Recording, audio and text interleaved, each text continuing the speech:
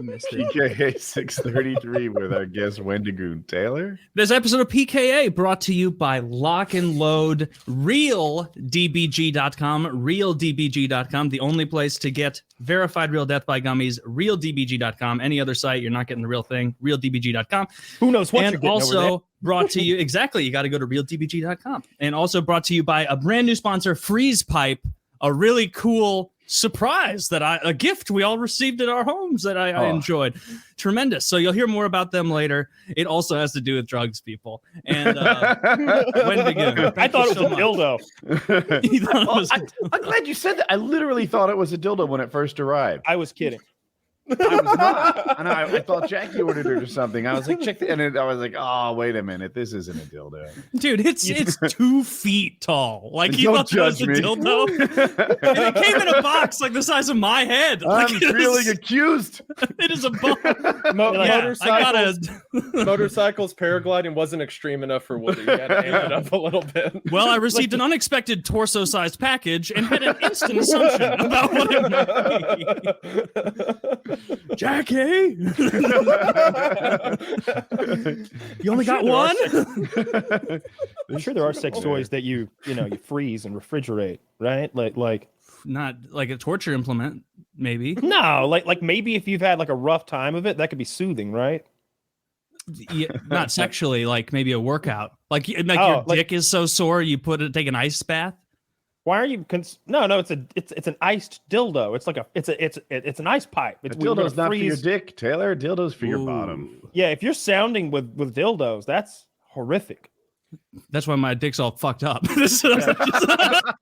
looks like a corn dog sleeve. It's like a shut corn cob. Sort of, who are the like corn dogs? Someone pulled the weenie out of ears gigantic. The pygmies. I don't know. I had this idea that Taylor's doing that by sounding, just getting more girth by working in pencils than candles. Okay. I'm glad you brought that up. Maybe yeah, body modification. All right, I want to talk about ancient body modification. Maybe Wendigoon's ever had some of his creepy ass. He's an expert. You mentioned before. Because one of those things I saw was that I think this is that South American tribe that would practice the skull elongation, where they wrap the baby skulls, and you can see photographs of babies that have had it done, and their eyes are bulging. But what they end up with is these skulls that have been found down there, and they look like X-Files aliens. Okay, like legitimately, and they're real.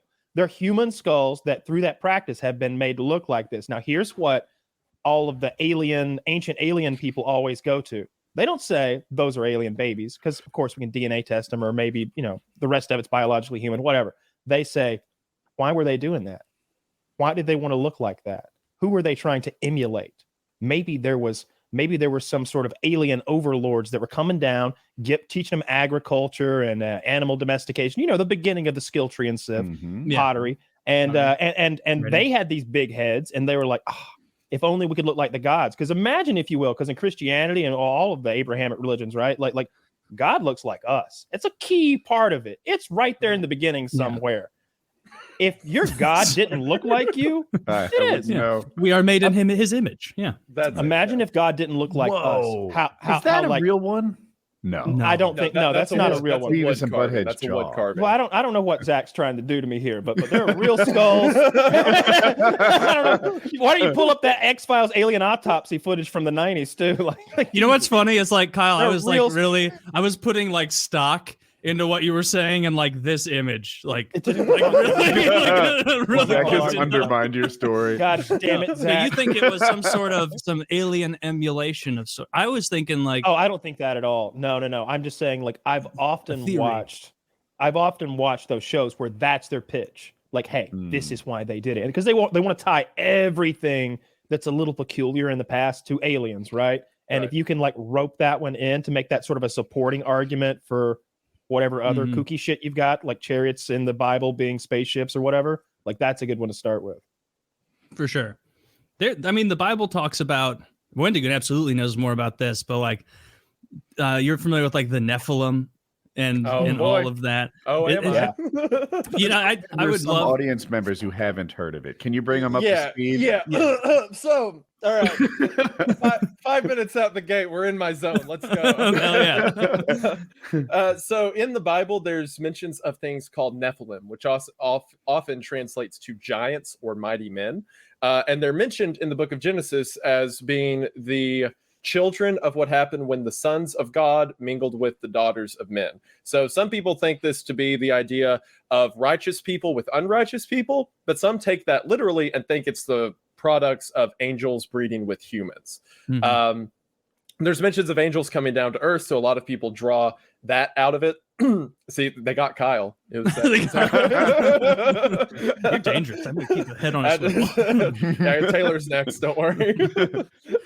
Anyway, so giants are mentioned in the Bible. There's some famous ones like Goliath, for example. There's a giant that I believe it was Noah faced giants in his age. So there's a few places that they're mentioned specifically, but there's this idea throughout the Old Testament that they were a reoccurring thing.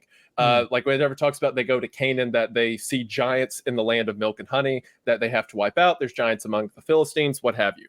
So the idea is there's this biblical record of giants, and there's also a record of giants throughout other written histories. Like pretty much every group of people either had a legend or history of giants somewhere in their culture. They tend to pop up around the historical record. And the idea is, since the Bible is the oldest, in my opinion, the oldest, debated between that and like Zoroastrianism as being the oldest religion ever, that it's the first evidence of giants existing. And in the Bible, they're called Nephilim. So yes, Nephilim are like the starting route for a ton of crazy. I'm sorry to interject. theories. We had a guest like 2 months ago arguing with me, telling me that Zoroastrianism wasn't the first religion. Do you remember that? Yeah, I watched that episode. I do remember that. Yeah. That was Aiden. Yeah. I remember that became more of an argument than I thought it would be. And I was just kind of like, oh damn, like now we're like getting heated over over like demons and shit. If it helps Kyle any, the theory that most people have, like myself, who believe that Christianity was, or like the Bible, Judaism at the time was first, is that Judaism and Zoroastrianism were simultaneous, that they kind of branched out at the same point in the historical record. Which I have my own theories that Zoroastrianism is mentioned in the Old Testament as being other religions that are mentioned around the time of Abraham, but blah, blah, blah. You see what I mean? You got me in my zone. No, that's interesting. Well, I have been admiring. Yeah, I like this stuff. I was like, it's cool when we have like a professional level guest on the show. I like where I'm a Sunday school teacher. Like, you know, a lot of what I do is talking to, you know, people my age and stuff. They're like, oh, well, you know, Christ wants us to live this way, blah, blah, blah. But there's also a lot of, all right, kids, so I found this verse in Genesis. I think it means that aliens came to Israel, blah, blah, blah. Yeah, I get to go on my whole rants and stuff. So that's so fun. the Bible is kind of exacting when they give the dimensions of something like the ark. Do they ever tell us about how tall these giants are supposed to be? Because that's so important. Yes, yeah, it does. Whenever it mentions Goliath, which is, there's times that it mentions giants who stand with their waist at the height of man. That's more general. Goliath is specifically mentioned as, I think, 9.5 feet tall. Yeah, shit. Well, all right. Like Robert Wadlow size. Now, when you say 9.5 feet, are you accounting for like their feet being tiny? Did they actually use their foot as a foot in that time? Because to be fair, these are poorly fed Jewish men. That's true. 5,000 years ago. Correct. These are small fellas. Well, I think they used a measurement from your elbow to your wrist or something like that. They use the measurement of cubits. The measurement of cubits. If I remember, it says that he was 6 cubits and a span, which a cubit's about 1.5 feet. So that comes out to a little over 9.5 feet.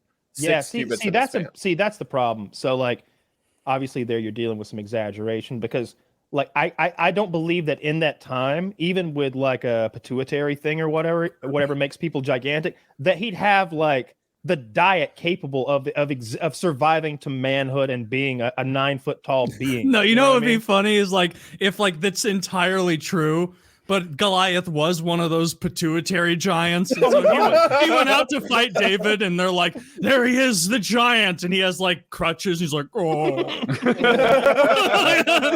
at that beast. And they just bully him with a stone. We were going to see if you guys had any medical intervention for him. God, don't kill him. Old school. Do you know about the Potsdam Potsdam giants? That sounds familiar. The Potsdam giants. It was a Prussian infantry unit in like 1675. All right. Now, I can't remember if it was like the Prince of Prussia or whatever, the guy in charge, or at least in charge enough that he could have his own military unit at his whim, selected only the tallest men in the whole fucking Prussian Empire. Yeah. Stupid question. Where is the tech tree in 1685? Like, they got like shitty guns, like early Imperial age. You have access to trebuchets, like stuff. Yeah. Shitty guns. There'd be a lot of cavalry and still like armor, I would imagine, and like silly hats with points on them, and probably lots, swords and pikes and shit. Swords, pikes, and the occasional. We're 100 years from the American Revolution, and like guns being that good. Yeah, they were like, that's the time they were figuring out, like, we got to phase out armor because we're now making like muskets that can blast through stuff. Well, anyway, go ahead. This guy, who I think was probably gay, was like fascinated with tall men. Okay, it was like his jam. So he like searches the kingdom, and there's gay about that. There's this quote from him. Hey, watch your mouth. This great quote. And he's like, wow, you can't have a harem of tall men or it's gay. He's got this great quote. I want Zach to find it. Well, I've given some context clues to his identity. I just can't remember the fucking, Prince of Prussia's name. But he said something like, keep your this, keep your that. Give me a tall man.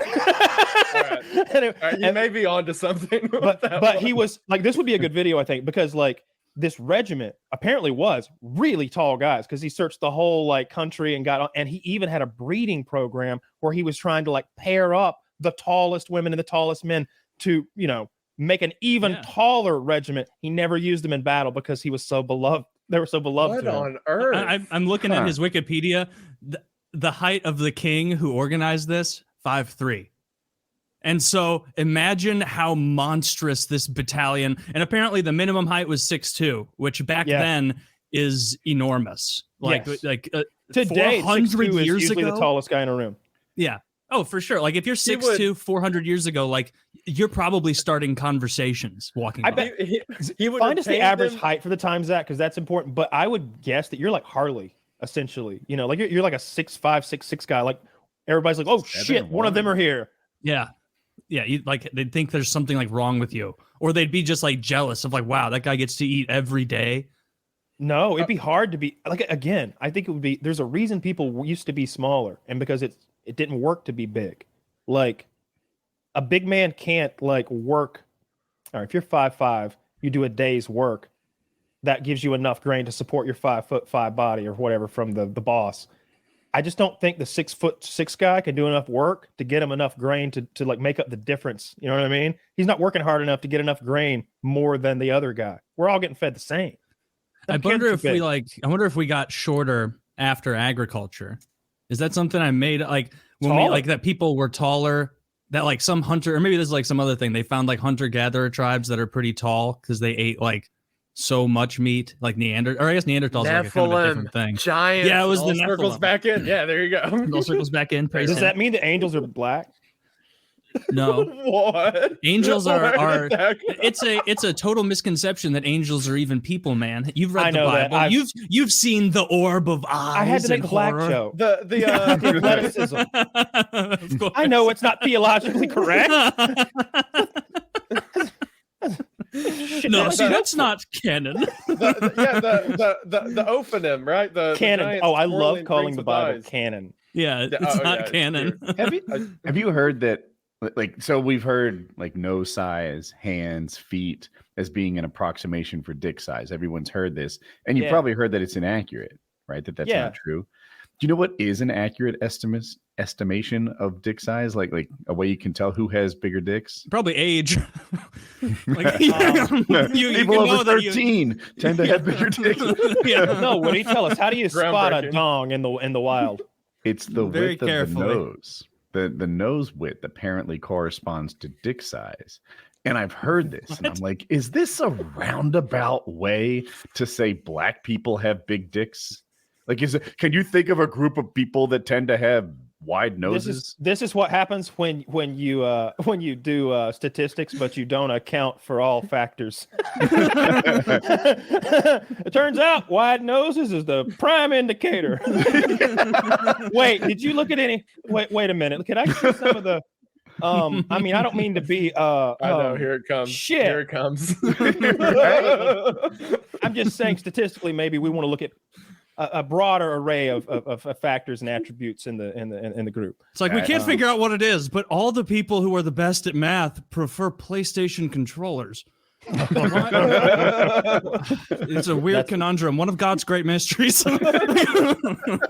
What those God people mean by this? Which group do you hate the most? No, I'm kidding. I saw. I'm scrolling through the stat. Who's worst to tolerable? Let's go. I saw this thing from my YouTube short recommendations where someone was suggesting that I think it was one of the states. Maybe there's a little of that silly legislation that never goes anywhere. But the idea was to have mandatory paternity tests at birth for all newborns in the state of such and such. Yeah, it's not going to happen. I like that idea so much. It won't happen. I like that idea. I don't know what's involved in a paternity test. Cheek swab. Is that it? Let's pretend it is. Let's see. You're right. We're not going to puncture your baby or anything. We're not going to take one of those things they clip cow ears the with. Baby anyway. Yeah. Plus, there's all sorts of blood coming from the umbilical cord. We'll take some of the blood we already got. Take that's a our core promise. sample. Not a drop more. That's our promise.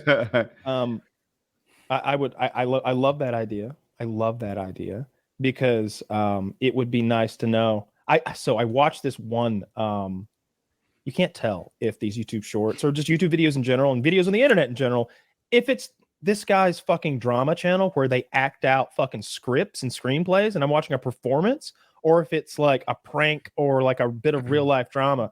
But it was one where the guy had a paternity test proving that like his 5 or 6 year old daughter wasn't his. And he was telling her to get her shit and go. Get your daughter and go. And it's probably like some dude's like drama YouTube channel where he acts out all sorts of screenplays and funny bits that they write. But I was convinced. I was like, shit, that's rough. Get your daughter and go at 5 or 6, yeah. She's a talking human being at this point. We know each other. Haven't you bonded with her at all? It's been 6 years. This isn't this is like a real bond. That's your kid at this point. I don't know if you can fucking pull the plug. Maybe get some Big Brother program going or something, but I can't just pull the plug. Yeah. Is this the cold one or the old one? No, that's the old one. Do you have because I do this too with Diet Pepsis and stuff. Do you have a little graveyard collecting? Little can graveyard? I'll be honest. I'll count. I see one. Can you point I see the two. camera. No, then you see the whole room, and then I have to deal with the real shame of. Okay, that's good. No, because the room. I've Right, never so when empathized more. I got all do the have a body glass pillows dildo lined up, connection, and yeah. that's why And the it's camera's not not even- pointed down. and I promise it's not filth and then embarrassing junk or anything. It's that when I moved in, I just sort of put my stuff in this office, and all my extra boxes are just in a pile right there, and they're gonna stay there until I move out of this place. Because it's I don't decorate an office I'm gonna be in for 11 months. You know what I mean? It just didn't make any sense. So anyway, there's 2 empties over there. There's 2 over here, and that's because I cleaned up yesterday pretty thoroughly. But at times, if I'm gaming, especially last month when I was playing Tarkov, just a tremendous amount, there'd be a dozen around me because that's what I drink in a day. I would clean up at the end of the day. But the real thing was can't swipe my mouse. I got to get these out of the way. They're closing in on me. Well, my cans.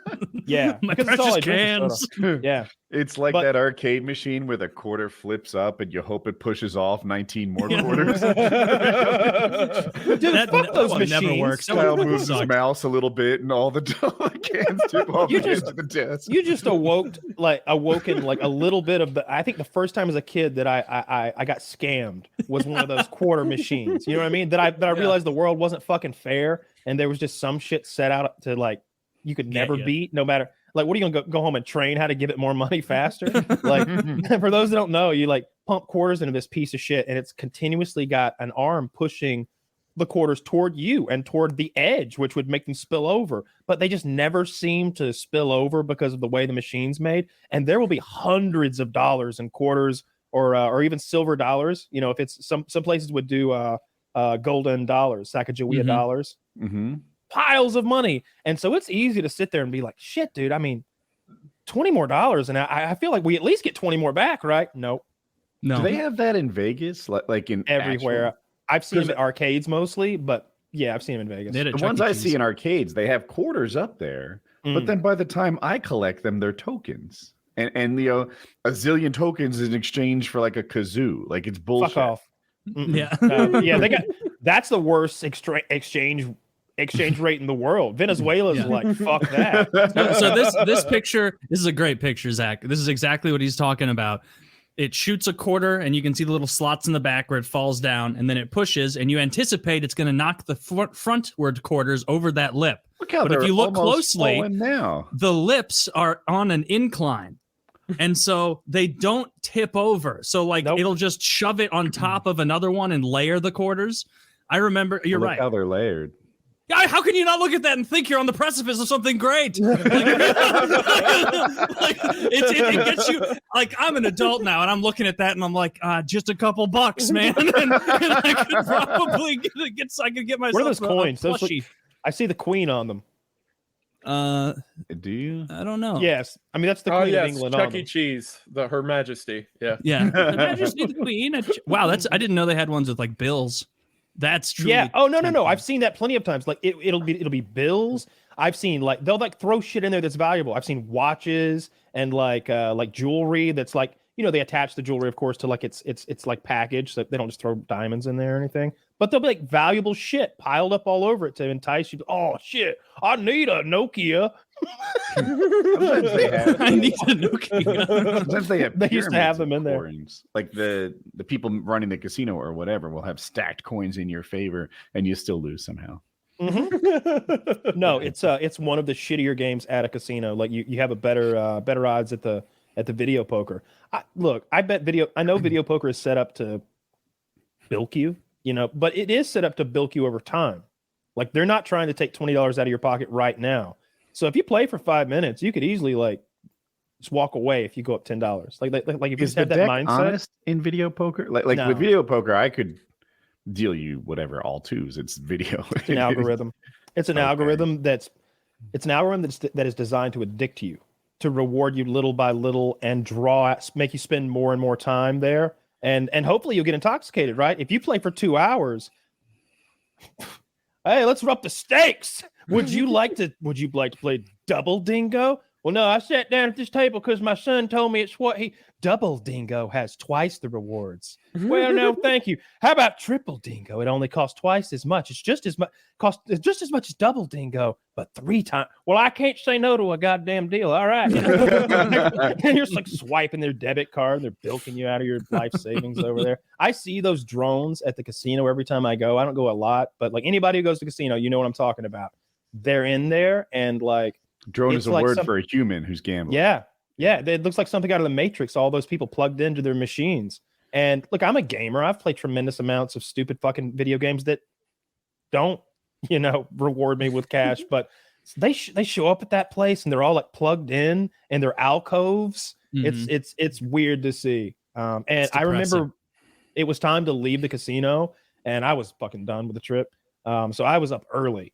5 a.m., 6 a.m., getting somebody to the airport. They were already gaming. Like they were already in their alcoves, charging up. It was 5, 6 in the morning. And I don't mean like 2 or 3. They were all there. Dude. And they didn't have coffee table. They weren't up early. Ugh. They were up They're still up. They're getting their like free They've Red got Bull vodkas they've got at 5 they've got a.m. drinks with fucking silly straws in them and shit. It's 5-6 a.m. I'm looking for coffee. These old fuckers have been going all night playing penny slots. That seems like the most boring game to just sit and stare at. When I play poker, my heart races. In an hour, there's probably 10 minutes of it where my heart is beating out of my fucking chest it's probably the equivalent of getting into a fist fight. Like it's that intense. It's like if you've ever been about to get into a fight, that like fight or flight. Oh shit, here we fucking go. My arms are going numb for some reason, but that's probably gonna help now. Like that feeling. You get that for 10 minutes an hour playing poker. I get that in public. I Age of can Empires see what matches. Taylor's saying about it seems like a boring game to just sit there and stare at. Like I get the concept. However, I have, in spite of this 5-head, I'm not that big brained. And like, I have been a sucker for the YouTube algorithm, watching 45 minutes of 45-second videos, just one short after the other. I mean, how many times have you been sort of lured in by an algorithm here or there? Have you doom scrolled on Facebook or Instagram? Like, I can imagine something like video poker or video slots pulling me in too. The thought of like constantly having to pay more money in and like not because what percentage of the time do you like get something back? I don't even know. So, like on a slot. It's hard. It varies greatly, but when you're sitting there, it's gonna look like you're winning at least half the time. Is what it's gonna feel like. It's gonna be giving you like these. If you're betting 5 cents per turn, every now and then you're hitting it for $3, and you're like, "Holy shit! I can play for an hour now for free." Mm-hmm. And then there'll be like, you'll go an hour. What I'm saying is, the algorithm is very good at lulling you into a happy place where you're winning often, and it feels like you're winning often. And it's probably not going to bilk you out of all your money as you sit there. You're gonna end the session on a loss, but it might not be terrible. Because what's the electricity cost to run that piece of shit? This was a long time ago, but you're buying drinks. I used to think slots were kind of fun, right? And I'm like 19 years old with a fake ID, and I just hit the slots a little bit. I don't have really any money to speak of, but I think I had $20. So I got $20 worth in quarters, 2 rolls, and I lost, 80 times in a row? And I was like, that's it. I haven't played since. It has been over 30 years, and I haven't played since. That's no good. I know. Yeah, that's a bad machine. See that. I used to play a ton of what was it? It was video poker. My dad's friend owned a gas station, and he had some illegal video poker machines. He had 2 of them, I think, and he would let me sit there and play them for cash. And if I won, he'd cash me out, at the register, in this gas station. Very much illegal, but like minor league illegal. Like, what are they going to do? Take my machine and fine me $500? Okay. It's worth it to have the fucking video game in there that we can play with tomorrow. Like, we all like to play against it. Like, the guy who owned the gas station, he loved to play video poker too. He's like, yeah, it's a fucking game. And I'm losing to myself sometimes, and I'm honest, so I take the loss. I got to go put some money in the fucking register. But we would play that thing a lot, and I learned right away. And I was probably 12 at the time. I was like, this is not one of those fair video games. I've played video games, and this is one of those bullshit ones. I learned right away that it wasn't the same thing as playing poker. You just tell. Yeah. It's bullshit. I learned very early on as a child. I remember like feeling like I'd cracked the code at Chuck E. Cheese, like with friends, when my friends would be like, we got to spend our tokens and we'd play this and we can get tickets. And I was like, guys, the tickets, it's all ethereal. That's all crap. We just want to spend every coin on the Jurassic Park game with the moving seat. Yes. That's what we should be spending everything on. We're going to get past those lizards eventually, guys. We have the coins. If we don't divest and go halfway into, because what they were doing is doing half in the Jurassic Park machine and then half going for tickets, and then you don't get any of anything. The Jurassic Park. You lose everywhere. What about the Terminator game? Remember the Terminator? The Terminator game good hard. That was a fun one. With that M4 had the big grenade launcher on it. Yeah, that was a good one. I liked Time Crisis too. Time Crisis was good. That was a good one. I enjoyed. I did not get to go to the arcade very much. Probably like 5 times in my life. I wasn't, and they never gave me quarters. It's bastards. You just had to like observe. They were like, "You'll find a way," and I'd have to beat kids up.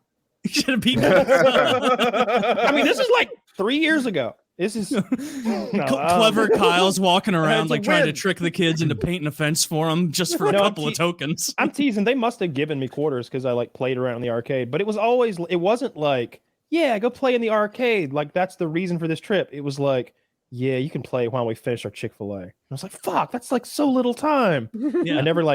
I very rarely got to like go to actually go to the arcade to like do anything fun. It was But those totally those tickets. protocol in my house. Whenever we went on a family vacation, my parents would give me a roll of quarters and my brother a roll of quarters and send us out of the hotel room to go play video games. Yeah. I don't know if you remember this twist of it, right?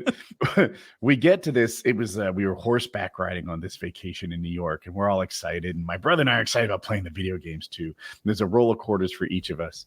And they discover that the bed in this hotel room vibrates. And my dad is like, yeah, you're going to have to split this one roll of quarters because that's how the fucking bed worked. You pop quarters in it and it vibrated. So they took half the stash for themselves. That sucks. They were adults. They could have got their own quarters. Like that is not fair. But bumming quarters off your child. Well, they were theirs to start with, but yeah. Yeah. They were fuck quarters. That's what we're glossing over. Adult me sees it as a noble cause. No. Indian giving your own child $4. Hey, put that money back.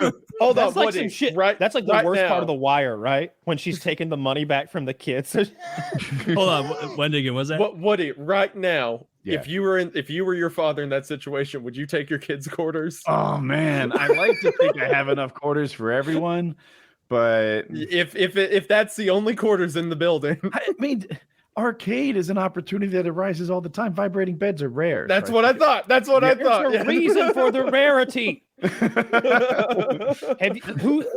we all been in a vibrating bed? You haven't. No. I've not. No. They're off. Okay. It seems kind of nauseating. First of all, it's been a while, but I have distinct memories of 2 vibrating beds. One when I was a kid somewhere, and it was like, look at this nonsense. You need to explore that memory. It's kind of blank. I don't. For some reason, when I think about that memory, my heart starts beating and I start sweating. It was just me and my stepsister. I get this feeling that something's really unsettling. Why do you have to take it to a butterfly effect place? Then I have to just think about Tarkov. Okay, tell us about the vibrating bed because I want to talk about buzzes, right? No, the whole bed like shimmy shakes, sort of like it oscillates. You know how like a vibrating bed of sorts. You know how those oscillating sanders, like the palm sanders, kind of do that shimmy shake. That's what the whole fucking bed does. And after a while, it's like it sucks. I want out of this. How long is the vibration? It's such an old mechanism that there's a little like turn timer, like ticking down. You can watch your time expire by a little like hand ticking down, like a kitchen timer that you'd wind up, like your grandma probably has. Yeah, I don't know, 5-10 minutes. It's like quarters per minute. It's like air pressure at a gas station. That piece of shit is set up. With one of those. Have you ever been satisfied with the amount of air you get for 50 fucking cents at the gas station once? Quick Trip, it's free. Ooh, is it? Oh, Quick Trip is the tippity top S tier of gas stations. You know, this episode is being brought to you not in part, but entirely by Quick Trip now. By Quick Trip. Quick Trip for your free air. It's a great gas station in your area. I don't know what that is. No, they don't have sheets. It's Sheets, spelled with a Z at the end. And it's a really high-end gas station. As a matter of fact, the Quickie Mart inside rivals like any other fast food restaurant. Interesting. I found out something about Waffle House today. I thought that like you are always flush with new and exciting Waffle House news. What is the latest and greatest Waffle House news? Well, see, I love Waffle House. Like growing up, I always thought of Waffle House as this thing that's just everywhere, and that's because Waffle House was invented here in Atlanta 70 years ago, and there are more Waffle Houses in Georgia than anywhere else. We got over 400 in this state. There's only like 2,200 or something roughly. So like you're hoarding them. So the rest of you don't have the concentration of Waffle House that we have, so you don't even understand the experience. I want to quickly tell the international audience and the lame-o Americans here who don't know what Waffle House is about, like what it's about. they cook the food right there in front of you on a big ass griddle. And by they, I mean the ex-cons that are working there tonight. And it's a good thing they're there because they're probably going to be friends with a lot of the clientele who show up to fight later. So they'll be able to cool things off. It's like hibachi. You don't want to go in like I did. Like there's going to be a fight tonight. And the best part is the fight will be set to whoever had 50 cents last because there's a jukebox in the goddamn corner. I know it doesn't make any sense, but there is. 50 cents gets you a fucking song in 2023. The bathrooms are disgusting, but the food is amazing. It really is good food because they don't skimp out on the ingredients. Don't get a T-bone steak there. That's just know where you are. But like if you're getting like a waffle and some grits and eggs, it's an amazing breakfast place with a really fun clientele because they're open 24 hours a day, 365 days a year. They don't care like whose birthday it is, who got liberated today, like who's proud this month. They're working every day. Yeah. Even their upper management, like their CEOs, it's fucking Christmas, bro. Get in here. It's the waffle way. Maybe Georgia has better Waffle Houses because that's where it is. Because the ones here that I've been to is not like they're not cooking stuff in front of you. It's not like a hibachi style. Where is they hiding the grill? It's a guy in the back, and there's like in a the back. that there's can, a like, door. You've been lied to. Bullshit. You've been lied to. That's not a real Waffle House. No way. Real Waffle House. Going to Huddle House shit. or something. Dude, there's the one in Columbia, Missouri. I forget what happened. There was like a major hurricane that rolled into North Carolina, and Fayetteville was drowned. And it made the news that Waffle House used the locks. They closed. They're like, wow, this is the first time we've locked the lock on this insane. door in 17 years. My word. They get robbed. I eat at Waffle House all the time. I am a huge Waffle House connoisseur, big fan of it here in Tennessee. And one time, not too long ago, I was in a Waffle House at like 1 a.m. with some friends. And this lady came up to me and recognized me. And she, like, not to be mean to her, but she was a bit rougher looking. You know, it looked like she had like Waffle House. She belongs in a Waffle House, right? And I mean that in the best way. But she like took a picture with me and everything, and it was kind of quiet in there. So like all the workers saw like this girl taking a picture with me. So when I go up to pay the bill, the girl who's checking me out, she goes, "So that was Donna that you was with. How does Donna know you?" And I'm like, "Oh, well, I'm a YouTuber. I make videos." She said, "Oh, okay. We thought you was her parole officer." Damn.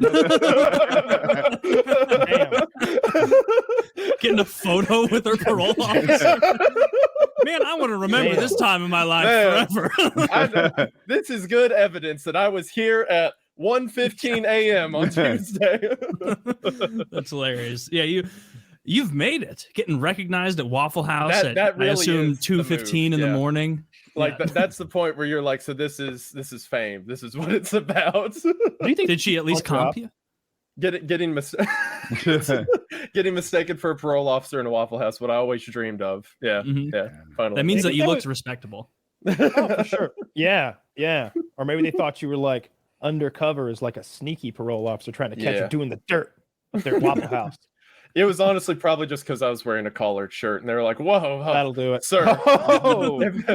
La-di-da! If it's not Becky, Sunday clean after the vomit church. off of Mister. What was your name, sir? La-di-da! Chair. I didn't realize we were serving the president of these United States here tonight. The health Pants and inspector's here, shoes, quick. too. Usually, I have gone in there. Well, someone's not even fall down drunk. I've gone in before, and the tables had like someone else's like food like all over it, and but I just stood by the table until she came. I was like, you got to clean this. I was like, what? I was like, the fucking table, the whole fucking thing. Like there's the like other guy's meal. There's like a dead straw wrapper there. Like I could tell he had hash browns and he likes ketchup on them. Like, come on, like what the fuck are you doing to me? But most of the time it's okay. I'll tell you where my fond memories come from. It's from hunting, and being up really early. And like if you wanted like any time that we would get up at night to do like some nighttime farmer shit.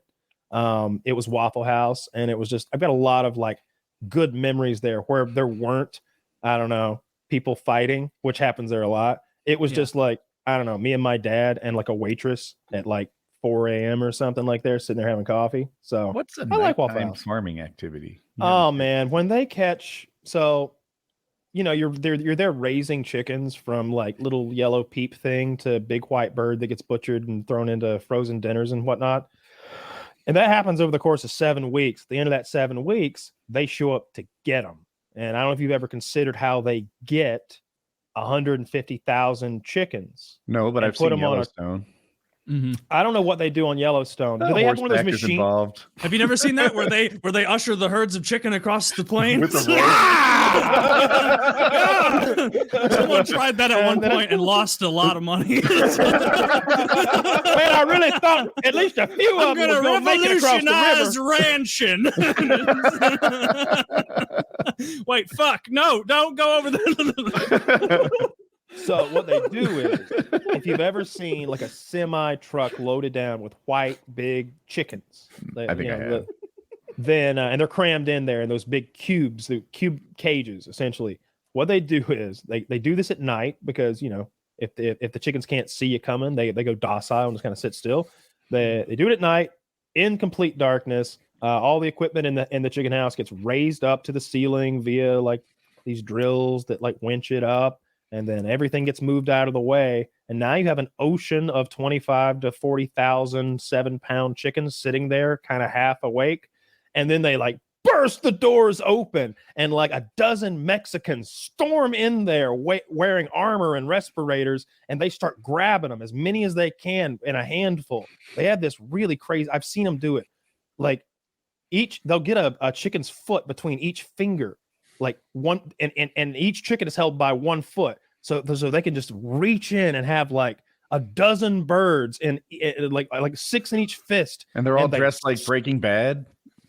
Oh yeah. And they're covered. They're on the outside. They're wearing like long johns because they're doing the filthiest, scariest work ever. Yeah. And these things have talons to not. Yeah, I guess nothing scary, but if they get you, then you've got an open wound in a very filthy environment. So they're all armored up with like cloth and respirators and goggles and shit. And they're grabbing them up a dozen at a time and slinging them into those cage cubes that are being delivered and retrieved like clockwork by front-end loaders. And those front-end loader drivers, they're on methamphetamine 110% of the time. And they are fucking swinging those steel fucking forks around, and like guys are jumping out of the way. And it's just like, get the fuck out of his way then. Like he's got a job to do. So that's the nighttime farm. It's going in there and raising all that equipment up. I actually honestly thought this is how it was done. Like if you had never told me, they back the truck up to the building. The door for the building is shaped and sized exactly perfect for the truck. And then they put ramps. And I really thought they just herded the chickens in like they were cattle. No, they're shitty, dude. Like they're really, really, really stupid. And they're in a herd of 25,000. Scary. You can drive them with flashlights a little, but the problem is that the modern chicken isn't built to deal with a lot of excitement. They'll have heart attacks in very high numbers, like anything that spooks them. Like when they talk about foxes getting in, they'll kill a few, but a fox can only eat so many chickens. Yeah. He'll spook 1,000 of them, or even worse, he'll scare them and they'll pile up on top of each other and suffocate everything on the bottom layer. And then because they're already in a bacteria-rich environment at a high temperature and their body heat combines with that, they decompose at an incredible rate. After seeing how fast they can decompose, I mean, like 6 hours, they've turned purple and putrid. Really? After seeing that, it's like, in the right environment, you would think that like a human body would just disappear in like a couple weeks or something like that. If it's out there in like a filthy enough, like the right conditions, and certainly if there's predation, like if there's anything to come and take hunks out, but just like sitting there on that floor, they would turn to the most disgusting shit that you'd have to get a shovel to clean up. How big is like this pile? I'm trying to picture like the pile of chickens. Like big enough to cause like how tall is that to cause like a purple rotting in 6 hours? I can't believe that. Halfway up your knee. It depends how big they are, like how big each bird is. So like maybe knee high in a corner, they just pile up and die. They're fucking retarded. Like they'll just a rat will come in when they're little babies, and apparently the most tender part of like a chicken is like the back of its fucking neck or something. And so it's either that or rats kill for fun, like pure enjoyment of it. because what they would do is they would go in, and these are those little yellow peep thing. Like their wings are just like little things. The rat would come and he would kill between 100 and 150 of them in a sitting, and he would pile them up, and they would all have one wound on the back of its neck where it like fucking killed them. Maybe it like it didn't eat any of them. It was killing them for fun, or the back of the neck is the tasty bit. And I don't believe that. So it was just killing them for fun. And the cool part, not cool because it's like, oh, all those poor baby chickens that I was going to sell for meat in 7 weeks. Really, you're just mad because you got to shovel them. But it's like, he piled them up. Did he pile them up because that's fun for him and he's keeping score and he likes to see a big pile? Or did he know I was coming? I know I was. There's a little fuck you. Things. I think like if you left gum wrappers and rotten eggs and shit like that the rat would take them and put them in his stash. So this isn't in his stash. He's killing them and making a pile right there. Like he, which means he's moving them. Like he's killing them from the area and he's bringing them back to this in the floor, just in the middle of the room there. He's just left your little pile. I've seen it multiple times and it's creepy. So when my dad first bought that place, someone else had allowed it to become infested with rats, and that was the problem. I was a little kid at this time, and getting rid of the rats was a real ordeal because they were smart and they stopped eating the poison after a while. So we would go in there at night and we'd flick all the lights on, 1,000 light bulbs light up, and you could see them running like a herd of them. Running from where we are back to the very rear of the building. And the rear of the building just has this flat wall. They're doors, but they're like the biggest church doors you can imagine that like swing like barn doors, like double. And there's a screen door on the inside of that big wooden door, but it's chicken wire. So they climb up that chicken wire, their little paws. So you can, when they get to the back, you can see them flowing up the wall, going into the ceilings. It's where they live. They live up in the ceiling or under the concrete pad. So we go back there and I'd have a shotgun and my dad would have a pistol. and while they were running up, it was just shooting them off the wall as they ran up. We shot the doors off the building. we had to replace the doors on the building after like a while. But we shot all the rats. We would also do this thing. This is what you do on a farm because there's literally nothing to fucking do. Gassing rats was a real, just great day. So the winner of an activity. And I was the best rat gasser of them all. I promise. It was like in a different life. Anyway, so we take a truck. You take a truck where that didn't go. And you hook the exhaust up. You hook the exhaust up to a pipe and you pump that down into the rat hole. And the rat has like made a network of like Viet Cong-esque tunnels under a big slab of concrete. And you can see there's exits on every side, 2 or 3 on every side of this square, big rectangle, really big surface, like the size of a garage, and it's out in the open. And so we jam up every hole we can see, except for 2.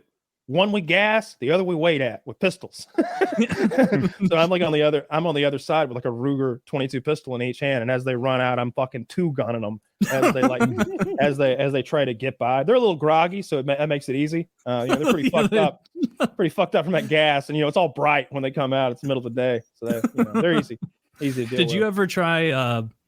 Did you ever try your hand at the actual like gathering of the chickens like that? Like grab them by their foot? Fuck no, that is not something that's their job. That's on that's like I don't know how else to put it. That was just their job. That's a thing that like it's like out of our hands at a certain point, and it's like done. Like we don't have to worry about like if they get slaughtered or if that truck careens into a ditch along the way. We'll just get average pay. Like, one truck died. What do you get paid per truck on average? All right, we'll pay you that. Like for spillage or whatever. Like once they've laid hands on them, our job's fucking over. I don't give a shit what happens, and I'm not touching them. That's the most disgusting job in all of it. When those guys come out, man, I feel bad for those guys. You'll see them at gas stations and stuff. Like they're in a white cargo van, and it's like 8, 12, like always Mexican guys. I've never seen anyone else do that job because it's so rough and it must not pay well. And they are filthy. And like after they've done their work, they're just in there piled up sleeping, because sometimes the job will be at my dad's farm and they'll start at night And then the whole day will pass and they'll go again the next night and they're just sleeping in that van out there, filthy with no bathroom. Dad's telling me, you better not be shitting behind my building. And, they got to deal with that. It's a rough job. That sounds awful. They should get paid more. Sounds like a difficult job. I didn't know if that was one of the duties that like they show up and you're like, oh, please, Dad, don't ask me to help with this one. Fuck no, I wouldn't help if I'd been asked or told to, or that's a really shitty job. I'm telling you, like I don't run away from home. I don't know where you go.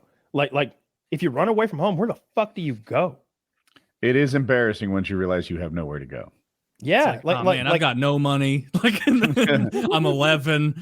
Like I'm gonna make some pedophile's day on the road. Like best case scenario. Dude, it's such a ridiculous proposition. I remember I was having an argument with my dad when I was 6. I had a driver's license, and just real screaming match, and he was just like, "Get out of here, go!" And I'm like, "What are you talking about?"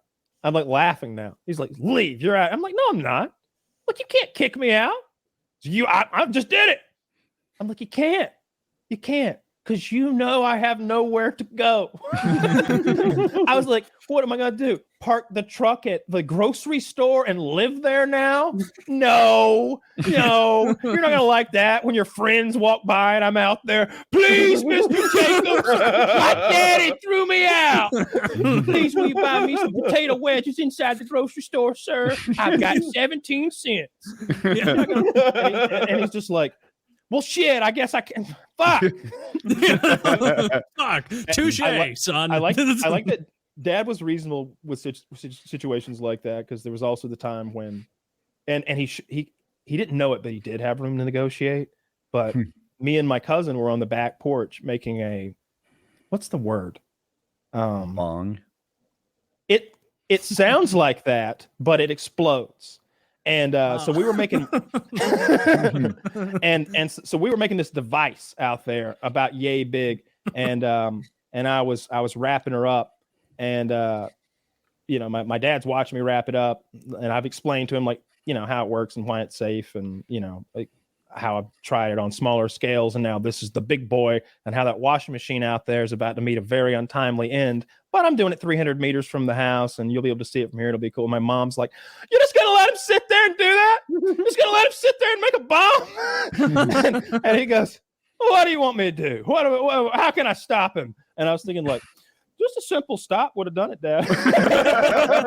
At any point during the construction of this device, you'd said stop, I would have thrown her away. But too late now. Let's lose that washing. And that washing machine turned inside fucking out. That thing was. How did it go off? Was there a fuse or? Yeah. So you can. How did you build it specifically?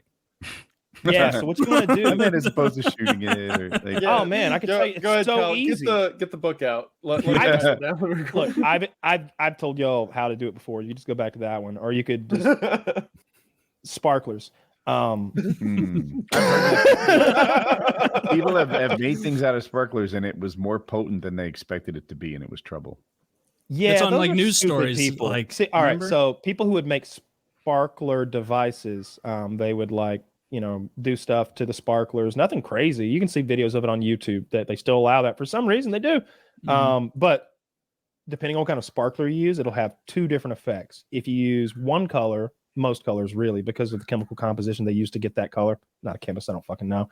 But what it'll do is it'll like create this huge meltdown effect where all the steel rods that are in the center of this big bundle of sparklers just sort of fuse together in this like melty pot metal pool of like scariness, and it'll fizzle and sparkle sometimes, especially if like any water hits it. It's real dangerous to be around because it's so hot and it's so concentrated. But if you use a certain other color, who knows which one, it's just a bomb. It's just like a heat sensitive explosive, like real quickly. And it was shocking to me how cheap they were and how like readily available. I pulled up with a shopping cart full.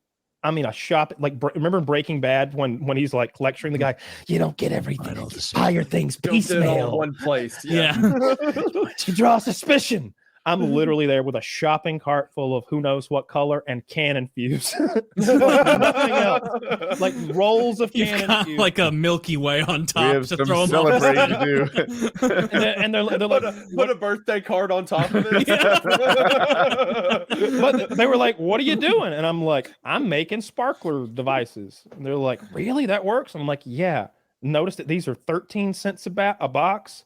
Like it was wildly cheap for what they were and what they would. Do you guys remember? I remember like as a kid seeing news stories about that like every Halloween time, where like anchors would get on there and be like, the new thing teenagers are doing with sparklers, more at 7. I remember like my parents watching that, and even then thinking like, I don't think like this is telling more people how to do this, man. Like the fact that I learned Fox from YouTube 4 is talking about this right now is actually not helpful if they're trying to reduce this. Yeah, I learned from doing it though. Like I know Kyle was, but like I don't know. I'm stuck. Overblown. So overblown. So overblown. When I was a teenager, I kept hearing about the rainbow parties. Like if you've heard of this. Where every girl would wear a different color lipstick and the dick would get rainbow colored by the end of the night. I have never had such a party. Like who's down for that? Like first of all, who's I would have been down for it. Yeah. Yeah. I mean, I like all three of you guys. I don't want to get head in a room with you. Like because I would feel the need. You know what would actually happen is like I'd feel uncomfortable with the silence of all of us with just the noise of 4 women sucking our dicks. And so I'd have to just ask, I'd be like, can we turn the multiple TV dicks on? are getting rainbowed? There's only one guy getting rainbow dicked in any sort of conceivable scenario. The idea that there's ever been a rainbow party, there have been so many more celebrities worshiping owls, literally, and so many fucking like black magic cults that have been literally trying to bring down society with demonology and magic. That has happened far more often. I would bet my life that has happened far more often and regularly than a fucking rainbow party. I would wager that the only rainbow parties that have ever occurred involve a pornographer who has also heard this story and said, well, I've got $8,000, so let's have a rainbow party and Marco roll. Like I'm telling you, nobody's fucking like, who are these girls who are like, yeah, I'll be this shade. After this, you want to work on geometry homework together? It's like, when's this happening? It's such a made-up scenario. Like the ideas of like all the fuck bracelets that we're supposed to be wearing. If we're, I'm wearing the green one with the dots. That means I want you to come in my ear. Like that's what I'm into. Like all that shit is just so frustrating. All those urban myths that I don't know. I think mostly it was white parents. The razor blades and the candy that ended up not being a threat at all. Man, and that was the whole. Remember Candyman? That's the whole premise of Candyman was that there was a sweet old black man giving out candy, and somebody lied and said that he put fucking. I think they said he was a child molester. Anyway, they beat that old black man to death in that movie. Yeah, not a good movie. Not a good movie. No, not a good movie. Don't. Did you see the new one? You see the new one? They have Candyman 2. Yeah, no. Well, there was a Candyman 2, but this is Candyman. This is more like Candyman 2022, like a new spin on it. So the guy's like slowly like. You know, it would be a good name. It'd be called Candyman Type 2. That would for their sequel. Yeah, I love that. It's a diabetes joke. Yeah. Oh, Jesus Christ. I was watching the gears different kinds of fun, and I'm like, he can't mean that. I love how Kyle picked up on that immediately. It's diabetes joke. I could see Woody being a bit befuddled. Let's have Woody catch up. Anyway. I couldn't tell if he was befuddled or if he was mad because like he has diabetes and he hasn't told anyone yet. He was just, he was either angry or confused, and I couldn't tell which. Would you talk shit about diabetes? It's home. He hasn't told anyone. No, but he's like, well, that leads into our next topic conveniently.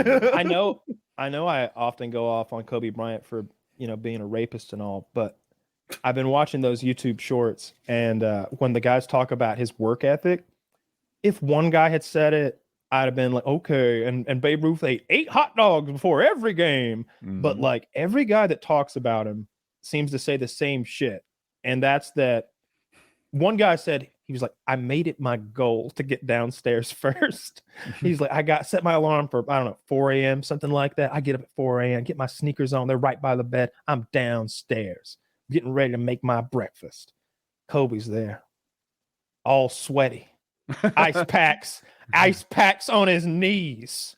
He goes, it was 3 days after he had lost the championship. He was down there, like, he wasn't just up before me. He had gotten a workout in. And apparently it had been such a hard workout. At some point, that was nighttime. Yeah. It started at like 3 a.m. If you get up at 4 a.m. and his workout's finished, he worked out overnight. That's not morning anymore. Well, I saw some like the algorithm was like, Kyle doesn't care that Kobe rapes. Let's show him some more. And so it showed me this other one, and he was like doing a speaking engagement, I guess, and he spoke about that as like a life philosophy. He was like, well, look at it like this. When do you wake up? When do you work out? All right, you get up at 6. Hell, let's make it 7, 8. You get up. You eat your breakfast. You do your workout. Let's say that's 2 hours. So now you got to eat. You got to rest a little. You got to recover. You get your second workout in the day. 2 to 4. You got to eat. Now it's bedtime. Got to get up in the morning. Get it going again. Well, that's not what I do. And he like lays out this plan where he's doing 4 days, and he's like, now you extend that over your lifetime. He's like, they can never catch me. He's like, it doesn't matter if they work hard all summer. Not that I'm working all summer too. But even if I didn't, it wouldn't matter. He was explaining that he's like trying to practice literally more than they ever can. I like that. So he was a great player, but he would have won more rings if he wasn't so hard to get along with. He was hard to get along with because he had high expectations. He met his own expectations, but nobody else could. So you get a guy like Shaquille O'Neal. He can't work as hard as Kobe. If Shaquille O'Neal worked year round and got up 4 a.m. and did all those exercises, his knees would have busted. He'd have hit free throws. He might have hit more free throws like that. I'll line up with. Yeah, but I also think he'd have missed more games. Like his body needs more rest. He's too big. You can't jump around at 265 pounds, 300 pounds, whatever he was, and do that all day, 4 times a day. And eventually the two split up. Would Kobe have would Kobe have earned more rings if he and Shaq could have stayed together longer? Of course. What if he didn't work as hard? Like who's to say that if Shaq had like worked harder, that maybe if they stay together, they win fewer rings, right? Like maybe I don't know. I don't really care, to be honest. I just really liked his work ethic. I can't stand that fucking game. It's so annoying to watch. Like, I don't care who's good at it or who's bad at it or who's, this new guy. Oh my God. The handles. Oh, when he walks, he bounces the ball twice and he's across the court. He's like the best running back in the entire NBA. Like, they're all running backs. The NBA is full of fucking running backs that are 7 feet tall, and it's frustrating to watch. And I bet it's really hard to watch if like you're like a fan who cares about fundamentals.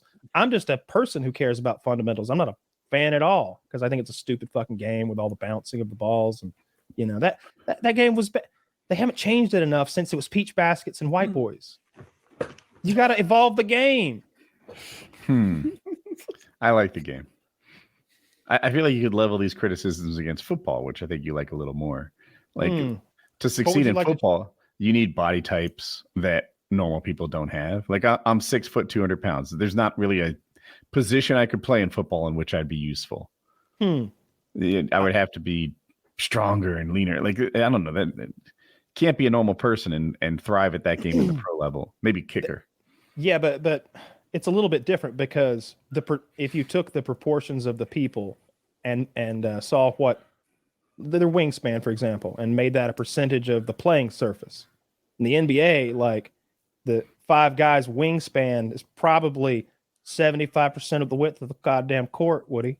Like, go out on the football field, it's 100 yards. Like, they're not in a film or whatever. They're not taking 3 strides and getting down the field. But in the NBA, your boy LeBron literally takes fewer strides, right, than a normal human being or something. I think I get what you're saying. Like, Tom Brady's only, I'll make it up, 10% bigger and stronger than me.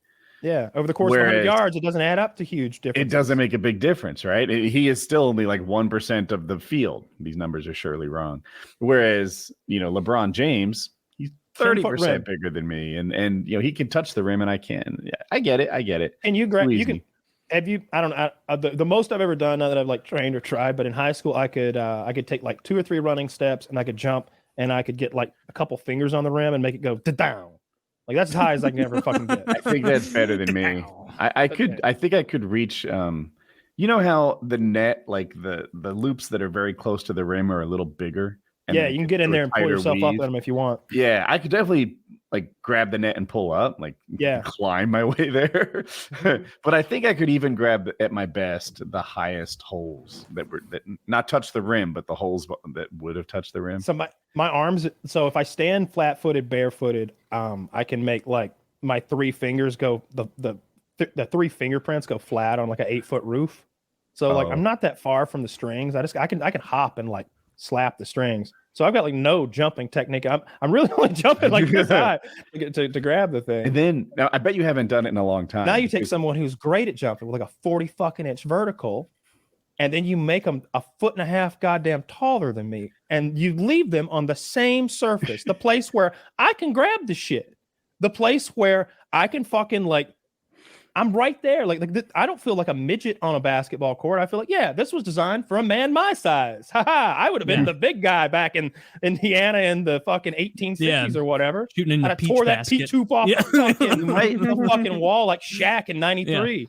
Yeah. You're so right about basketball. Too young to relate to this. But so I'll be 50 in a few weeks.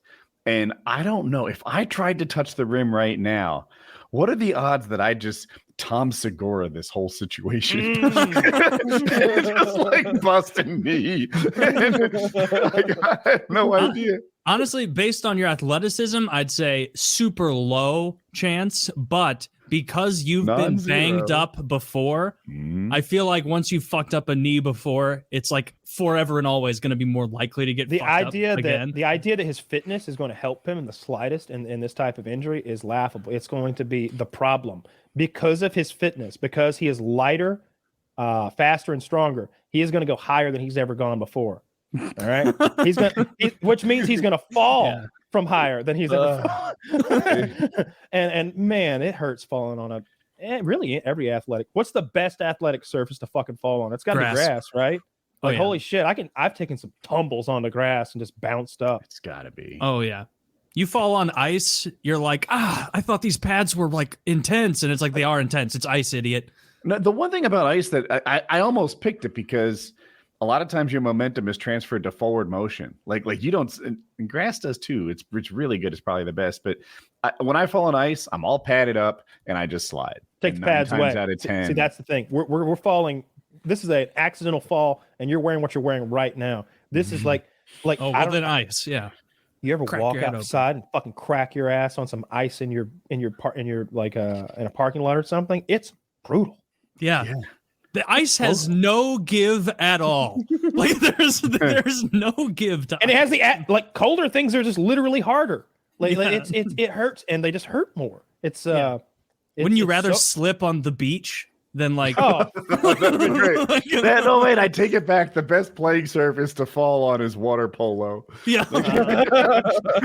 Falling on the beach, tripping on the beach is just like fast, relax. Water polo is scary to me. Water polo is one of the scariest sports that there are. Why? Because those guys are the best people in the world at drowning another human being. There's no one who spends more time they are professional athletes whose job is to drown someone while multitasking. And while they're trying to be drowned by the other team. That's what I mean. Yeah. They're offensive and defensive drowners. Like, oh, you think you can drown me? like I've been getting drowned. Have you ever been held under the water for 1.5 seconds too long? Your body immediately is like, you're in a full-on panic because it's like I will die if this situation is not remedied. Yeah. I can't imagine like having the wherewithal to be in the midst of being drowned and like thinking of a way to reverse drown him and also having the wherewithal to be like, all right, we're down 2-1. If I don't drown here, we've got a real shot at coming back. How much time's on the clock? That's a sport that's never going to take off.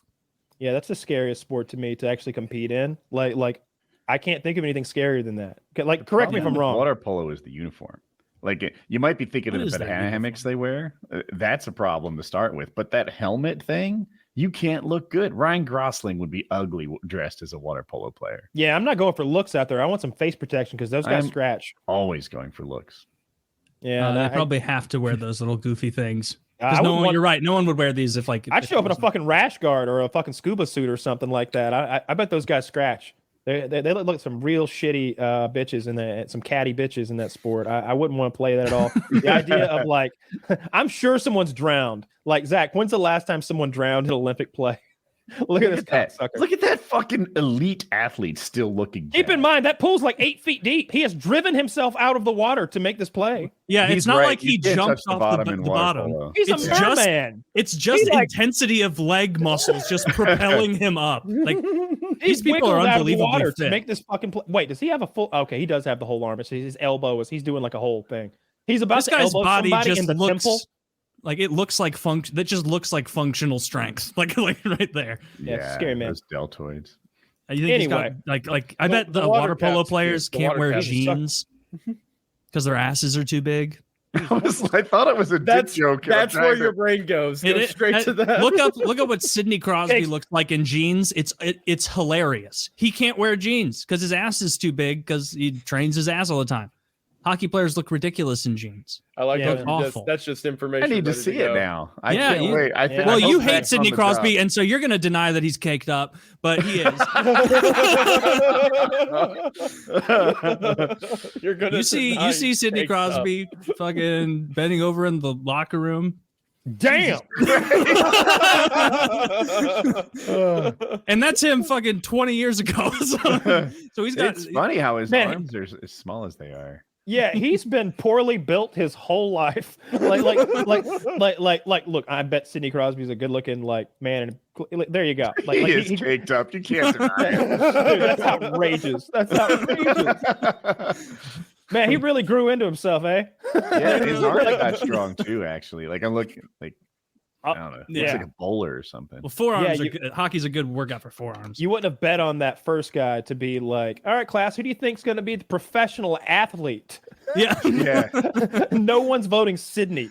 Yeah. That fucking haircut and the big ass. Yeah. Looks like he's 6'5" sitting down because his ass is He looks like a mismatched potato head body or something. Those parts don't even go together.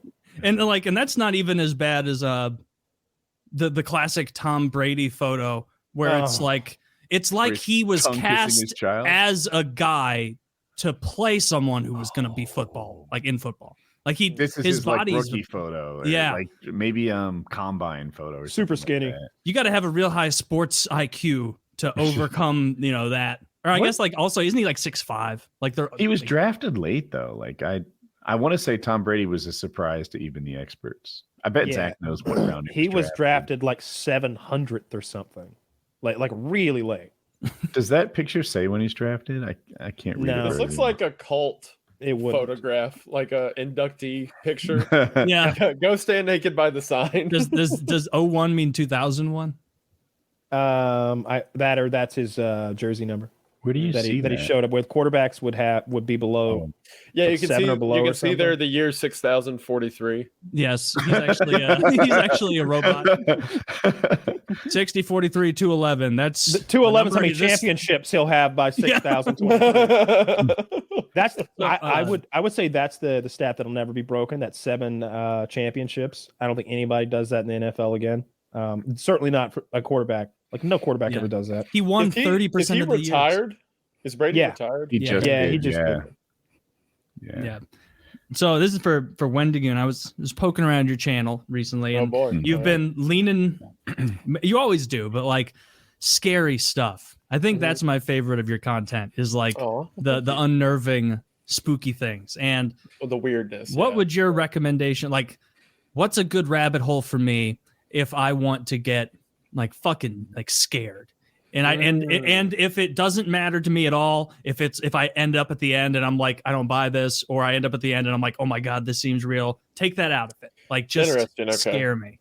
Is there anything specific you're afraid of? Like, is there one kind of fear, one lingering thing that bothers you personally? I'm more afraid of like serial killer style people than I am of like ghosts and that kind of stuff. So like someone who like tortures people is scary and like unexpectedly like is in your house one day and he kidnaps you and tortures you in your basement. That's a lot scarier to me than like I think I saw an apparition. Like, okay. I will say because I've read, whenever I did the serial killer series, I read through a lot of transcripts of like evidence that like, initial police crime scene reports of how murders were and like interviews they did with the killer. And some of the worst ones I remember was William Bonin. I forget his real name, but the Golden State Killer. And the guy who was called like the Vampire of Colombia, his name, it was a Spanish name, I forget what it was. Those were the three that when I went through the series, I was a different person after reading through like everything that they did. Okay, I'm not familiar with this guy William Bonin. So William Bonin. Let me make sure I'm saying that name right. Or William Bonin, perhaps. Yeah, is it the guy who looks like me? He has long hair when you look at the picture because everyone made that joke. A little bit. Yeah, okay, yeah. Everyone made that joke.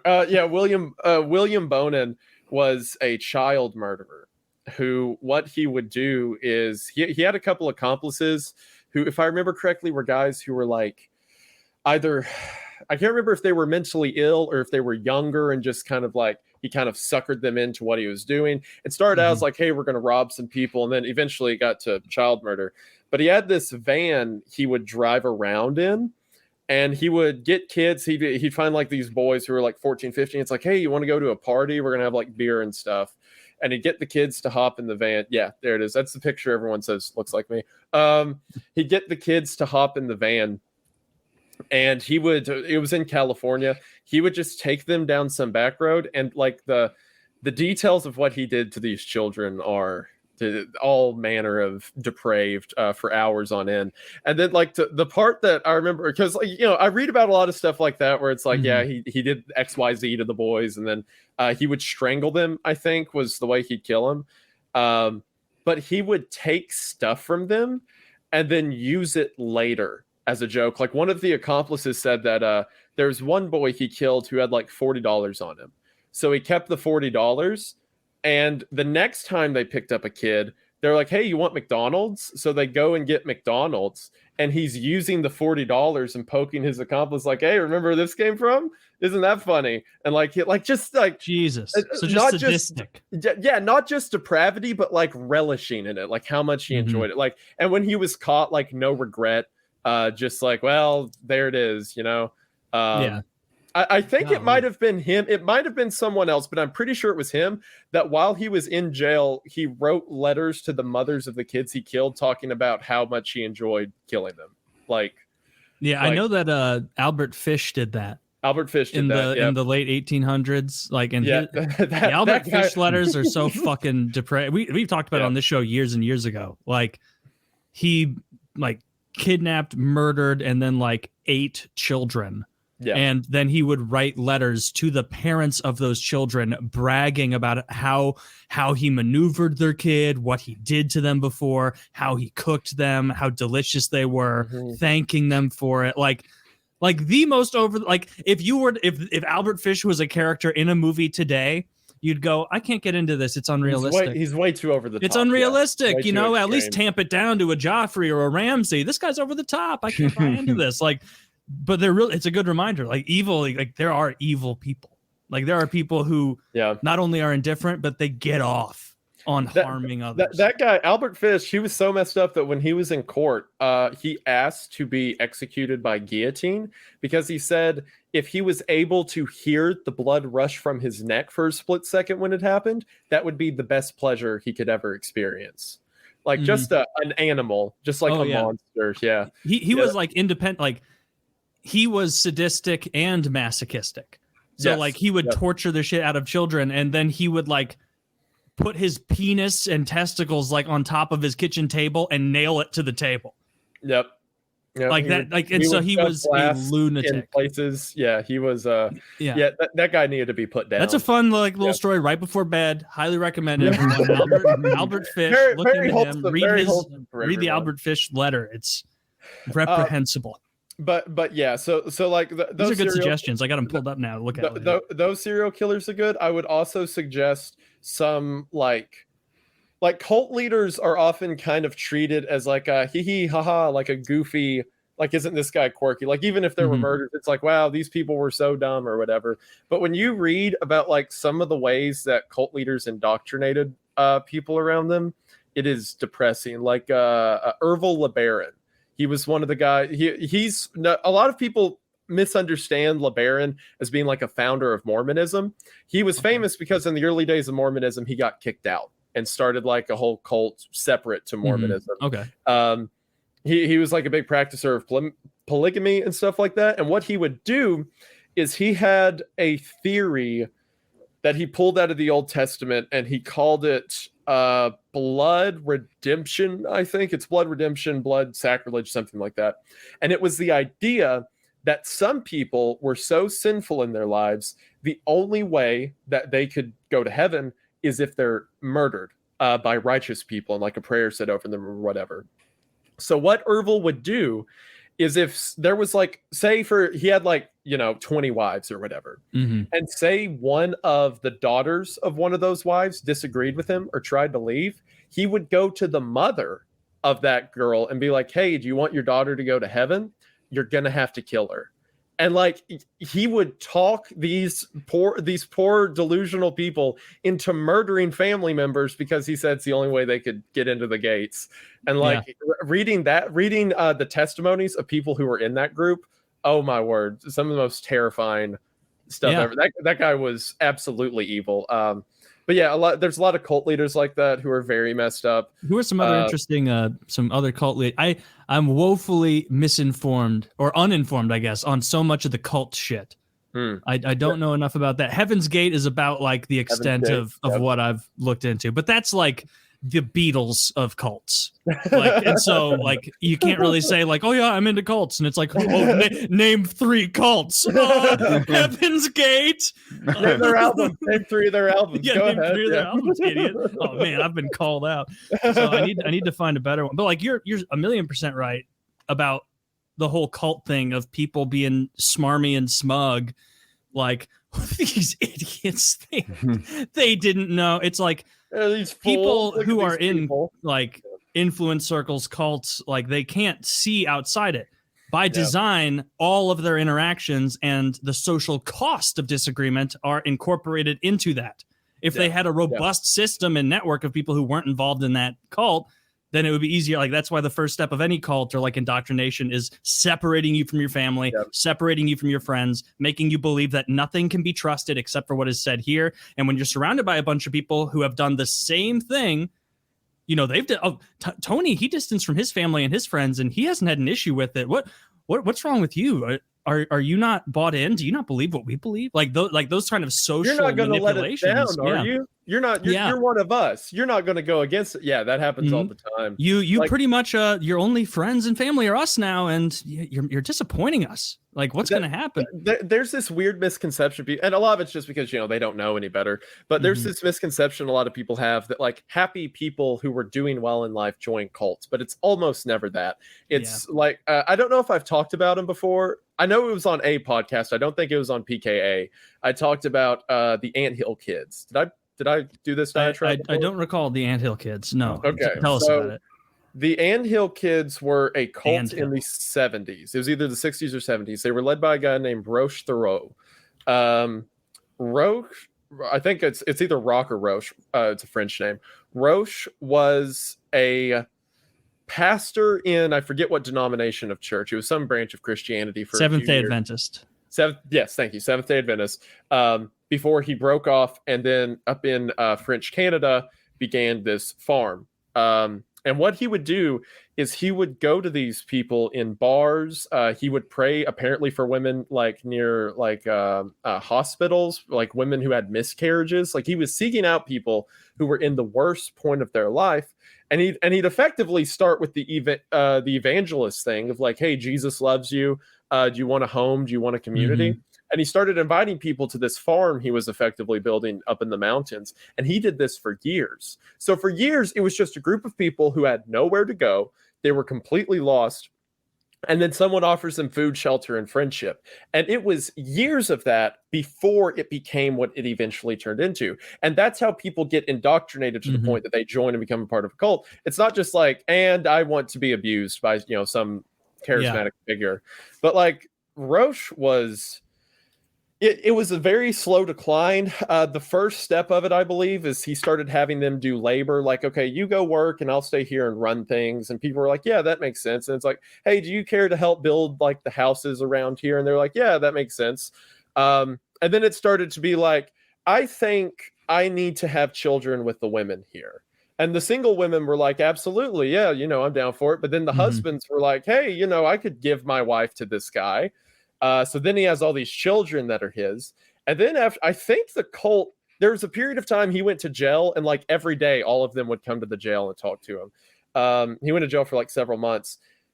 I think the cult lasted for about 15 years. And by the end of it, there were so many violence scenarios that happened. But one of the more intense ones was a woman tried to run away after I think he had forced himself on her. I can't remember the scenario. But she tried to run away, and it was in the middle of Canada in the winter, so it was freezing. And these men brought her back, and he, in front of everyone, he dragged her onto, like, he had like a church set up. He dragged her to the altar, pulled a hatchet, and cut her arm off at the front of the room in front of everyone, and no one did anything. They were just like, yeah, she went against us. What else are we going to do?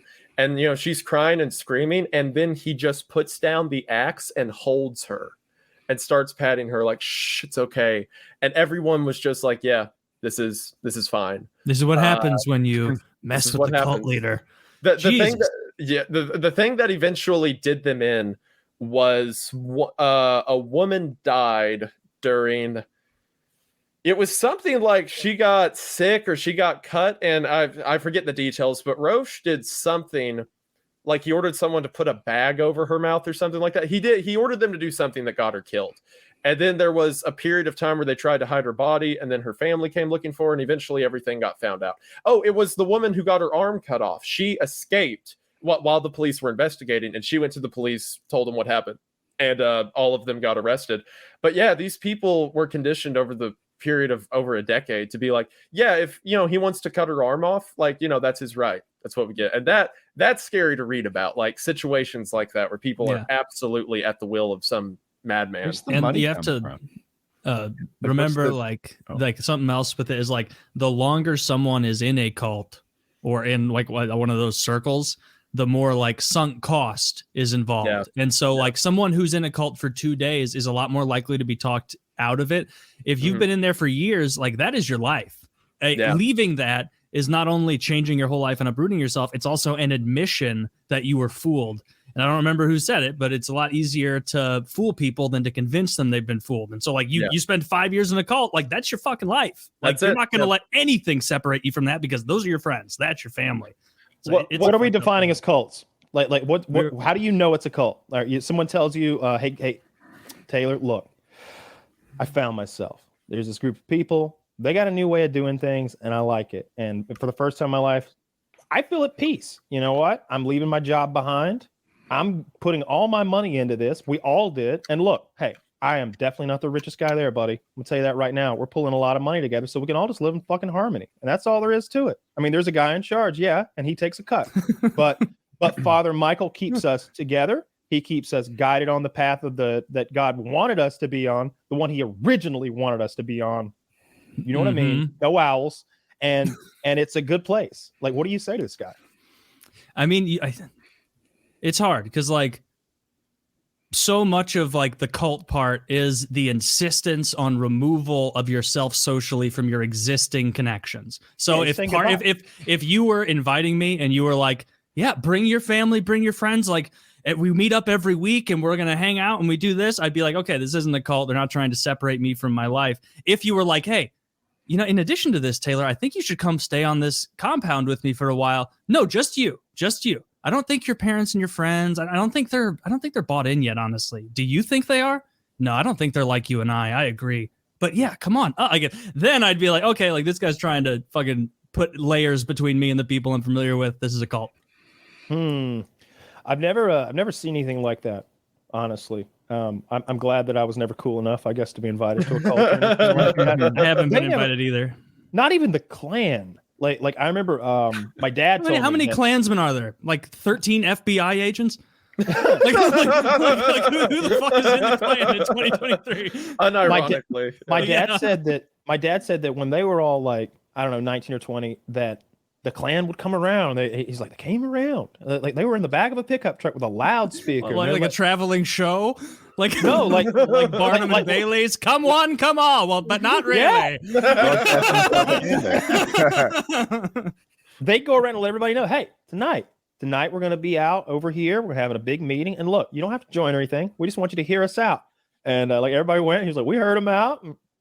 Wasn't really for us. The hoods and such. That'd be hilarious. Like a sketch where like instead of a Mormon coming to your house, like it's a KKK guy, and you're like trying to be polite. You're like, I know, man. Okay. Yeah, sure. I'm in the middle of something right now. I'm so sorry. Like, can you not come back later ever? Like, or just lie and be like, oh, how can I help you today? Like, and then he'll leave. He'll be like, oh, a few months ago,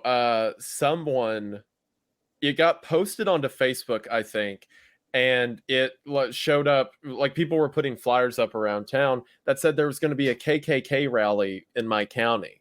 Nice. They're like, the Klan's coming, and it's like, bring your kids, bring your friends, but we're having a grill out. Yeah, come just the one. But yeah, it was like, it's going to be in this county. It's going to be at this location. And like, I saw it and I'm like, this is a troll. This is absolutely a troll. It has to be. Yeah. Even if the Klan was here, you don't put flyers up outside a Pizza Hut. Like, yeah. That's insane. But I was like, this is clearly a troll, but I'm excited to see what happens. And boy, did something happen. The sheriff had a speech, like in a small Tennessee county. The sheriff had like local papers come and he was like, we do not support this kind of tolerance. Why, it's free speech. We stand against it. The judge put out a statement. What's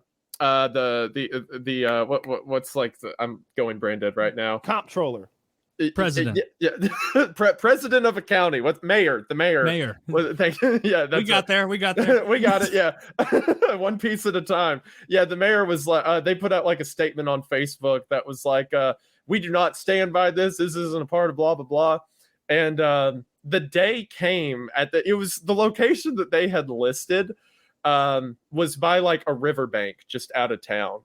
And when the day came, pictures were going around on Facebook, like 200 pickup trucks with machine guns in the back of them. Like every good old boy in the county showed up. They were sitting on top of their Ford F-150s with an AR-15, like, let's see the Klan try to rally in our county. And they just stood out there for a few hours, then went home. It's all that happened. That ain't the kind of shit we're for around these parts. Hey, feller, you take that. Believe the Klan they let Polacks in. Feller, this ain't the kind of intolerance we're fond of around these parts. Dude, I'm rewatching. Me and my black wife are gonna have to ask you kindly to get the hell out of our town. And my beautiful little Miss Grace kids don't need your hate anywhere near our beautiful city here. In Whiteburg, Tennessee. Whiteburg. We don't stand by the Klan. No, we don't like it. Take your shit out of here. They're like ripping on Klans people for like not being real Southerners, for not being real country people. This feller's he ain't even on a farm. You bunch of carpetbaggers coming down here. You can't wear that on a farm and get too hot. Feller, I got a feeling you're more of a 4chan shit poster than that was literally me reading your hands are looking mighty soft for a supposed man of the South. I like the saying all hat, no cattle. That is all a good hat, saying. no cattle. That's good. Yeah. That's what the chicken farmer would be. All hat, no cattle. Yeah, Yeah. for sure. Well, I mean, we had some cattle. Right. All hat, no cattle. I didn't do a lot of cattle stuff. I wanted to talk about the cults. I've been watching The Wire. No, well, okay, let's stay on cults. Yeah, actually, let's stay on cults. Did you Yeah. have a cult? I thought you had another cult question. What he Wendigoon did? has What so much he info. did have a cult question that got cut off. Do you remember? I was what it asking about how the money worked. Good. Oh, for the In anthill cults, kids. yeah, like well, in general, like how do they get just in people to general. give up their resources and give them to someone like it? Like, So it depends on the cult. Sometimes they'll have a few benefactors. Like sometimes they'll convince a couple rich guys, and that's where most of the money comes from. Sometimes, like I don't think Waco was a cult to the degree people say it was, but it's definitely a cult in some Branch regard. Davidians, eh? Mhm. The Branch Davidians, yeah. The way that they did it is Koresh just stayed at the compound, but everyone worked in town, and there was You know like how the I know it was a communal cult? fun. How's that? Because they're called the Branch Davidians. And, you know, Correct. Correct. as a kid, that rolls off the tongue on the newscast, and you don't ever stop to think about what it means. David Koresh leads the Davidians. You know what I mean? Like it's a cult. The real question about that is, were they sexually abusing children and fostering an environment in which that was to be normal and commonplace? Or did the FBI lie about that after they burnt all those children alive? So from all the research, all the stories I've read on the topic, I do think the FBI fostered the story. There were several CPS investigations before all of that went down. They were never able to turn up any evidence, and everyone who was a part of it vehemently attested that didn't happen. That was I say it's part of the 50-50. case. I'm 50-50 on it. Here's why. I just think, man, it just seems like historically, and from every example we ever have, whenever you have some dude who's running a cult, it's all about pussy, and it ends up being about underage pussy for some reason. We haven't been able to put our finger on that one here yet, despite all our study. Research expert Woody here, he's delved deep and hard, and he hasn't come up with as deep as I can. I don't mean to brag. I mean, yeah, it hurts after a while. So, but I don't know what they were. I don't know if that was the case or not, but I'd say 50-50 it was, right? It just seems like it almost always that's what's going on. Even with like the good religions, the ones that we pretend aren't cults, it's like that's what's going on there too. I'm going to balance that out. I'm going to say 0% chance they were doing that. And it was the FBI lying. So now the average is back. No, I have done no research. I have no idea. Okay, so let me tell you about this. So here's what I saw on the news, and I don't know if this was the FBI being like, oh, look at what we found. It was like a kid's sort of informational pamphlet that you would hand to, like, I don't know, a kid to prepare them for their sexual life that's coming right around the corner. Like your body's changing. Like that. No, more like David's gonna fuck you. You may notice hair. You may notice hair where there wasn't hair before. You may notice a man named David walking into your room erect at night and demanding things of you. This is all part of becoming a woman. Yeah, so I saw those pamphlets on the news, and the only question is, like, if you could find out those were fake, I feel like that's the little piece of evidence that matters to me. So I looked into the pamphlets, and from every article I read, that was not evidence that was brought forward by any State Department. That was entirely mentioned by news sources and never backed by anything. Yikes. All the cult members said that. It's kind of like, you remember how after, like, well, I was too young to remember, but looking back, after 9/11, they were like, oh, and we found the hijacker's passport in the wreckage. Yeah. Like that whole, like, no, you didn't. What are you talking about? Like, it was kind of like that. The news is like, hey, I know what we can do to be sensational for the next half hour. Sure. So from everything I read, that's Where'd that pamphlet come from? Like, where'd it come from? Someone made that shit. Someone printed it off of a printer. Someone stapled it together. Someone drew those little stick figure children. You know what I mean? Someone wrote it. Yeah. And the only answer that comes to mind is that's the sort of thing that our government does sometimes when they're taking somebody down, like a political figure or something like that. They make those sorts of false evidences famously. Like if you look at the sort of things they were doing to Martin Luther King or Malcolm X or, even we talked about, it's people we don't like as well. It's not like they're just picking on civil rights leaders. Also like Fidel Castro, just all those Wile E. Coyote stunts they tried to pull, making his beard fall out, making him be on LSD during his speeches, all that craziness, kookiness. And the bad part is they kept failing somehow. Like, how did Fidel keep getting the best of us over and over? That had to be such an L. Operation Mongoose, which was their operation to kill him or depower him or whatever, is the dumbest. So it's literally like they watched a Bugs Bunny cartoon and were like, we could do this. We could. What is it? Like, so it was an operation the CIA put together that was off the books for a while. The guy who headed it was, I forget his name. He's the same guy who headed Operation Wailing Soul, which is when they tried to convince the Vietnamese that there were ghosts in the jungle. Oh, that's a good one. Yeah, it was the same guy who ran that one. Ridiculous country. and the same guy who staged the vampire attack in the Philippines, which I made a video about. Yeah, but that was his credit that he used to get that second. Literally, that's the guy who they're like, he's got Castro in the bag. He'll be fine. Castro, notoriously afraid of ghosts. So the Operation Mongoose was essentially his series of plans to get rid of Castro. And some of the plans in there that they sent agents on to try to do was put exploding cigars in his cigar box. They tried to put poisonous pins in his house shoes so that he steps on attack and gets poisoned, or venom. They tried to sabotage the cattle in Cuba because Castro was famously a big fan of ice cream. So they were like, if we can get rid of ice cream, huge. 2 pints a night. It How literally slim. If we can get their plan was if we can get rid of ice cream, he's gonna fall apart. Like he'll fall apart at the seams. He needs his ice cream. They tried to poison his ice cream on multiple occasions. They tried to have his server like spike it with something. There was what Kyle said. They tried to spike his drink at meetings so he would go up to stage high. Yeah. I did hear they painted a tunnel on a rock in front of the that's what they were getting to. And it was insane. Look, Fidel's limo approaches the rock they painted, and the CIA was over there watching, like, oh, we got him this time. Did you fucking believe it? He drove through the rock. And the CIA was like, all right, well, we can still get him, and they rushed to run through the rock as well. Bust their heads on it right there, fell on the ground. It was humiliating. It was hoisted humiliating by their own petard. That was the downfall of that weapon manufacturer. What was Acme? Acme. Yeah.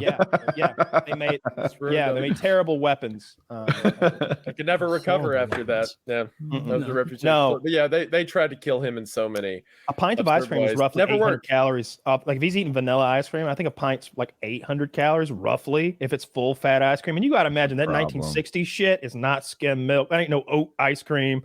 That's some full. That's double fat. He must have been skimping on calories a lot of the day to afford 1,600 smoking those ciggies. He had 2 bowling balls in his belly. That guy. You guys act like he stayed thin.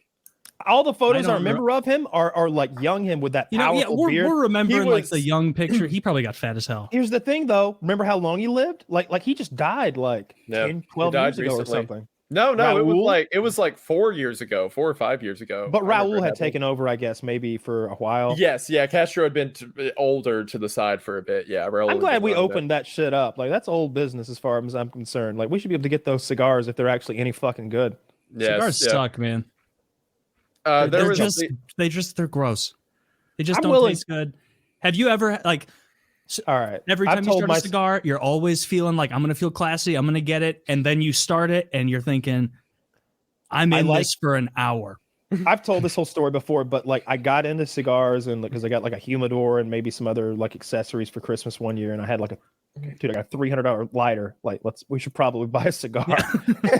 And so I got into them and I realized right away, like the regular, like I don't know, kind of cigars that like dudes smoke on a golf course just make me lightheaded and taste like strong, thick, wet tobacco.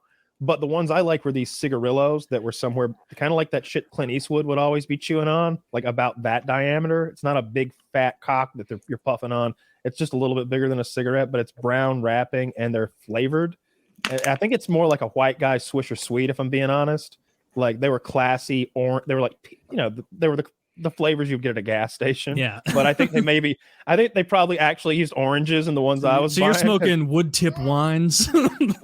like they were expensive, and I would always stop, and like for maybe a year I was smoking those things. I would stop when we went to Florida and at like a cigar place that was there, but every time we went to Vegas I would stock up. But those I like. But like what cigars? Well, those aren't a big like? commitment. Like you're just smoking a little. If you want to throw away half the little time, cigarillo, you don't care. Oh yeah. Oh, forget the time. And the other thing is like, when do you light it up? Like what? It's got to be like when you're back home when you can smoke it freely. The worst thing ever is when someone's smoking one in your presence and it's disgusting.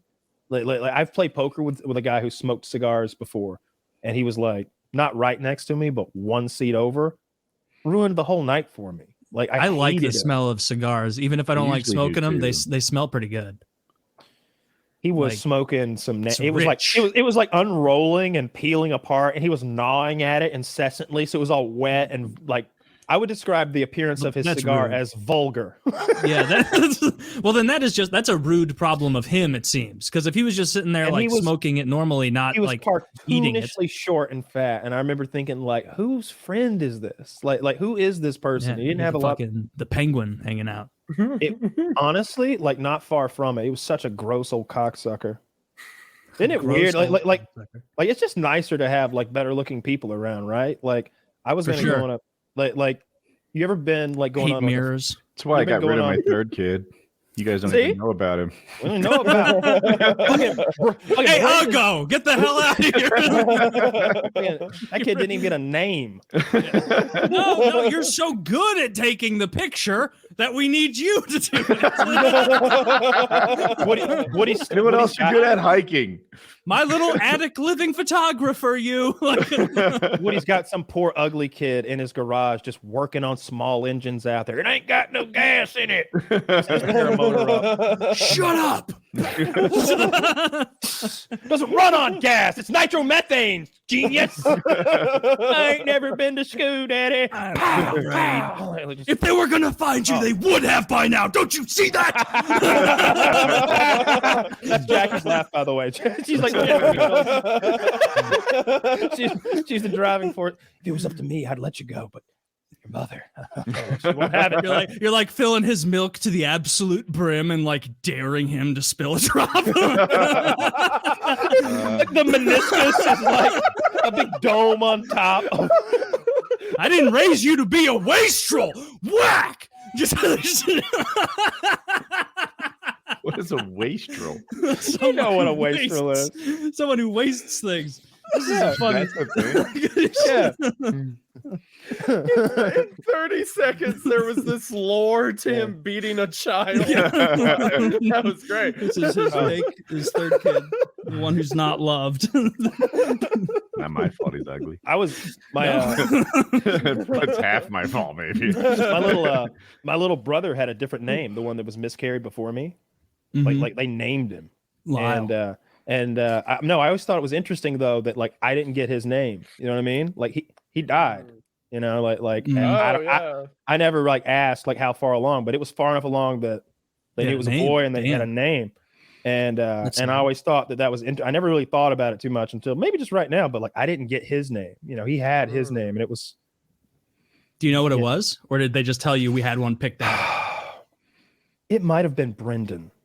Like for some reason that comes to mind. That's why they didn't give it to you. That's why they didn't. Like that's a fine name. That's okay. Like I don't know. Like Brendan Fraser is the only one I can think of. That's a Brendan. And like I went to school with 6 other Kyles, like something like that. It was stupid. It was like in my grade alone, there was I don't want to like drop their names or whatever, but it was like 3 others my age, like in my grade. And then there was another one that was a year younger.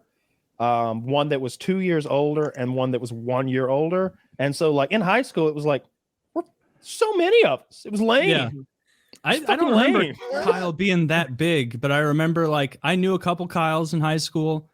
I remember my parents like feeding me the bullshit line of like, you know, in the early 90s, you know, like 91, like Taylor was a boy's name. And over time I was like, no, because there's 4 Taylors in my grade and I'm the only boy. And we were all born at the same time. And so over time, I realized like they wanted a girl. Like absolutely, like not even close. There were way more girl Taylors. I met one. They didn't notice you were Taylor. A boy until like year 3 or something. Is that what happened? Until it the became beard real came obvious. In. Yeah. Inverted vagina. Until the beard vagina. Yeah, Taylor, I remember like feeling like right I figured now, that out. You have a boy. He's born today. What's his name? I don't know. Will you name him after Zach? Zach. What is a good name, boy or girl? I want to think what's a name that's coming back that I could get on the ground level with, because I mean like Khaleesi, like that sort of stupid shit. Like it's cyclical. That's exactly what I like, did, but Yellowstone. Yeah. There's not a lot of Kyles right now, I wouldn't think, but maybe like Rutherford is coming back. To yourself right now, Karen. Karen's being named right now. Just a son who fucking hates me. Everyone. I'm trying to make you tough. I'm gonna be honest. I like. Hey, settle down, homo. Settle down. What about Jebbidiah? Now stick with me here for a second, because you're gonna call him Jeb. You're gonna call him Jeb, but that's a hell of a signature, right? Like that looks good on a fucking building or something. Fucking Jebbidiah Industries. Where's my little book at? Honestly, after this was knives. This was not my book. What Trump did to Jeb, it fell everywhere. I don't want to. I could do Jedidiah, Jedidiah, but not Jebbidiah, because Jebbidiah. Like lazy Jeb, low energy. That'll be so. Nobody will remember that in 5-10 more years, though. That's all we'll remember. No, we'll remember, but his cohorts, his age, they don't know who. Actually, you know what? Jeb You're right. Bush I could name him after Jebediah Springfield, founder of Springfield in The Simpsons. Yeah, which is like more impactful than most of the people in my life.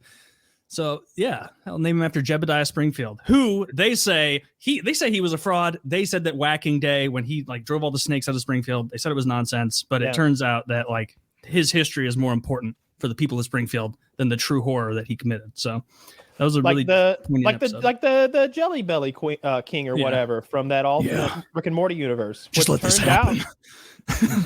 Turned out that was just Justin Roiland. That was just Rapey Roiland, as they call the problem is that he's a Daniel Day-Lewis like method actor, and it's a running TV series, and so like what, he's gonna just not method act? What's the most serious crime that you could get away with because of method acting as a defense? Shooting someone during in the middle of a movie, killing someone in a movie. All right, let's just talk about that. So we didn't talk about last week. Alec Baldwin, they charged him with involuntary manslaughter, I believe. And like, in case you don't know, guy was making a movie. He's doing a rehearsal for a scene where he points a gun at somebody. He did so, whether he needed to pull the trigger or not, he did. Real bullet in it, killed her dead. She is dead, and somehow they found him to be somewhat culpable. They believe he is, of involuntary manslaughter. And it just seems absurd to me. It seems so absurd. Like everything I've ever worked on, like, my God, it's so under. There's no bullets, dude. There's no real bullets near the fake guns, and if there's gonna be fake guns, they're treated like real guns. Like, but he's the actor. It's his job to hold that gun and use it like a prop. If it's handed to him, he's not supposed to. There are bullets in it, by the way, all the time. There were supposed to be bullets in it. Fake bullets. He has no way, unless maybe I could tell the difference if there's dimpled primers on a fake one, which is my guess. He would need to open the fucking chamber. I don't know if it's one that has a peaky kind of lever thing, so you see the backs of the shells and load them one at a time, or if it's got the thing where it cantilevers out, the cylinder does. He would need to like look at the primers of bullets and be like, oh, something's amiss here. No, that is so absurd that he's. Yeah. And I don't It like does that seem guy. ridiculous. But and he's like on set doing this every day, right? If every day I rent an airsoft gun from you and go play, right? And then on the 9th day you swap out my airsoft gun with a real gun, and they're otherwise identical. Like I can't tell. I don't know. it's the same thing. It's the same thing. It's the exact same thing if you ask me. As the scenario you just described, where like I was here to rent a toy, they gave me a gun. Like, how am I culpable for using my toy in a setting where it was meant to be used and someone lied and made it a gun?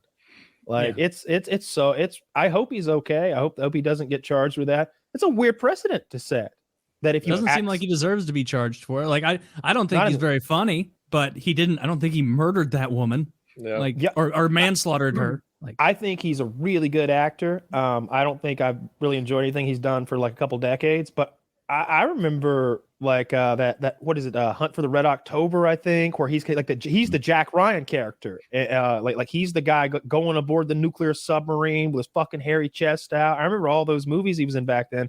The one where he comes in with the 2 balls and he talks to the salesman about like coffee is for closers. Oh yeah, he killed that scene. For Greenwald or something. For like a decade, Alec Baldwin was one of the like best looking, sexiest, most talented actors on the planet.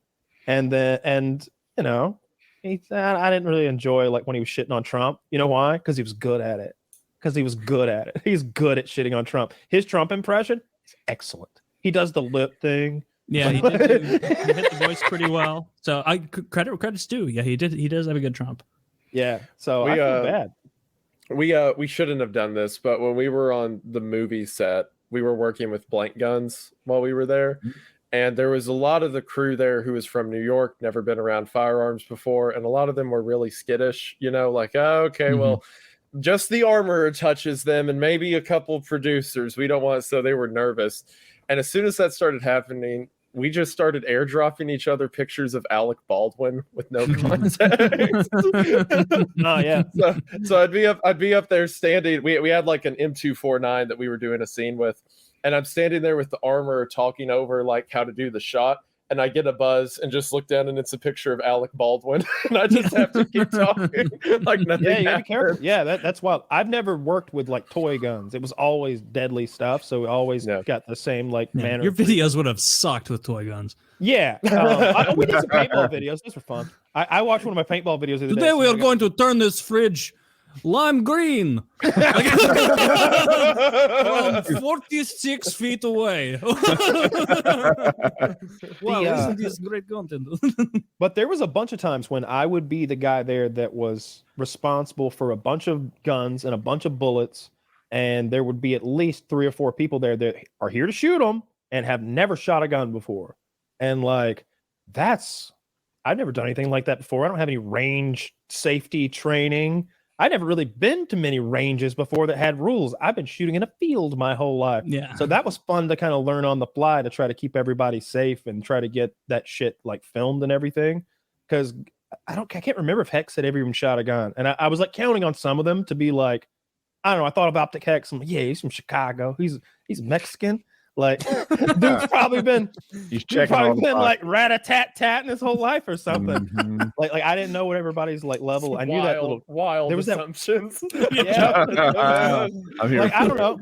That classic like, where I'm from, Hispanic gun stereotype. I didn't mean it that way. I mean like I think of him as like a manly man, like a dude's dude. Like he no pussy or anything. So like if you're that kind of guy and you live here, like. Yeah, you got a shotgun in your truck, probably. What kind do you have? Is it a Benelli? Like, you know, like, I don't know. I just kind of, nobody had shotguns before, I don't think. Nobody had ever shot a fucking gun. And it was so fucking fun. That was one of the most fun things I've ever done. Like, I don't think a lot of people watched that, and I loved it because I wasn't getting paid for views. I was just getting paid to like produce this thing for them. So I didn't care if anybody watched it. It was just episode after episode where it was so much fun to do that shit. That was so fun. It was, I've told it before, and it's mean to even say, but whatever. But like the one guy who was known for sniping was like really struggling with the sniper part of the competition, and he was on the verge of tears. He was just like, "You don't understand. This shit's not gonna play." This shit's not gonna play. videos on the internet. This is the guy. Yeah. This is the guy who He quick scopes. He invented I wonder Phase how it went Clan. for him. Oh, the competition? No. Oh, I don't know. when I don't they think found anybody out he gave a couldn't shoot. Nobody. Look, I'm sure it got edited so nobody looked like a fool or anything. Oh, You know what I mean? When somebody misses something 20 times in a row, and we got to give them a new magazine, we just throw that away. We just pretend, that didn't happen, you know. But did you ever do something where like they couldn't hit it, so you got a shot of them shooting, and you were like, "Give me the fucking gun, bing," and like then you like put that cut in? No, because like I was in charge of designing all of the shots too. This is called the controller, by the way. If anybody wants to watch it on YouTube, again, don't give a shit if you do or not. But it's called the controller. Medal of Honor Warfighter. God, they made me say that so many times. Medal of Honor Advanced Warfighter. Oh, over and over. I had to say that shit. Every segment that began with those fucking words. But I set up games, if you will, or competitions where everybody was going to make something blow up eventually. It was really a matter of how long it took you to make the thing blow up. But everybody blew something up. It was really about who could do it fastest. This is so like I've never seen this video. I haven't either. It's on Optic and I watched Gaming. a ton of FPS-Russia back in the So day, if you see weird. all of that, anytime a gun goes off, those are real bullets. I'll just say that. Maybe you'll get to some parts where you think, no, that wasn't real, was it? Because like for some reason they made, and we filmed them all in a row. I think I was changing shirts, maybe even, but it's like to end every segment or maybe to begin them, they're like punctuated with me shooting a gun comically to like start the race, and every time it's like a bigger, more ridiculous handgun. No, I had fun making that. Bro, opening this video to a Machinima logo is like a PTSD. Yeah. The good guys. The good guys. And the whole concept was that those special forces guys were going to kind of coach the nerds or the gamers or whatever up to be shooters and vice versa. Because then they had to go back to LA and film the second half of this shit. And that's all like in a studio with them playing video games. And they were begging me to go out to LA and help them fix that. They were like, so we have a lot of great footage of you guys blowing things up in the fields. And that's great.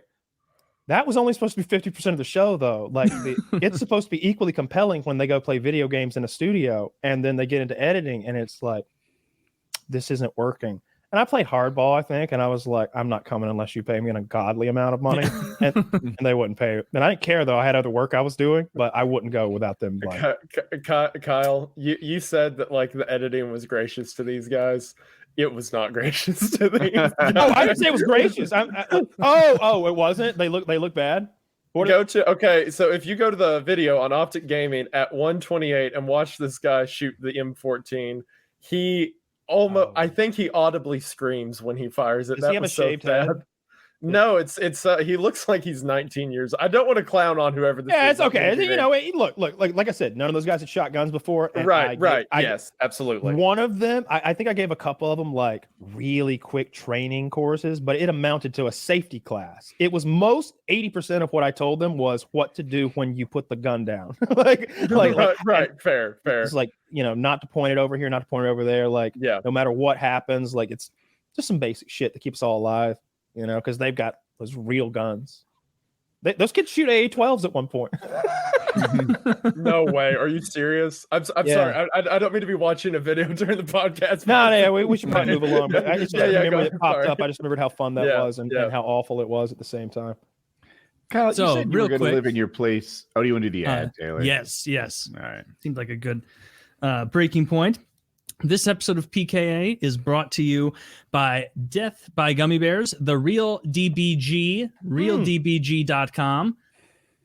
Fuck, I have to open the read again. Realdbg.com. The fucking government. As I scroll up the I ate half of one last night. I will say really quick, the top comment on that video says, seems like everyone revisits this video from a random PKA podcast. I bet they do. Yeah, sorry. Into all sorts. No, you're good. So happy February from DBG, realdbg.com. We're excited to announce that our hardest hitting Delta 8 product is back on the market after a temporary hiatus due to a little government oversight. You've probably been to their site and saw the products are all out of stock. Well, no longer. at realdbg.com, realdbg.com. Go there, check it out. I got a message earlier today. They got all of their stuff back in stock. The reason it was out of stock for a while is the fucking government once again tried to rule by overreach. They've gone through a major faiths list and rebrand. And so when you get them, you're going to want to go to realdbg.com. As with a lot of this space of Delta 8, some other companies are trying to sell copycat products. And so anywhere you see these DBG Death by Gummies that isn't realdbg.com, you're not going to get the real product. It's not going to be the potent gummy that we enjoy. So realdbg.com, check that out. Often imitated, never duplicated. Yes. And so realdbg.com, check it out. PKA23 is the code at realdbg.com. That's 23% off. Also, they wanted me to mention that they just knocked down the price off of their 2,500 milligram gummy containers by $20. So I guess it used to be like $79, $80 with our code for it. Now it's like $60 with our code. So it's a lot cheaper now. That's enough drugs to send you to another realm of existence. Okay, I ate half of one of those, and there's 25 of them in there. I ate half of one of those last night, and I had such a great evening. Oh, they're strong as shit. So CNN was funny. Yes, CNN, it'll make things funny, or you'll go too far and you'll just be sleeping for 15 hours. So realdbg.com, you got to go to realdbg.com, use code PKA23. That's where you'll get the real Death by Gummies, realdbg.com. Check them out. And I believe also on wonkyweeds.com, PKA 20 is still up. So if people prefer the vapes and all that stuff over at Wonky Weeds, PKA 20 still works over there. So if you're not a gummy guy, more of a vape guy, check that out. And then all three of he messaged me yesterday and said that they're now branching out into HHC gummies. Yeah, and which so is the most potent. Yeah, it's more vape. potent. Yeah, the most potent vape. And he said that we're all going to be getting those. He wants us to try them and then report back with how we feel about them. Yeah. And it was funny that like last week I was like just organically, I was like, I've tried a weed drink before and I didn't like it. That shit, it was bad. And then he messaged me and he's like, hey, we actually just made a weed drink. We're sending it to you guys. So hopefully, well, who knows? I don't know. We'll see if I like it. I prefer the vapes and the gummies. I'm gonna be honest with you. I'll try it, but we'll see. I'm gonna be honest. I'm the drinks are never gonna be for me. That's not how I'm gonna go about it. But those vapes, their vapes get me dummy high. Like if I'm just gonna chill on the couch and watch like a couple episodes of The Wire or something, which I've been watching a lot of recently. I'm into season 2.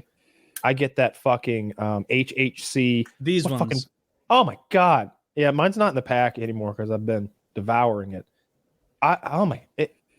It's drugs. It's so strong. It's so goddamn strong.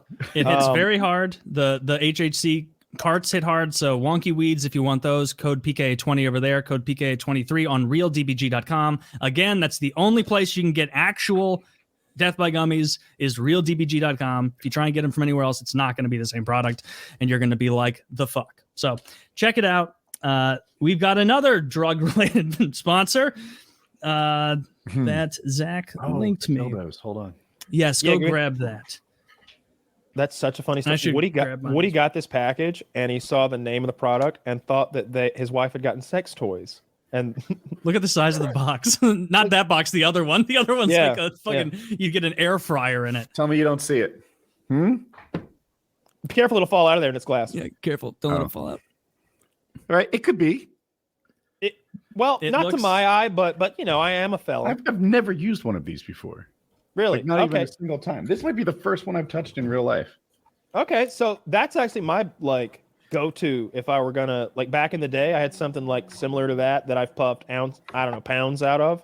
Yeah, that's the one where you put your thumb on the carb. This is a really good one. So I didn't. Is this the carb? The hole that your thumb goes on, the little bitty hole. Ignore that. I don't know what the fuck that is. I think that's a reservoir for expansion when it freezes, is my guess about that little nub there. But I don't know what that does. I just saw the bubble. I don't think it's water. I think it's some sort of gel that maybe.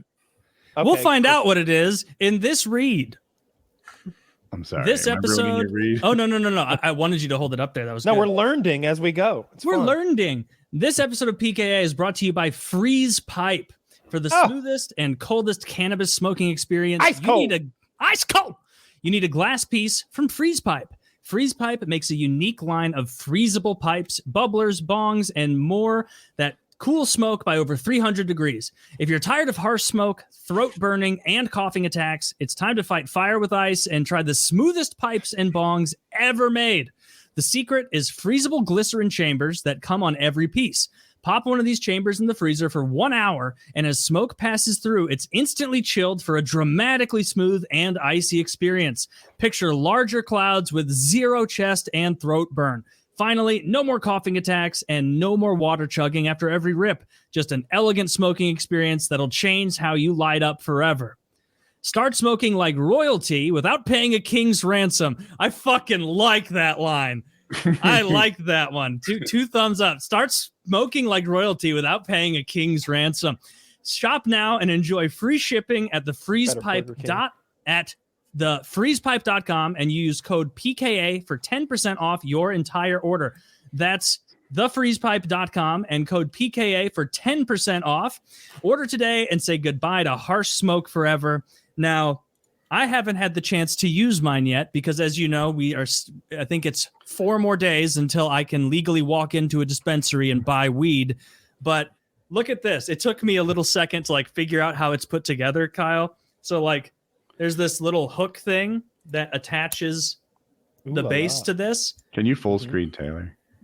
And I'll put my body in front of it. And so it attaches here because originally I was like, how do you use this? Because this part comes out of it, but this part has the glycerin in it all around there. And so you put this in the freezer, freeze it, plug it back into here. And then you take this little piece and just slip it on there and it keeps it all. No, that's awesome. See, I think it's fucking sick. This is probably the coolest looking bong I've ever owned. It's awesome. And then this is going to be so convenient.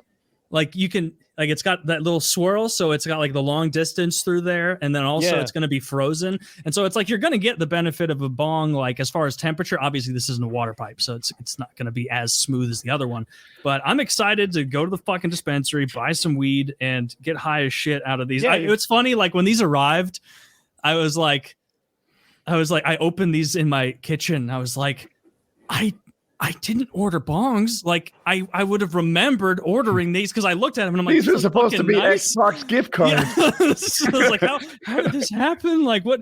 And then, Chiz confirmed. He's like, yeah, no, you guys, companies are starting to notice that your audience loves weed. And so, who would have guessed that? A match made in heaven. So check it out. This Freeze Pipe, that link is below.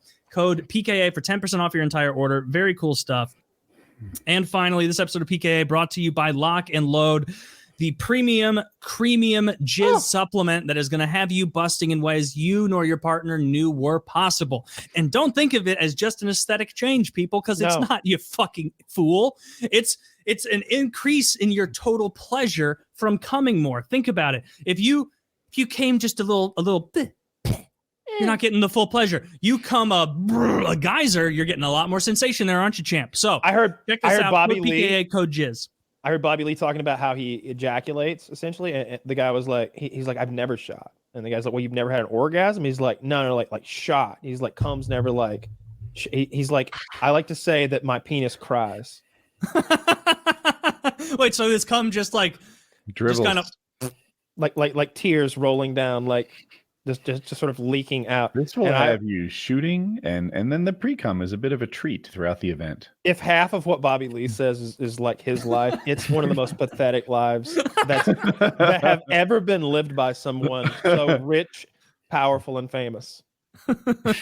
It's a despicable kind of existence. If he's genuinely half of that is real, it's hard. I hate that it gets recommended to me, but it's all right. So the way the algorithm works, I don't want to see gore, but if you were to send me a video of someone getting hit by a car, I'd probably watch the whole thing. That doesn't mean I want more, but YouTube doesn't know that. So I get a lot of Bobby Lee. That's how I would describe a Bobby Lee video. It's someone getting hit by a car. I mean, the first time I found out who Bobby Lee was, it was listening to old Opie and Anthony, and they had a retarded man named Bobo, part of their whack pack, and one of the bits was that they would bring him in and they would take his pants off, and he had a horrible little micro penis. Yep. And as I said, he was a retard, and they would like start talking about a woman's big like soapy tits, and they'd like all watch as he got like a raging little erection, and then Jimmy would start asking him about the Mets stats and He's very good at watch that. the dick go down, and it's very funny. And Bobby Lee was in there once when that was going on. The Patrice one's the best clip ever, but the Bobby Lee one, they like he will do anything. Like they convinced him to like spit on the retarded naked man's penis, like to get down near it and like spit on it. Like he, and so like in like other like showings, they'd be like, Bobby Lee's back. I guess it can't be anything like last time. Remember when he spit on Bobo's dick? Like that. Yeah, so, yeah. He's been a wild one for a while, but he was entertaining on the show. I liked when he was like because he was so out of there.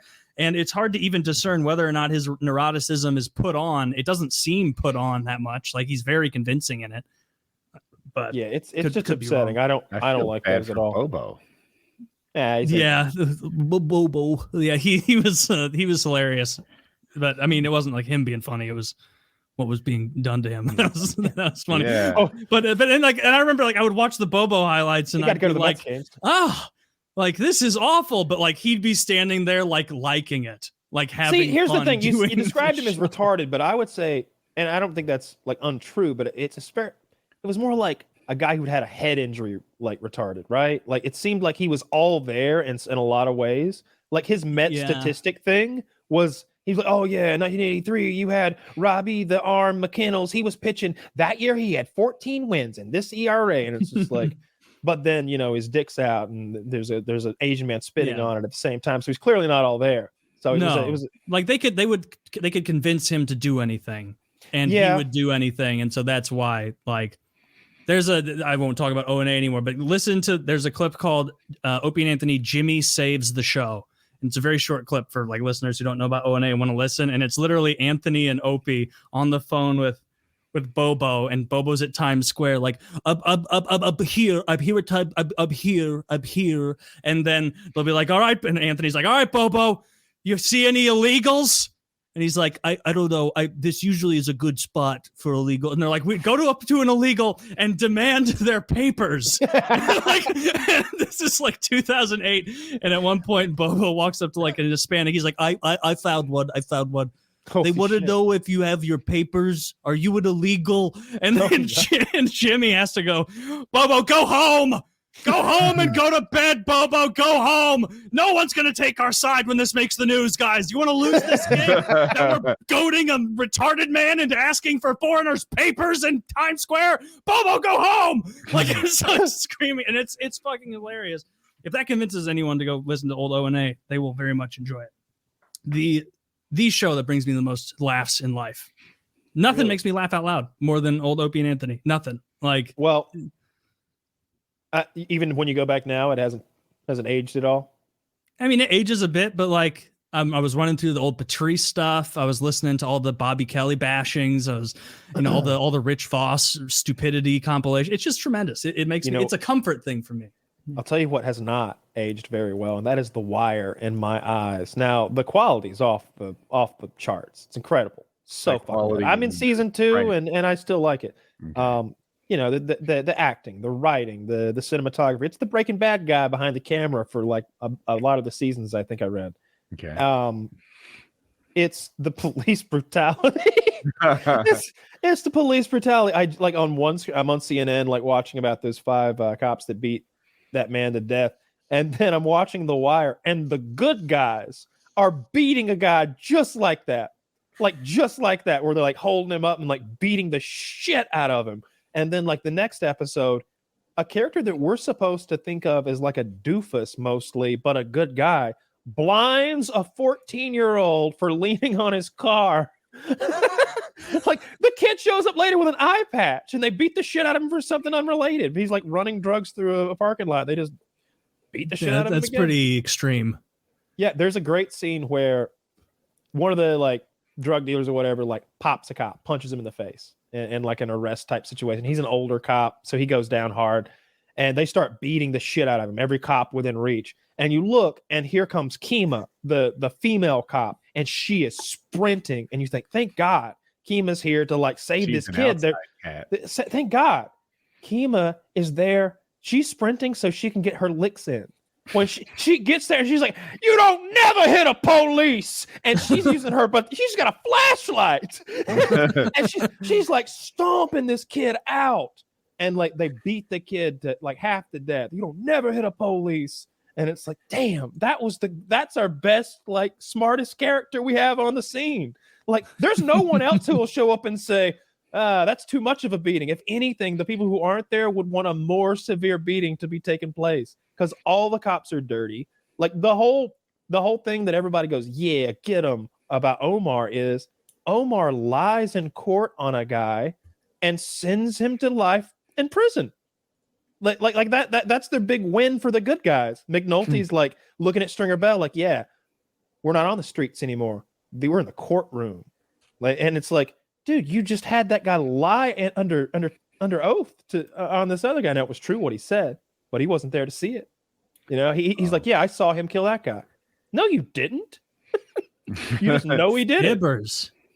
Anyway, it doesn't fucking age well because the cops are such like lying pieces of shit. The way they'll intimidate people into getting into their cars. He's like, we'll play it like she doesn't have a choice. Like, come on, get in the car. We're going downtown. And then they try that shit on one of the Polak guys, and he's like, the fuck we are. The fuck we're going anywhere. If you want me to go anywhere with you, you got to put me under arrest. In that case, I want to talk to my shop steward, and he's going to call the local 133rd's lawyer downtown, and he's going with me in that car. And they're like, fuck you, fat man. And they walk away all defeated. They didn't have anything else. They were just trying to bully him. That's how cops are, man. They're big, mean bullies. Taylor, are you watching Yellowstone yet? And if not, why haven't you started? No, I looked for it on my streaming services, and I didn't see it anywhere except for like having to buy or get Peacock. Yeah, and gobble gobble, bitch. They really, there's gotta. I have to convince myself that there's more on Peacock for me to be interested in now. I'm not going to buy a service for the whole show. Here's Peacock. You get like The Office, Parks and Rec, 30 Rock, those NBC sitcoms. That's about all there is of value. There's some reality shows. Don't care. Dakar Desert Racing. Dakar? No. No, I already forgot to cancel fucking Motor Trend from when I watched all the. What about Plex? Are you on the Plex deal? No, not yet. I need to get on. Oh yeah, I should just do Plex, I guess, right? Because then I can. In theory, that has all of them. In theory, yeah. That guy. I think your Plex guy messaged me on Discord, but like I wasn't sure if it was your guy, and I never like sussed out whether it was or not. I should probably get clear on that because I'm not paying for your anymore. Yeah, I don't know if he has that. I'll figure it out. I'll find a goddamn stream. I'm just not paying for UFC anymore, man. Like they raised the price. He'll be back. They didn't get him. They raised the price like on both ends. I think the pay-per-views are like $80 something, and like the monthly service has gone from like $9.99 to maybe south of 13 or 14 or 15 or some shit. Like they're going crazy. And then did you see that they sold the red and blue corners? That's not good enough anymore. They're the fucking prime hydration corners. That's Logan Paul's fucking energy drink. Yes, I saw Logan Paul owns the fucking corners of the ring now. I saw a headline that Logan Paul signed a deal with the UFC, and I'm like, no way. And he's not fighting; he's selling his energy drink in it, and apparently that energy drink is going bonkers, and it's just crushing the world, and he's making a gazillion dollars. I haven't tried it. I haven't tried it either. It's on shelves. It's in Quickie Marts and all that fun stuff. I'm glad this sparked my memory. Sierra Mist. You guys familiar with this soda, right? Of course. Yes. You've been in restaurants. You're like, hey, give me a Sprite. Like, we have Sierra Mist. Is that okay? Of course. Of course. Always was. It always was. Never cared. Extant. It's gone. They replaced it. There's no. What's it called now? Something fucking stupid. It's like Sparkle or something. Starry. That's what it is. Starry. I kept seeing commercials for Starry, and I was like, what's this bootleg off-brand nonsense? Starry. It looked like a billionaire had been like, I'm gonna take on Big Cola, and like made some ugly ass like yellow can. The commercial was shit. It was just a can spinning, and it said Starry. Like what? I didn't even know what the fuck it was. Yeah.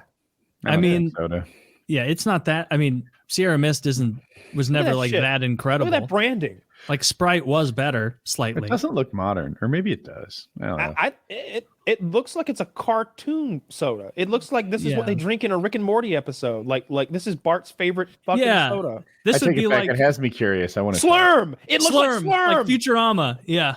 Slurms McKenzie's gonna come in from the corner and start dancing and partying. Dude, I'm not taking a sip of that shit. That's Slurm. I saw this in a grocery store the other day, and it made me physically upset. Yeah. Just like, are you serious? Because I like Sierra Mist, but now it's just gone. It doesn't exist anymore, so that's cool. Yeah, they don't have. You know what else doesn't exist? Surge. Is Surge around anywhere? Remember Orbits? I didn't have it. Barely Do you remember. know what Orbits was? Orbits was this fruity beverage that had those little tapioca balls floating in it. They were like, oh, that sounds amazing. Nobody was. For somehow they were suspended equally throughout the solution of beverage. Super amazing. Show me a picture of Orbits, Zach. This is gonna blow everybody's mind. I bought a bottle of this when I was like born too late. I was like 8 or 9 or something like that. And I remember we stopped at that gas station near Gumlock, and I got a bottle of this shit and immediately regretted it. Damn it! I could have had a Sierra Mist. I could have had a Dr. Pepper or something. Like it was one of those things where it's like, all right, kids, grab a soda. And like I picked that one. Dad was like, that thing's $3.50. You sure you want it? And I was like, yeah. And this is what I got. I got the white one, the one on the left. That looks awful, man. It looks terrific. It looks syrupy and sugary. Like suspended. It was fruity, I think. I think it was like pineapple and coconut, maybe. Like that's my memory. Is it was something tropical. That does look fun. That does look. I would enjoy an Orbits. This was during the time of Zima as well, because I remember vividly that like Zima was being advertised in that gas station for whatever reason. You could buy them on eBay right now. I wonder. Unopened? Yeah, they look unopened to me. I only took a sip. $20 for the drink and $17 for shipping. Whoa, this one's from 1997, unopened. That would have been like the year probably. Gross. I remember when I went to Maine, they had blueberry soda, and apparently it's like a kind of rare thing that's only done up there. They make it the same way they do root beer.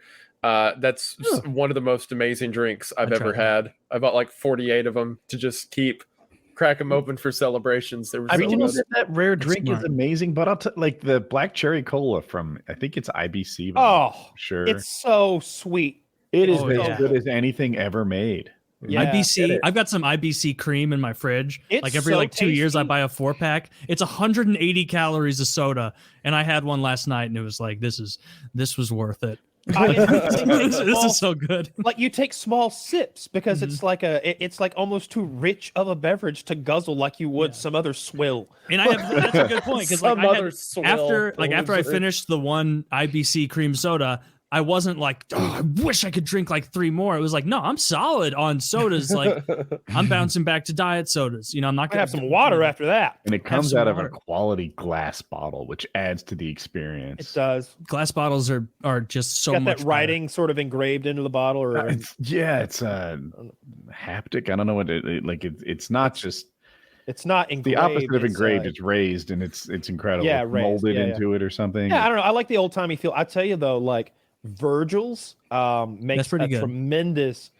Here's what I like about them. It's just as much about the presentation as the root beer. To me, it's the best root beer I've ever had. They come in like that 1 liter cantilever bottle, but I remember it said something about the Bavarian nutmeg that was an ingredient like on the bottle, and I was like, "Fucking sold!" But when you open it, it's like it's this old timey thing. I tried to eat it.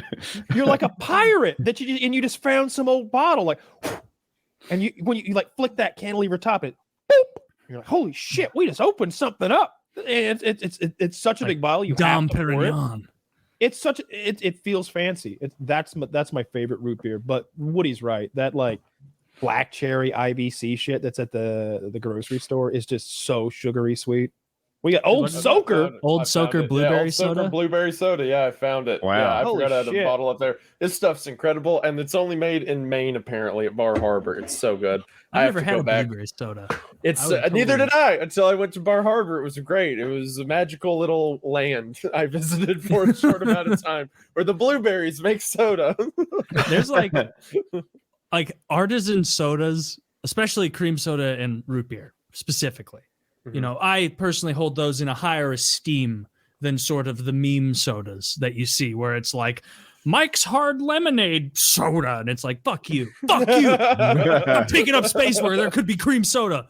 You know, idiot. But like, I love it. There's this like this grocery store that it's called Straub's here, and it is like the richest rich person grocery store. I haven't been in one in years, but it's like expensive as fuck, very artisan. And I remember like they had a whole aisle that like was nothing but individual artisan sodas. Like it was a small little place, but it was an entire aisle of it, and it was brands you could like you could go to 50 other stores and never find them, and like little like Leninade, like little jokey ones like that, like Vladimir Lenin on there with like a Leninade, you know, soda, like those kind of things. But like they had the haha bullshit ones where it's like, you're not going to get me with that. I know that's a meme. That soda's not going to be good. But then they had like all the real ones and like the IBC and Virgil's adjacent ones. You're not tempted, and it was great. Sodas? I am. like I all right. IBC. I want to try Leninade. Outstanding. But I could, in theory, get that anytime I wanted. Right. I see like sour cabbage soda. All right, that sounds horrible, but this is my only opportunity to try sour cabbage. I'll never see it again. Someone's gonna like it. Someone out there has to be into this. Yeah. I remember like at Disney World when I was maybe 11, for some reason they had like, maybe it was Epcot, they had like a jerky stand, like Jerky World. And in my head, it was like, I've had beef jerky and deer jerky. That's what jerky is. And they had alligator jerky, ostrich jerky. And like, I was like, as a, 10-year-old, like I was like really excited at the prospect of like getting to eat these different kinds of animals. And so I got some alligator jerky. And like, so immediately I was like, oh, I've been had. Like it tastes exactly the same. It's just tough meat with doused in seasoning. It wasn't different enough for me to like get excited it was real about alligator. It was real alligator. And like the part of it that like excited me was like, I'm eating something cool. Like I'm eating something that's hardcore and that like eats other things. Yeah, I'm top of the food chain now. I'm top of the food. Well, the literally, 8-year-old eating an alligator. And it was probably like a baby farmed alligator. Ooh, cherry cola. Who's that? Fentimans? This is Fentimans. Fentimans cherry Make cola. it Is that like an elixir from an age gone by? What is that? It looks like a cure for jaundice or something. My name is Jeremiah Pendleton. You must try my elixir. It'll take a week to work, and by that time, I'll be 100 miles from here. I bought it purely because of the dog logo. Have you tried one yet, or did you buy a one-off? Yeah, they're pretty awful. There's only you know the first fucking sign that this is gonna be shit. It's got 90 goddamn calories in it. Is that a plastic bottle too? No, it's glass, but with a twist off, right? It's like that's what made me think it was plastic. This has got to be a lot cheaper than the. That's I don't fine, know. as Maybe long as this is it's more glass. expensive. I would think this is a more expensive process than the traditional crimping thing. Okay. Silly sodas aside, what is the airline that you always prefer, and what is the airline that you will never fuck with again? I don't think I'll fuck with United anymore. I've had it. I just have a bad luck with getting like delayed with them. And I've had great luck with Delta, and like I haven't flown like since the Southwest thing, but honestly, Delta and Southwest, I've never had an issue with either of them. So I will always go Delta. The only thing that would keep me out of a Delta plane would be if it's like one of those little short hops that you got to do sometimes. It's oh my god, it's a 25-minute flight. Like we can't those. Or if it's international, they just don't go. But it seems like Delta does everything. The only time I've had to stray was I took Virgin once from Seattle to LA because Delta doesn't do that trip, and Virgin does. And Virgin's probably the best airline if I'm being honest, but they're like one of those things where you're paying like 30% more and getting like, I don't know, 10% better service than Delta. I love Delta.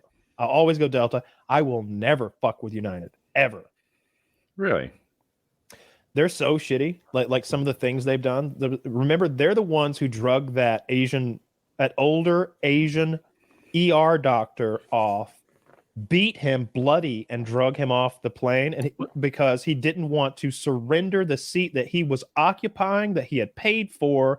And the reason they wanted his seat, we're trying to send some United employees to Kentucky. Why did you want to go to Kentucky, sir? And he's like, my patients. and they beat him bloody and drug him off the plane. He got paid. And then there's the famous story of that guy whose guitars, he's watching his guitars being damaged as they're loaded on the plane. He's like, hey, my guitars, no. And they're like, fuck it. He gets there. Sure enough, they were his guitars. Very valuable guitars, ruined.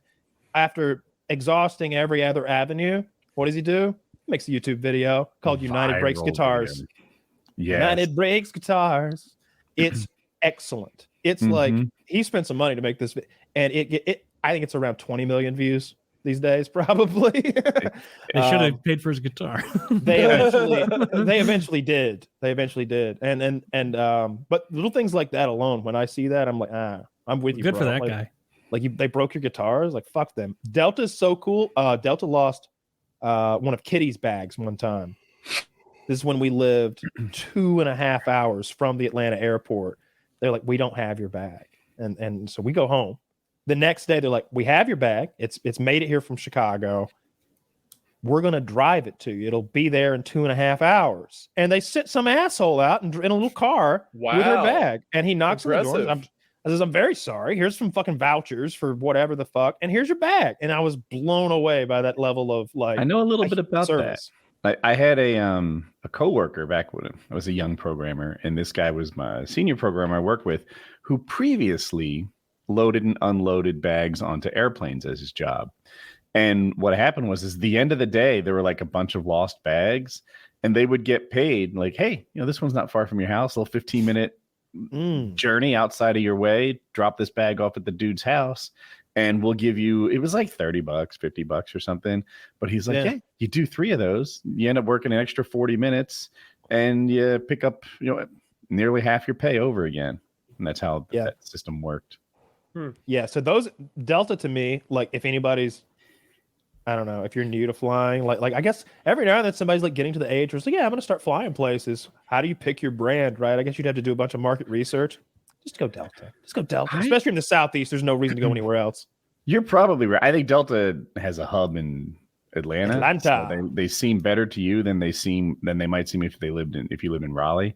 Yeah. I just choose by price and the time. Have you ever done front? I'm sorry. I was going to ask if you'd ever done Spirit's business model. When I was young, I've done Spirit. I've done Spirit in Southwest, but mostly I fly first class, and I just pick it on price and the time of day, and that's it. People give Spirit a hard time because they feel like they're getting hit with hidden fees, and they don't understand the business model. There aren't any hidden fees. What they sell you, what they do is they make every little bit of air travel itemized so that you can pick the specific ones that you want to get. And if your only concern is price, they'll allow you to just buy, pay attention to the words here, a seat on the plane. Not the seat on the plane, a seat. If you want to pick your seat, that's extra. Want to print out your boarding pass? That's extra too. Want to bring a bag of any kind? That's extra. Both kinds, like carry-ons cost money. Carry-on costs extra? Yes, everything. And their CEO had this quote. He's like, why wouldn't I pack as many seats as possible onto a DC-10 or whatever they fly? It's not I can't remember the plane they fly. Those AC-130. Let's go with it. Yeah, they're those. Yeah. The AC-130s that Spirit. We're going to Nam, boys. I saw a picture of the leg room. That leg room was abominable. Like it wouldn't work for a man. Like it looked like children should be in there, like school bus seats. This sounds like bullshit rationalization, but I've always had issues with air sickness, and in first class, I don't have that problem really. Like it's just a better experience. Mm-hmm. So you're not as cramped in. Maybe that's it. Maybe it's the drinks and the waitress who's there for you all the time. Maybe whatever. It's just better. I like that hot towel. Yeah, I don't know if I always get a hot towel. I usually get hot nuts. Somehow that's Delta won't do peanuts. I don't know. That's the other reason I fly them. They might be cashews there. That'll come back. But yeah, they serve you like warmed nuts, and I'm like, this is actually kind of a cool snack. I will not fuck with United though. That sounds scary. Delta lost my shit one time. but they got it back to me. That's the other thing. Like when they have fucked up, which you just assume is eventually going to happen. It's crazy that there's a system that allows that many people in bags to get to the right place most of the time anyway. Mhm. Anytime I see my bags come out of that carousel, I'm like, oh, it made it again. How did it happen? Wow. When they lose every my time. bags, they're so lost. Like when I was in Mexico, it's like, where are my bags now? Like, I don't know, New Brunswick. Why did they even go that way? Like, that's not on the way from North Carolina to Why'd they Mexico. go that way? Like, oh, Well, shucks. tell them to come back. Yeah, but they got to me eventually. It was an issue, but whatever. It was an adventure trip. That's just a different adventure than I expected. I saw a World War II thing. I think it was Denmark. And I always wondered kind of this, I guess. I knew that after World War II, the Germans like immediately started rebuilding. Like I've seen like films of them like carrying beams around and like everybody like moving stones and like clearly they like got everything cleared up. But it was in Denmark, I think, where they like made the Germans stay and remove the mines that they had planted. And you might think, man, that must have been a rough week. No, it was a year and a half. And the men/boys that they forced to do this died at a rate of 50%. Half of the forced anti-mine detachment of captured Germans died. That sounds like they weren't well equipped. That sounds like there's not a single landmine left in Denmark. Have you seen the machines 50% that casualty, the American... 100% success rate. There's say an Hurt American machine. It looks a little like a steamroller, except instead of a steamroller that hits the ground, it's elevated and it has, I'll make this up, like 8-foot chains that slap on the ground as it drives by. And if the landmine does go off, it's kind of in front of the machine by 8 feet. Yeah, and the guy operating it is well protected. And I'm just like, that looks like it'd really work. I can't imagine a mine it would miss. And you just kind of plow it. And well, they thought, why would we don't have a lot of those big fancy chain swinging machines, but we do have quite a few German boys here that will do whatever we tell them. A lot of German children. Yeah, a lot of German children. Yeah, I'm pretty sure that's like 99% accurate. Taylor, I was just telling them how like in Denmark, if that's a place still, they forced German boys and young men post World War II to clear up the mines they had planted. It took them a year and a half, and half of them died doing it. Like hundreds of them. I've heard war is hell my whole life. Made children do that? Well, he's calling 15 to 22-year-olds mostly. End of war Wehrmacht soldiers, which were like Wehrmacht. 15. Yeah. Ooh, Wehrmacht. That is children. I've heard war is hell my whole life. It has never sunk in between my ears anyway, like it has since Ukraine started. There's just been this All Quiet on the Western Front, the movie, combined with the combat footage I've been seeing there. I think something about the Ukrainian wars, especially kind of World War II-ish with drones and One. Okay, yeah. Trenches. Yeah, but the trenches, I agree, especially recently, like in my exposure. Trenches, artillery, and like long-range rifle fire with like with mechanized stagnation. Maybe it's World War One. You're right. The front lines moved much more until this winter. Like, you know, they lost a lot. This is the Ukrainians. They gained a lot. And it seems like for 4 months now, they've roughly been where they are. So they're dug in. And it's, I don't have the vocabulary to explain just how brutal it is to exist in Ukrainian winter doing. And you'd think that the trench warfare, where they're like fucking chest to barrel, boom, boom, boom, boom, shooting each other blind around corners, is the worst of it. But like for my heart, you did nothing wrong. You were quietly napping in a foxhole under a blanket, under sometimes a tarp, and they still put a fucking VOG grenade right next to the tarp, blows the tarp off so we get to see the destruction of the person under it. It's like that guy isn't even bad at warring. I don't know if that's you know, but it's good. He's a warrior. He's right. He wars. But like, I guess I thought from time to time in Vietnam, for example, if you're good at being a soldier, your survival rate goes up quite a bit. Here, like, you can be good and still die, and it's. I like seeing the tactics and the tech rapidly like change, because like early in the war, the Ukrainians did this thing where they took like a regular old drone and they put like a fake looking gun on it and they chased a Russian, and it was funny. We were like, haha, look at him run. He thinks that drone can hurt him. What a dummy. He thinks it's like some kind of machine gun drone. Now, yet today, I saw the newest drone. So this thing holds like 6 82 millimeter mortars. Okay? An 82 millimeter mortar is a big motherfucker. This is I don't know. It's like this. It's 82 millimeters, but I don't know how to do it with my hands. Like, can you break a tank with it? Woo! Oh, well, it's not made for that. It's okay. It's like a mortar round. You know, when they drop it in the tube and boom. It's like the biggest one of those, but it's holding 6 of them. This thing looked like it could carry a goat into the atmosphere. It's not like it's like like a helicopter kind of. No, it's a quad rotor, but it's a huge one. That, I mean, a man can carry it, but just barely. Like when he gets in, he's like strapping man. And then the kid operating it's got the full like VR goggles on, and he's just, oh my god, that thing's gonna wreak such havoc. But I've noticed that the standard ones that drop the VOG 17 grenades that those of us who play Tarkov or who are Spetsnaz would be familiar with, they're doubling up on them. Like clearly somebody was either they said, hey, these grenades are piling up around here. Don't drop one at a time. Double them up. Or they were like, clearly one grenade's not doing it. Let's go to 2 at a time. 2 at a time every time. And like you see that in every video now. It's 2 grenades bundled together, getting dropped right on top of these poor Russians. I say poor because I mean it's pitiful. Like they don't have a chance. Drone operators are getting more talented over the course of my watching it. That or they're just editing. They're practicing like dropping soda bottles. Like they're doing. I would love if they had TikToks where they tried to drop bottles on their tops. I wonder if like what's the hard part of drone bombing Russians? Is it finding them? I mean, the videos make it seem it seems like the hard part based on the videos would be like not getting bored. Like because it doesn't seem like it's not very. If we did this with deer, we'd say it wasn't very sporting. It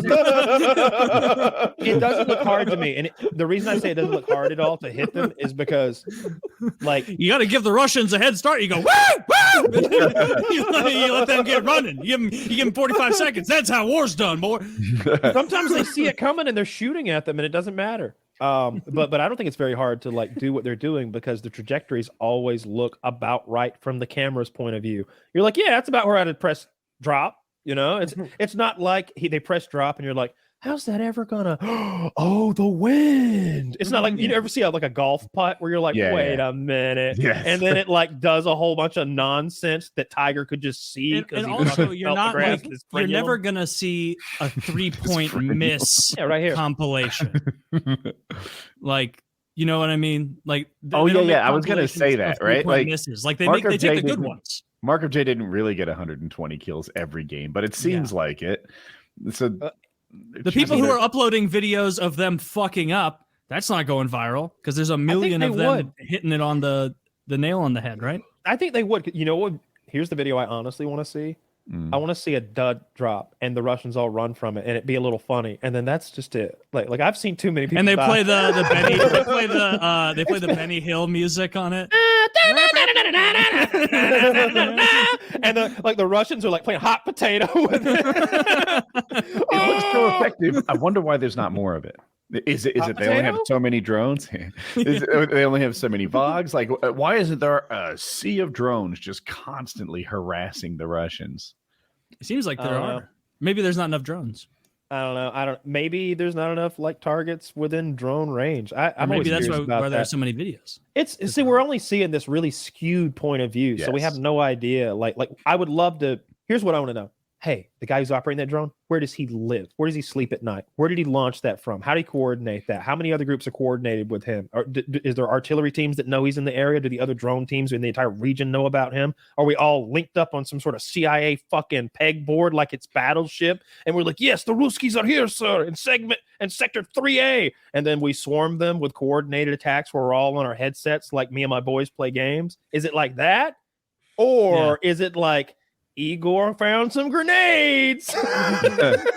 You know what they should do for the drones is for like the 5 seconds after it drops, there should be a speaker that's allowed to play. So you can, kind of like Tarkov, you can talk shit in the war. No, I want the IRL. Yeah. Was it called Death Chat, where right after you killed them in Modern Warfare, you could hear them complain? I want that. Something like that. Yeah. You just gotta I write a wish letter. the dead could talk for a few seconds. Yeah. Just for a second. You know what they'd say? You know what they'd I want to say, hear right? how mad they are. They'd say like, That was bullshit, That's what I was gonna It hurts so much. Why can I still feel it? there is only hell. It's just like the end of Event Horizon. All is a phantom but pain. And they're all and then Remember the like be the end after of this Event one. Horizon, Open up how they phone. had like opened that hell dimension and they're just all getting cornholed with like big drill bits with their eyes gouged out and Yep. shit. Yeah. You're like Homer when Homer gets fed donuts and so he doesn't want donuts anymore, except they can't. That's the joke, because they can't get Homer to. Oh, that's his Not hell wanting dimension. donuts. Yeah, Yeah. I remember that. No, you I see was how much you want donuts when you've eaten 1 million of them, and then he's like done. more, please. He just keeps asking. Killed the I've boys seen so much right there. Dude, I like the chili the chili cook off when some is it Flanders chili that defeats him initially? No, Flanders Flanders is the one who Homer's like 3-alarm chili, eh? And he eats it, and he's like, it's 2-alarm taps. And I was like, oh, boys, he's right. It's I'm a not fraud. 3-alarm, it's 2.5 tops. And he's like pissing about it. Yeah, it's Chief Wiggum's chili Chief Wiggum. with the finest peppers from south of the border. Yeah, No. It was more diabolical than that. He was like, it's the black death pepper from Guatemala. And then like when he put it in, it like turned to ash and like made the whole chili turn black or some shit. And Homer, like it burns Homer's ass up. So he feels defeated and he comes back. He decides to like coat his entire mouth and upper digestive system with wax. Yeah. So he takes a big candle and like gargles it and then swallows and it coats his lips, tongue, inside of, and he goes back and just in Chief Wiggum's face just kills all that chili, all that death chili. And like everybody's mind is fucking blown. And then he has like an LSD. but he's covered in wax, and he trip. goes, "Don't quit your day job." and like everyone knows, like nobody knows, just wax all over. But the animation completely shifts like 10 seconds later, and like he's in the desert with like It's the Johnny coyotes Cash and the episode. moon, and everything's melting in front of him and getting. It's one of my favorite episodes. I think I like It's the that Johnny one. Cash episode, one of their best cameos ever. Did not know that. Yeah, the it's- voice see, of I that, didn't watch it as an adult. the voice of that coyote is Johnny Cash. That's really cool. See, I didn't watch the show like ever as an adult. Really, I stopped watching Simpsons when I was about 18 or 19 when I started like working and moved out. If you popped back into like season 5, like if you watched like Mr. Plow, you'd get a laugh out of it, like that kind of shit. Yeah, the Cape Fear one, that's tremendous. Like the old seasons are so funny. It like that's Emmy award winning Simpsons when you go back to the Cape Fear shit. You know, I've never seen the movie Cape Fear. I know what it's about. There's a lot can't of movies believe I have one over on you. I know what it's about. I know the premise. It's Robert De Niro wants to horn in on the guy's daughter, and then he's like hulking and scary somehow, De Niro, and like the whole boat fight scene and everything. But I've never seen it. Yeah, but it's very, very good. Like it's one of my favorite performances. I thought Taxi Driver was really, really good. I did enjoy it, but I think Cape Fear was better. Like it was. I've never seen Raging Bull either. I haven't seen that either. You know, that's Scorsese made that, and it's De Niro and Pesci, and maybe some other people, but they don't come to mind. It's the boxing movie where it's a good bit of it's in black and white. Maybe all of it is. I'm not sure. I've never seen it. There's a bunch of those. Why did Robert De Niro just decide to stop being good at making movies? Somewhere around Robert De Niro. He's like 85. Like that's why. Yeah, he got that Meet the Parents money, and he was like, "Fuck it, I can phone it in like this." That's all I gotta do. Yeah. And like everything after that has just been absolute I made Heat. I'm fine. I'm taking care Heat of. is so good. You know, I can't remember which like special forces group or law enforcement agency uses it, but they use that footage of Val Kilmer tactically reloading Yeah, because he does it so clean, so perfectly. The way he's checking for like enemies and the way he's like staying in hard cover, like everything about what he's doing apparently is perfect. And they talk about how much that Val Kilmer like trained for that and like practiced that, and it's a great movie. Heat is the best bank robber movie of all time, 100%. Yeah, absolutely. I love his react to contact that he has when he's walking out of the bank and he's just smiling at his buddies, and the millisecond he sees a cop just drops the smile, gun comes up. It's so good. Yeah. It's a great movie. What's your favorite Western movie? I ask everyone this. I like to know because I know what they are. I know the right answer. I know the right answer too. Well, I haven't seen the same one. I haven't seen The Dirty Dozen or The Good and Bad and the Ugly or all the other Westerns. Let me see if I have the name right. Probably Tombstone. Tombstone's top 3. Just because nothing, no character I've ever like. You know how guys make jokes about Ryan Gosling and stuff, like literally me. I remember being 7 years old and watching Val Kilmer as Doc Holliday and being like, "That's me, literally me." Yeah, it's me. Me and that guy, 2 peas in a pod. I'm just like him for real. Tombstone is number 3, I think, on my list all-time best Westerns. Number 2 is the I go back and forth, but it's either The Unforgiven or Lonesome Dove for the top 2.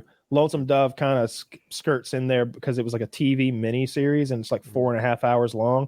But those are the best Westerns of all time, in my opinion. The Unforgiven is something that Clint Eastwood bought as a younger man and waited until he was old enough to play that character. And it's so good. God, I can quote like half that fucking movie. Unforgiven's the one I was going to say. But to be honest, Unforgiven and Tombstone, it's hard for me to pick. Yeah. And I've only seen it once, but I remember really liking True Grit. True Grit's the new one or the older one with the John new Wayne? one. The new one is really good. The new good. one's good. The new one's a good film. Yeah. So it's very rarely, underrated. Very underrated. So rarely do remakes and reimaginings or whatever, especially when it's like 30, 40 years removed. Are they any good? That RoboCop's a perfect example of just like, what the fuck did you do? Like, you missed the whole point of RoboCop. Total Recall's the same shit. But when they remade True Grit, the recasting was excellent. You got Matt Damon and what's his fucking name? Well, I can't hear the sound. It's Jeff what's his name? Bridges. Jeff Bridges. Yeah. Jeff Bridges plays Rooster Cogburn, the one-eyed bounty hunter who shoots first and asks questions later. And a little girl comes to him, says, "My father's been murdered by outlaws, and I hear that you're a man of true grit. And I'm gonna pay you to help me take these men down." And Matt Damon pals along too. And so the 3 of them are this really motley crew who are traveling in search of like a band of outlaws together. And Matt Damon and Rooster Cogburn are like pissing contests the whole way through, throwing like biscuits in the air and shooting them with their pistols. Like it's fun. And he's got you need captions because Jeff Bridges decides that he's going to be absolutely incomprehensible. Tater's easier to understand. We're going to take out the gun, How's this? Is No Country for Old Men a Western? It's a neo-Western. It's a neo-Western. Ooh, I like that one. I like that one a lot. Yeah. It is, but I don't like to admit it is. I put Coen brother films on their own. True Grit's a Coen brother. True Grit's a Coen brother film. The new one is. Yeah. You know what remake is better than the original? I know Kyle's going to agree with me. Judge Dredd. Oh, of course. Of course. It's not a Western. Well, yeah. No, it's a remake. I have this personality flaw where when someone says like a remake is never better than the original, or he said it was so rare. So I usually start scouring for exceptions. Oh no, that's a good one. There's a really good reimagining that Bruce Willis did of the classic Clint Eastwood movie where he kind of goes into a town and plays the 2 gangs. There's 2 gangs running a town, and he goes in and plays them against each other. There's a Clint Eastwood movie where he does this. Bruce Willis remade it, made it his own thing, and it's called what the fuck's it called? I'll think of it in a second. Western. It's kind of, but it's in like the early 1900s. So he has 1911 pistols. It's not called Last Man Standing, by chance. It's called Last Man Standing. It's called Last Man Standing, and it's I think it's good, but it's one of those movies that I watched a ton as a kid, and so maybe that's why I like it. But yeah, he like rolls into town in his car and basically starts playing the 2 gangs against one another and like killing the shit out of anybody that messes with him.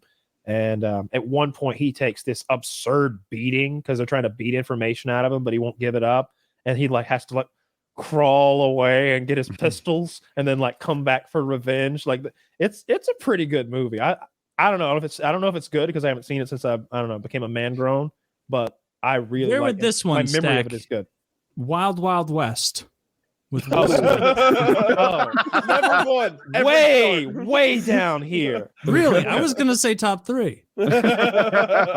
All time. The what's her giant name? spider really elevates that film. That was What's a good one. Yeah. You know what's funny? You know what's Her funny about ass that? is what elevates the film when she's I heard that script had been floating around for a while, and apparently there were some producers who had a giant spider written for some sci-fi movie years back, and whenever this movie came up, they're like, there's been this giant spider idea floating around. We'll put it in the Western. Like passionate about it. It was his thing. Unrelated. Well, this didn't pan out in 8-Legged Freaks, but it's going to be a hit here in Wild Wild West. Who was the? So it's Kevin that one's Smith like is maybe told the story. Yeah, it was Will Smith and that white man. But who's the Spanish girl that's with them? Oh. That's like crazy attractive. I have not seen that movie since I was a kid. I don't At remember one any of point she's wearing those old timey underwear that have the the button up ass square, but she hasn't buttoned it, and like they don't tell her, and it's great. Like she has just tremendous ass like hanging out of the back of the old timey underwear,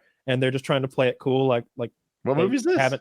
Wild West. I don't remember that scene, but now Man, this must be to. what? Maybe it is pretty good. You get to see Salma Hayek's ass. Yes, that is. I've got. What's that one again? I've got. He's about to say I got pictures of it.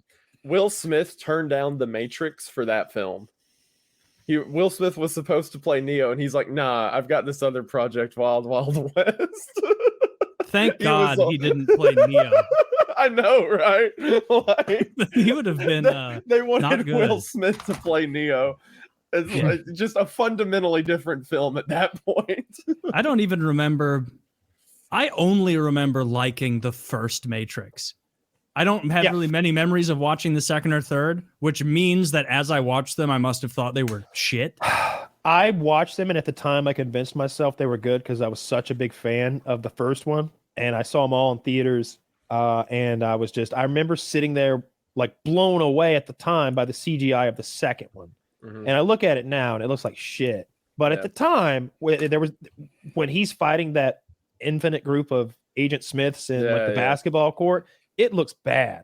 But back then in the theater, I specifically remember being like, wow, holy shit. How many of them are they? It looked cool because he's doing hundreds. He's completely digital at this point. So he's basically a cartoon character. It looks really bad. It looks bad. Does it? But in the third one, you had those albino twins with the dreadlocks. They looked cool. That was the second one. Looked cool, and that's when you got to see Morpheus like come back with the samurai sword and like do some and the Glock 18s. And he's got a great scene where he like cuts an Escalade in half and then blows it up with the Glock 18. That Escalade and the CTR, whatever the Cadillac car, those weren't on the market yet. Those were like 2 years from production. Like they were still almost concept shit, and they threw them in the movie. The same thing with that fucking cell phone. Back then, before like I don't know the iPhone and just being a square piece of glass took over, I wanted that cell phone so bad. That Matrix cell phone, dude. I wanted that. Was cool. They're expensive. They looked cool at the time. Now, did you ever see people with flip phones now? Mm-hmm. At this point, it's like, what are you doing? Like, what are you trying to prove, sir? It's a burner. Oh, phone. Someone doesn't need maps. Bragging about you have a good sense of direction. Fuck you. That's what I really think when I see people with flip phones. I'm like, wow, so someone doesn't get lost all the time. Fine. I don't mean the traditional clamshell. Have you seen the new ones that are just like a screen? They're essentially your the folding screen. But folded in fucking half. Yeah. It seems like something I don't need, and it just adds another failure point. Like if I'm going to use my computer, they put that thing in a machine, dude. They put that thing in a machine. I've watched it. They put it in that machine and like bent it over and over like 10 million times or something. Well, I don't want that one. I want the one that hasn't been bent 10 million times. They've all been bent. I like it, but it just doesn't seem like it's worth the like extra money because like the main thing that I like about my phone is that's not a feature. Imagine if you bought a grill and they're like, trust us, at the factory someone used this to cook thousands of meals. You'd be like, fuck you, give me a new grill. Like not your phone. They don't bend your phone. They bent a phone to make sure that your phone could be bent without anything going awry. They don't bend them all. We are losing so much money on this 10 million bend per phone policy. These are awful. Why can't we just rye about it? Millions of factory workers dead. Carpal tunnel syndrome. Don't rye about it. Don't rye. You're a ryer. Don't be a ryer. This manufacturing philosophy will not work for condoms. It comes with spunk in it. What the fuck? I came in it 10 times. It didn't mostly work. Yeah. I wanted to ask you, Wendigoon, what, to get very serious, not really, but like, what is, because I know you're a Christian, what is the point of like the Christian sex where you're like, I think I have more not in common with you than in common with you? Like, because like most like Christians I've talked to about like Mormons will say like they've got the gist of it, but they are way out of line on a lot of fucking shit. But you know, they kind of got the core a bit right, other than the whole like other testament thing. Yeah. I as far as Mormons go, I'm pretty absolutely removed from them. Everyone that I've talked to, I have absolutely no idea what they're talking about. It's like, wait, did you just make that part up? Which they're like, yeah, they did. yeah, pretty much, yeah, that's the vibe. But yeah, them definitely far removed from things like Jehovah Witnesses and all that. Anything that involves new revelations. So like, you know, you had the Bible, you had like, which the New Testament, which is the most recent part of the Bible, is entirely written by people who were alive and either were with Christ or were friends with the disciples who like wrote letters to them or whatever. So that's like Jesus. And then if any religion is like, yeah, and then 800 years later, there was a second part. That's where I'm like, no, I don't play ball with that. Because at that point, they're just adding stuff for their own, you know, whatever objective they want to get across. Are you besmirching David Smith? Yes, I am. As a matter of fact, a little. Yes, good, a lot. Because that was the greatest con man this side of the Mississippi. Yep. This side, both sides of the Mississippi, because he got booted to the other side. Fucking shit. But him, I'm not Catholic. Catholics are closer because, you know, they still believe in Christ and all that. Not a fan of like the church as an office or, you know, the Pope or the orders of the priest and all that. But if you believe in Christ, then, you know, we've got something to talk about. But there's a lot of people who they had a lot of asterisks to that term, a lot of the new ideas. Thing, like most of my family's Catholic, but like the whole praying, like to like including Mary in your prayers was always to me like, what are we doing here? Like, there's no part in the New Testament that says to include Mary. It seems like this is a bunch of pomp and circumstance that they included, kind of like the Pharisees and Sadducees back in the day, to keep people kind of constricted based on ritual than by social constraints than by anything else. Like the same way confession. Like, if you've seen the bullshit people say now about like confession, actually, like the reason it's a thing is because like the priest is meant to be like someone who helps you through problems. And it's like, no, that was not the impetus of confession. The impetus of confession was a way to goad an entire community into spilling secrets to a central position that then could use that information to control. Like no, literally in the fucking Bible, Jesus says, what did Jesus say? Did he say that when you pray, go into public loudly and raise your arms? No, Jesus said, when you pray, do not go into public and raise your arms and scream as the Pharisees and Sadducees do. Instead, go into your room in private. Just you and the Lord. Isn't that what Jesus said? I was under the impression that that was kind of spelled out in the middle of John, but I guess not, or no, Luke. Like, I really, that always fucking turned me the wrong way about Catholicism, is like, it takes all of what Jesus came back to do, which is fulfilling the covenant and making it so that the separation of fabrics and the not eating of pork, the shellfish, all this stuff was fulfilled. It's not to be followed anymore. and to tack on an additional layer of like, oh, now you have to worry about paying money to get out of to get your relatives out of purgatory. Like that's a despicable perversion of, if you believe in Christ and you believe that's what he came to do, that doesn't really gel.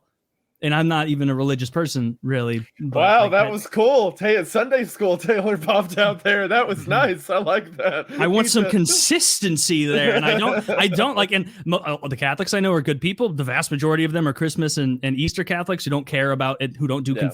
People don't know this. Most Catholics don't do confession. Like they don't go and do that shit. Of course anyway, not. But like, yeah, the whole impetus of it is like gross. It was a way to get dirt on people who trusted you and then use it for material gain. Fucked up. Is that true? I get all my information from the Passion of the Christ. On it is 100% true. Mel Gibson will set you straight. Mel Gibson, he knows. Mel Gibson. Right on it. I just rewatched Braveheart the other night, like an absolute retard. Love you. Always have. Like I fucking started the movie at like 11:20 at night, and then like I got into it and I just couldn't stop because it's so good. Man, that is one of those movies that like you almost don't remember it as good as it was until you go back and watch, because it's not just the cool story and everything and like the good acting from Mel and everybody else. And there's it's funny, like after watching Game of Thrones and these other fantasy like series, you can like see a lot of those guys back then too, who kind of played those like gruff, Scottish characters or whatever. And then but we're like, oh, that guy was, 3 of those guys are in the Night's Watch. Neat. Like, cool. That one guy with the scar on his face is in everything. He's good. I like him. But that movie is so tremendous. I love that. What else? Like that, Apocalypto, those are probably his most famous movies, right? Well, Mad Max, that's big. I mean, for me, it's always been Lethal Weapon. But the one that slides under the radar is Payback.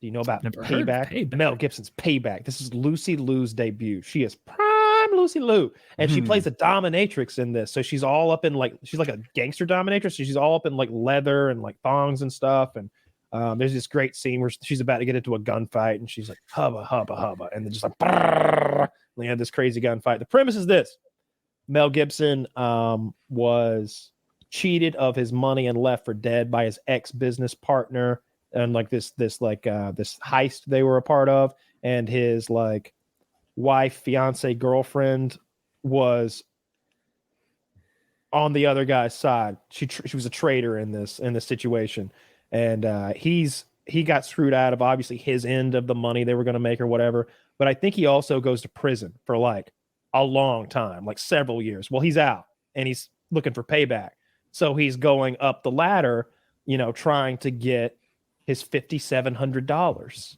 or something like that. And people will be like, $5,700? My fucking luggage costs more than that. You're in my house over $5,700 fucking dollars. I want my money. I want my $5,700. Not more, not less. And there's a scene where he's being tortured. They're smashing his toes with a hammer. And the guy goes, starting to look like roast beef. And Mel's like, all right. I'll tell you. And he finally tells them what they want to know. And it's this whole other plot. It's great. It's a fun movie. There's lots of revenge. It's kind of fantastical a little bit. Like it's a little bit sillier than our reality, but not so much so that it doesn't take itself seriously. It's just a little sillier. Like the fact that Lucy Liu is like a dominatrix and all that's kind of ridiculous. But he's just going through these gangsters, and he's just he's the scariest, smartest guy in every situation, pretty much. He runs like a big, scary bouncer, and his move is to rip the guy's jewelry out of his face right away. And then he's got I can't remember if it's his nose ring or what, but he's like dragging him into his boss's office by the nose ring, and then he rips it out anyway. Like he's just a son of a bitch, and every step of the way. And it's over like a small, petty amount of money.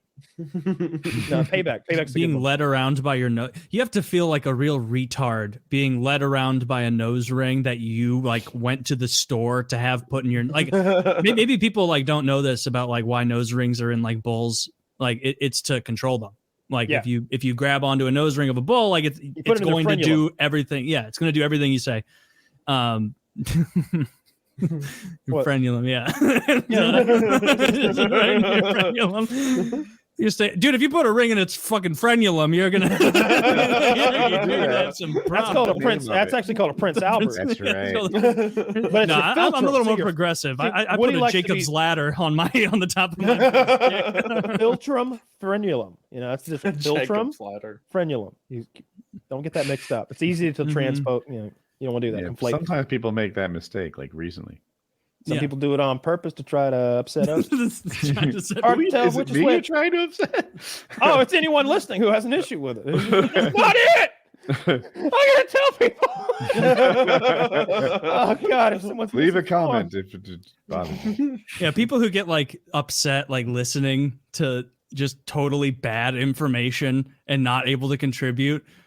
Like some people have to listen to our show and be like, "No, that's not how. Fuck, man, that's not how any of this works." And then we're all three like, "Yeah, that checks." Mary is the blessed mother. How dare you?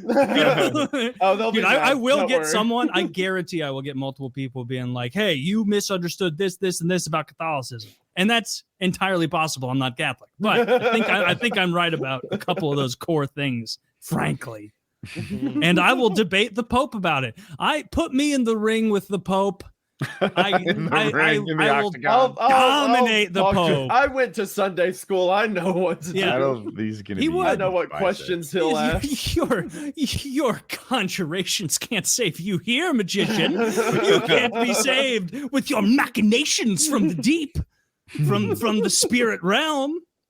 The fact Go that ahead, we've never get your seen the wizards. Pope cast a spell or do anything even vaguely magical really casts. Wait, does he claim to be magical? Yeah. He communes directly with God Almighty. Yeah, I know that. Does claim that at times. Actually, not every pope claims that. I think Pussies. I know less than anybody. If they're not even claiming that anymore, what are we doing here? Like, what are you? Aren't I right? Not every pope claims. Was to he be a hat communicating rack? directly with God. The funniest one was during COVID, whenever the Pope, they tweeted or put out an announcement that was like, during COVID, you don't have to go to a church for confession. You can just confess your sins directly to God. And everyone was like, no, we're going to there Zoom were call this. hundreds of years of war over this. Yeah. There were centuries of death and destruction over this very issue. Martin Luther is spinning in his grave right now. Yeah, we need to find him and we can solve our power problems and show him that tweet. Yeah, that I hate is the whole ridiculous. idea of the Pope and like his cadre of wizards. Like the whole thing is so absurd. Like the fact that they still dress like that, it's like why haven't we that. stopped and said anything? Like I'm you on know, the other you side. gotta If play the everyone part. could dress like that in the big flowy gowns, I could quit my diet. the hat, Woody. Look at the it's hat. like the I Saudis. could quit my He job. has a staff.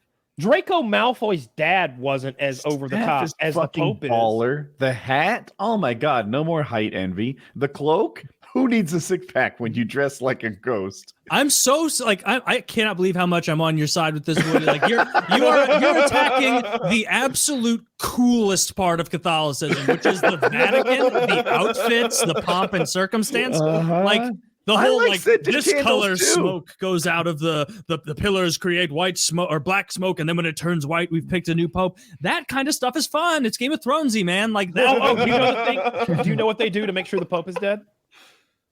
Fucking poke him. I don't know. I know, it's sexual. Can't remember exactly which A kind little of like thumb up the shits ass. on my You whole point. loudly That's all say, naked boys? and then when he Felipe, doesn't, go and then when dance you in that. don't notice a very expensive tent of Egyptian cotton forming, you know that he's finally I hope passed. it's something really ordinary, like a sternum rub. I did. I'm gonna get comments about this. I didn't think say they that. It was stabbed Taylor. Leave me out of it. It was me, but he pretty told sure me they to say it stab for the him. show. No. I communicate directly with God. He told me to say it. Yeah. Yeah, I think they stab him or something like that. I watched a YouTube video the other day. Maybe they don't do it as much, but they did something silly. They like whacked him on the head with a coconut or something. Oh, that reminds me. I read about this whole thing today. I want to get the terminology right, but I'm not gonna. What it is. It's the religion that props up in some uncontacted tribes where they. I'm going to break it down as well as I can from memory here. Okay. So the deal is that within these like uncontacted tribes, they have this sort of pecking order amongst the men who are sort of, the ruling class anyway, where like we give each other gifts. But the thing is, we all kind of come from the same place, the same village. So nobody's ever going to like ruin the gift giving by having like an iPod. You know what I mean? Like, I'm going to give you my extra coconuts and you're going to give me like all the berries that you found yesterday. And so in that way, I'll never be what they call like a dirty man or something like that, which is someone who is indebted very much more in this gift giving tradition they have, where like you should like the head guy there is the guy who's given everybody a gift. Everybody owes him because he's given everybody one more gift than they've given him, essentially. So like what they would do, they would meet these like these guys on boats, and and they would show up with shit from a factory in England or America, and they'd be like, yeah, what do you want? Like 50 of these dolls. And it just like ruins their like sense of worthiness. And so they start viewing not the white men as their god, who have this overabundance of like factory produced goods that they can't even fathom. They believe that there's a religion of cargo drops, where like God drops cargo and gives it to people. And through either because either they were bad or because God like there was an accident, these men have been gifted more. So we need to pray to the God that will get our cargo shipment from the sky of like earthly goods, so that we can no longer be dirty men who are indebted to those Frenchmen who came the other day and like gave us all a basket of fruit each. The Lord has blessed us with sour cream and onion chips. Did you even imagine there could be a flavor more than original? I had my mind blown by original for weeks, and then they come and man, the Lord is great. The Lord is a wonderful God for giving us. Have you ever heard of Cape Cod chips? These are the finest chips I have ever had. Salt and vinegar. They are a flavor you would not anticipate being as tasteful as it is. Have you ever had original starry soda? It is not good. That's the original. That's the original potato chip flavor. Not salt, but salt and vinegar. Oh, I didn't know that. So that I was didn't either. original. I just kind of made it up. You got me this time. God damn it, dude. Yeah. Did he have you, Taylor, or was it just me? No, he got me on that one. Oh, Because of the preservatives. Maybe Had to keep those potatoes fresh. It did make sense to me. It still makes sense. It might be true. Damn it, you got me on that one. I was about to ask a follow-up about that sounds like an 1800 snack. It's like, well, we'll just dry it out, then dip it in vinegar and put some salt on it, and there you go. You've got I probably guessed right. We've had a long afternoon of being racist. Time for a snack. We've had a long afternoon. Why aren't more things salt and vinegar flavored? Like I would like salt and vinegar flavored like baked potato. I guess I just need to put some vinegar on my baked potato, huh? Put some salt on it, yeah. You think that would do the trick? Here's the trick. You can put salt and vinegar on anything. It's not illegal. They can't stop you. You can like get the powder. You're gonna love this. Is salt and vinegar is a real thing. Yeah, you get like so like it's like the Dorito nacho cheese powder. You get like salt and vinegar powder and put it on something. I hear you with the vinegar. I don't know what if you put pickle juice on more things?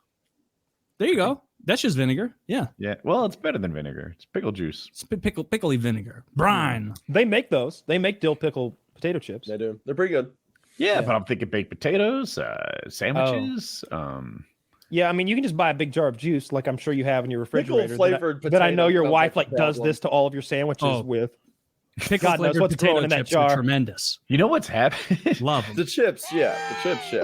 I have the same thing for lunch. Like, must be 360 days a year. I have the same thing for lunch, and it's that like grilled chicken little flatbread thing, huh? Yeah, it's this lavish recipe we got on YouTube for grilled chicken thing, and she's replaced the pickles with relish. And oh my God, what an upgrade. First of all, it's like basically bread and butter pickles, but also the little relish juice spreads all over the place. Everybody's a delight. Do you revolutionize the chicken lavish game? What I like pickles as well, but if I'm having like a sandwich instead of like at a deli, instead of like pickles on the sandwich, I really enjoy the whole spear that I get on the side, and I can like punctuate the bites I want. with the pickle. I like that very much. That's Are you me a now. solid a pickle stick guy? I'm a big pickle stick guy. I used to, it's a spear, first of all, and Yeah. and Well, second of all, I guess I'm not that big of a pickle stick Get guy. your mouth right. yeah, they're pickle stick. Pickle stick? Yeah. What the fuck planet? They call them That's what a cucumber legs. caveman. That's what a caveman would call a pickle if he was learning English very fast. And we were all scientists were like, Fine, it's amazing. Zach- It's been a week. Can Zach, I remove have the last pickle 30 stick? seconds. Look, you can't know what a pickle spear is. Look at him. He's a fucking caveman. But yeah, so he pickle just learned spears are the way to English, go. so Taylor, that's hear me out. What if acceptable. instead of Let's not razz slicing 'em. pickle into spears, you just sort of licked the outside of the entire pickle? You could put it in your mouth, suck on it like a popsicle. I'm a That texture gets you- guy. I need the crunch. I understand you're a vinegar guy, but I think that would everybody's get you vinegar kicked guys, out right. of Panera. I'm sure. it would. If you make eye contact to the cashier and throat, but you're not good at it, and you're going, You're getting asked your to pickle leave. spear? Absolutely, yeah. you know what they'll say is sir, we're going to call the police if you try this again. And I'll say, you don't know who I am, and I'm wearing a clown wig and sunglasses because I do it every day. It's like, sir, you can't pay keep by doing card this. every day. I don't do dill pickles Taylor, anymore, we though. have your name. We It's have right your here. name. Okay. We thought you'd be a You girl. play these games. Well, this is very confusing for me. Switches accents as you're talking. Just change 'em up. Yeah. I have to go to the bathroom, and I just come out with like an extra ring on as a different guy. I like those wickles. What's a wickle? A wickle? It's I don't know. It's a pickle they charge you $6 a jar for. I don't that know. a It's brand? they're like sweet and spicy pickles. Yeah, That sounds like a slur. it's a wickle. It does. Get, sound like- yeah, you wickles, get out! I got my windows open. Get your wickle ass out of I'm here. gonna Google it to see if this is a real thing. It's a real Tie thing. your shoes. That's all. Tie Yeah, your shoestrings, you dirty wickles. this is one of the oldest That's the thing. pickle The wickles companies do. They out walk there. around with their sneakers untied. Dude, I was started, like, he can't get me started- twice in 2 minutes. Started in 1906 by Jeremiah Wickle. Wickle's Pickles is the pride of the South and your pantry. It's the pickle Jeremiah almost Wickle, 100 that's years one in the making. That's one of Goddamn those right. names. That's like you were saying earlier, like Jebbidiah, Bartholomew, whatever. Yeah. What was it? Jeremiah Wickle. No Yeah. way. You're right. I did make that up. There is not a Jeremiah Wickle from Wickle's Pickles. But the rest You of what got I read me. is You true. got This podcast is full of lies and misinformation. I'll say this. I'll say this. Look. If you want Most some, of it's wrong. if you want some I tasty can't do pickles, this. the Wickles are the way to go. And if you like mayonnaise, then Duke's mayonnaise is the way to go. I have very strong opinions about a lot of things, and those two things are just true. Anyone who eats anything else is just wrong. Wait, what was that second part? Duke's mayonnaise. I don't eat white condiments. First of all, I don't eat much mayonnaise. I'm pretty Ever. progressive. However, if I had my way, I could eat it by the spoonful. I fucking love mayonnaise. I could dip French fries in it and be happy. Like on my grilled cheese, I want like mayonnaise inside and out that motherfucker. I want it on the outside because it browns it up. I want the inside because that's how Mama makes them. They're fucking delicious. It's not though. Aw. She'd be mad if I described her sandwiches that way. That's why I do. Yeah, she put mayonnaise in them. She don't know how to cook. What's your if you're getting a She burger, did, though. what's your burger toppings, Wendigoon? Are we talking like cheeseburger? Cheeseburger. Cheese goes without saying. There's cheese already on. I don't like lettuce on burgers. It just kills the flavor for me. Damn, so I strike like, one. I like onions, pickles, and pretty much all the sauces. Like, throw the mayo, mustard, ketchup, all that. I'm here for it. Like there's specialty burgers, of course. Like, if you're throwing bacon on it, it's a whole different vibe. But like for a normal cheeseburger, absolutely, yeah. Okay, Lather it up. that's solid. No lettuce though. You don't. I like don't. a Every little crispy every crunch time or I addition? put well, that's what the pickles and onions do. I feel like every time I eat a burger with lettuce on it, it's like, well, that flavor was good for a second, but now there's like celery in the way. Yeah, well, you need good toppings. Like the difference High between a really good tomato and a shitty tomato is immense. Like if you get like a Burger King tier tomato, it may as well not be on there because there's no flavor, there's no crisp. It's just a wet wedge that doesn't add anything. But you go to a nice restaurant, you get a nice thick, crisp, like aroma, like a flavorful tomato. You're like, this is a like, I forgot tomatoes could be this flavorful. Oh, it's meaty almost. You're so right. Why do they breed tomatoes to be flavorless? And that's what all you get in the winter. What is happening there? And don't they realize their mistake? They're huge. It's a huge mistake. And you're right about the winter thing. Like you get a burger, you may as well say no tomato most places in winter because it's going to be a flavorless disc of water. When I make my own, I put tomatoes on them. And I like go through a whole process where I carefully slice the tomatoes with an exceptionally sharp knife so I don't like rupture the cell structure. And then I salt and pepper them and I put them on paper towels to let them drain all their juices out. And I flip them and rotate them 2 or 3 times until they're and then I put them on the burger so they don't get all so. I'm making the best burger I can make. That's how I cook. Chop the tomato and call it good. That sounds delicious. So you get that, and then like as far as condiments, I never stray too far from some kind of mustard. It could be like brown and spicy, or it could be like yellow and cheap, or it could be like some sort of Dijon shit. But I'm mixing that with mayonnaise, and that's the sauce. That's what's going on there. If I have that really expensive lettuce that you can buy, that's like this little miniature head of lettuce that's like you crack it open, it's like, oh, a little baby lettuce head just for me. You literally go like that, and you get these perfect little like leaves, and it's just like I'll do that. But any like sort of standard shredded lettuce, fuck that. It's just garbage. Oh yeah, shredded. You can fucking. I'd rather be killed. But let's calm down. Yeah, I like Big Mac sauce. So like I could, if I had that, I would put that on a burger because like something about that white trash Thousand Island Big Mac sauce just gets my goat. Like that shit a lot. But otherwise, I don't put onions on burgers. I think raw onions are gross, and my breath and like tongue tastes like onion all day. I have to brush my teeth after I eat onion like that. Are you putting too much on there? Maybe a bite of onion is too much. A bite. I like that raw. I mean, I like cooked onions on my burger too, but I like the sharpness of it. I do raw onions on hot dogs. I do raw onions on. I'll eat any kind of raw onion anywhere. Yeah. You ever taken a bite out of an onion like a? No, I haven't. But my brother used to. That would be a fun did that when we were kids. No, he would do that.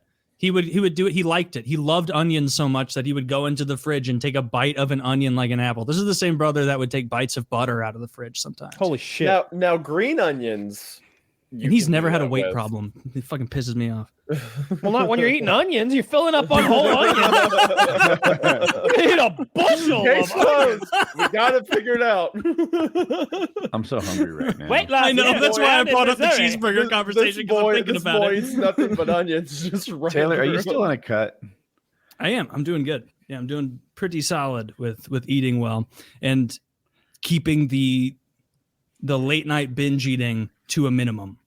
Because that's where I realized I fucked myself up so many times is like I'll go on a good streak and it'll be like I haven't like had a big eating feast late at night for like 2 weeks, and then you do it and you like do the math the next day and it's like, oh no, like that was thousands of calories that what I'm gonna do this week.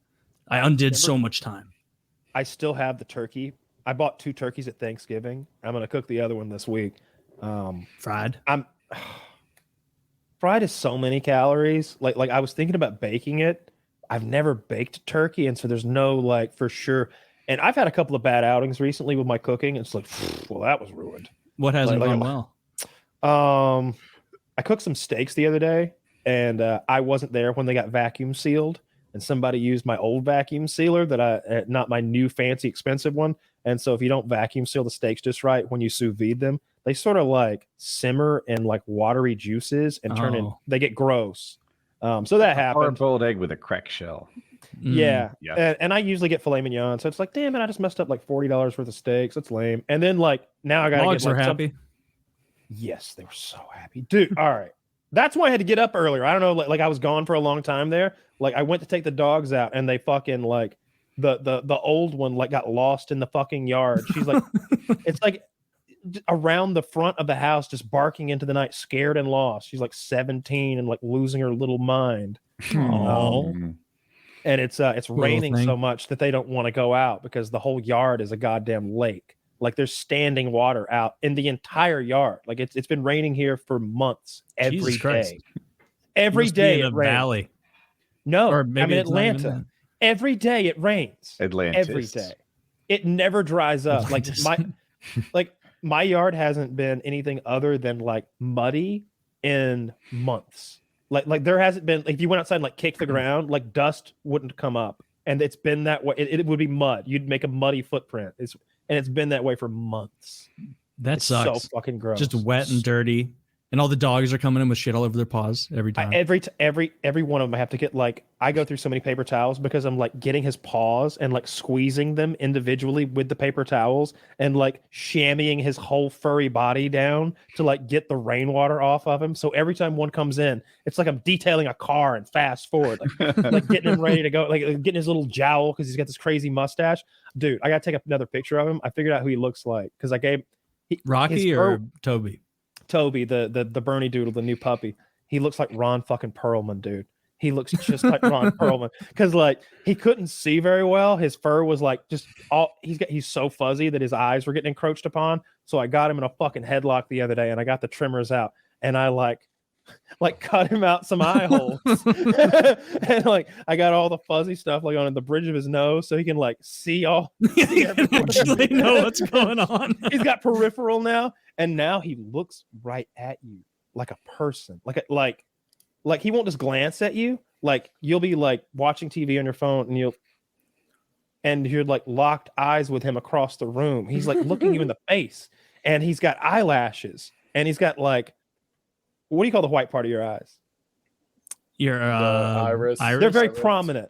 They're The very iris. prominent with this dog. So like when he looks around, I can tell what he's looking at. I sent you guys that video of him watching The Wolf the other day. Like he's sitting there watching TV for an hour at a fucking time, looking at wolves and like dingoes and coyotes and shit. And he's not like getting all crazy. He's just like, yeah, motherfucker. All right. Yeah, you run that shit, huh? I could be like that. All right. I see how you do it. And he's just like watching and learning. But then I started watching The Wire and I looked over and he's watching them like stomp the shit out of that black guy. And I'm like, no. No, those are our friends. God, I got a Those are window. friends. You're gonna walk in the room one day and he's gonna have a back the blue bandana on. Can't have that. Can't Blue have line, Kyle. No, Shut up, Rocky. fucking narc. Get out of here. No, he's getting tremendously big. I gotta find a groomer for him. And I gotta get him fixed. He's got balls. How old is he? I think 6 months now. Almost exactly 6 months. Is that when you get him? That's about the time. Well, it depends on the breed. Because the ruling is like for like miniature dogs, so small dogs, 6 months. But for bigger dogs, you may want to let them grow a little bit, like 8-9 months before. When I was looking at before a year is like the. When I was looking at purchasing a Borzoi, I spoke to a Borzoi breeder. If you don't know what they are, they're the really long-nosed dogs. Borzoi, if you care, or the subreddit Long Boys. Boys is spelled Boyes. I wanted one of those because they're like super cool internet dogs. They're expensive. Like they start out in the $3,000 range. Oh, and I had found one that was like affordable, I think, ish, because of something or another. I don't know. He was like 8 weeks old instead of 6, or 10 weeks old instead of 8 or something. And it was more like 2,200, 2,400 or something like that. And I was like, all right, yeah, I want the long boy. And the lady who was selling it, like, anti-sold the dog. She was like, have you ever had a Borzoi before? Are you aware of the complications that Borzois can incur? Do you know that you cannot have them fixed before like 18 months because their bone density needs to be like this? And it felt like she was like attacking my ignorance rather than trying to fill in a potential customer. And I was just like so turned off that I went and bought Toby. Keep your fucking dog. We had a similar experience. Like they quizzed us, have you had Great Danes before? Yes, this will be our third one. Do you know about this? Yeah, we know. We needed a letter of recommendation from our veterinarian to buy the dog. I'd never heard of that before. And they came in, like, looked at your place too to make sure he was going to have a decent place to stay. Maybe I thought maybe that's a little extreme. Might be I don't know if I know they that, asked like- us about our place. I know they asked if we had does anyone work from home or is anyone home all day? They asked us about that, but I think the dog was in Georgia, so they didn't come here. So I looked at I looked at a lot of different sources for puppies and rescues, and like for months I kind of like tooled back and forth over the many options, and I would say the majority of places that you would get what I would call like a good dog, like you read all the stuff that they do before you get the puppy, and it's like a paragraph and a half, and then some like lineage horse shit. They like DNA test the dog to see if it could have, if it's more likely to have X, Y, and Z problems. Like, there's a lot of value in that. And oh shit, I lost my train of thought. Something about a good dog. They quiz you. They wanted to come to my house and like tour the house and the backyard and like see where the dog's staying, and they're like, we don't like they absolutely won't give you a dog if you don't have like X amount of fenced in backyard. They won't if like, and it's like, what the heck? It's like, y'all can be picky and choosy like that, like yeah. Right? Like I want the dogs to be happy. I hope every dog has a happy, great life on a farm with my dad, but most of you aren't. Okay, you're not gonna get to chase rats as my dad kills them with his combine. That's the dog life. That's the fucking dog's life. Until one day you run too fast and you go into the combine yourself, and then it's over like that. You don't have to die that slow, pitiful death where you gotta. Here's what they say on Reddit now: little Timothy crossed the Rainbow Bridge today. I wish they'd just be honest. I gassed my dog who was in pain today. This is the last iPhone picture I took before I let the strangers kill him. Like. Oh, your fucking euphemisms and colorful fucking language. Cross the Rainbow Bridge. Kiss my ass, the Rainbow Bridge. This ain't Thor. No, I eat. You think Idris Elba's in there? I use every part. Sleep? No. Wing said that it was part of a man's duty to put his dog down himself with a firearm. Do you think that was... Wow, what a pussy. I use my own 2 hands. Well, did he say that? Was that in the same? That was in the same conversation about the cat, though, wasn't it? I don't remember him saying that, and I'm quite the historian. But if he did say that, I wouldn't say that he's entirely wrong. That's how, like, I've put dogs down that way, and their pain is ended instantly, and you feel good about what's happened, because usually if you're doing that to a dog, its guts are hanging out because it just got crushed by a vehicle, and every moment of its life is awful, and you're just crying while you kill the dog. Going to die. Like, I do have a horrific dog put down story. No thanks. No,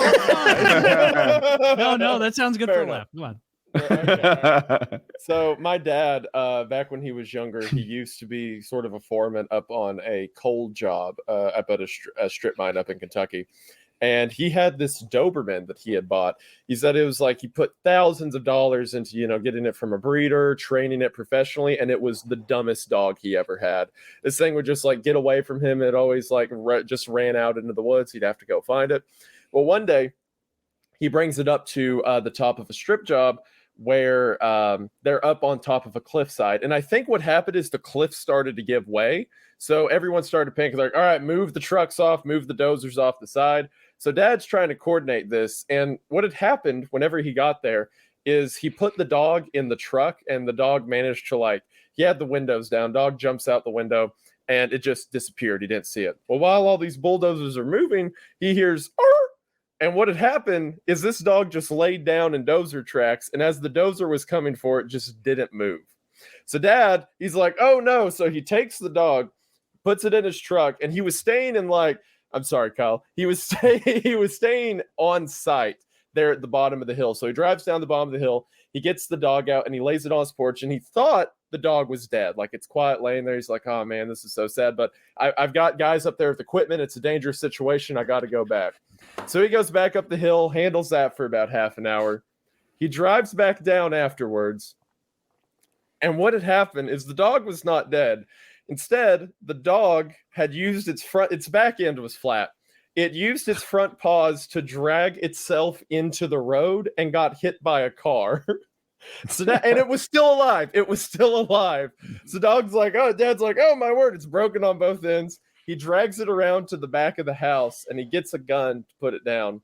and he looks down at it, and the dog looks up at him with these sad eyes, and Dad like starts to cry, and he's like, I can't look. So he turns away and fires and puts a round straight into its heart, and it starts screaming and shouting. So Dad screams back at it like, ah, and unloads the mag into the dog. And every time he tells that story, he's like, yeah, I didn't have a dog for a while after that. I needed time. You were right. That was awful. It was he got hit by a dozer. Then he gets run over by a truck. And then he gets shot several times. Oh. Wow. He didn't deserve that. No, he didn't. He did not.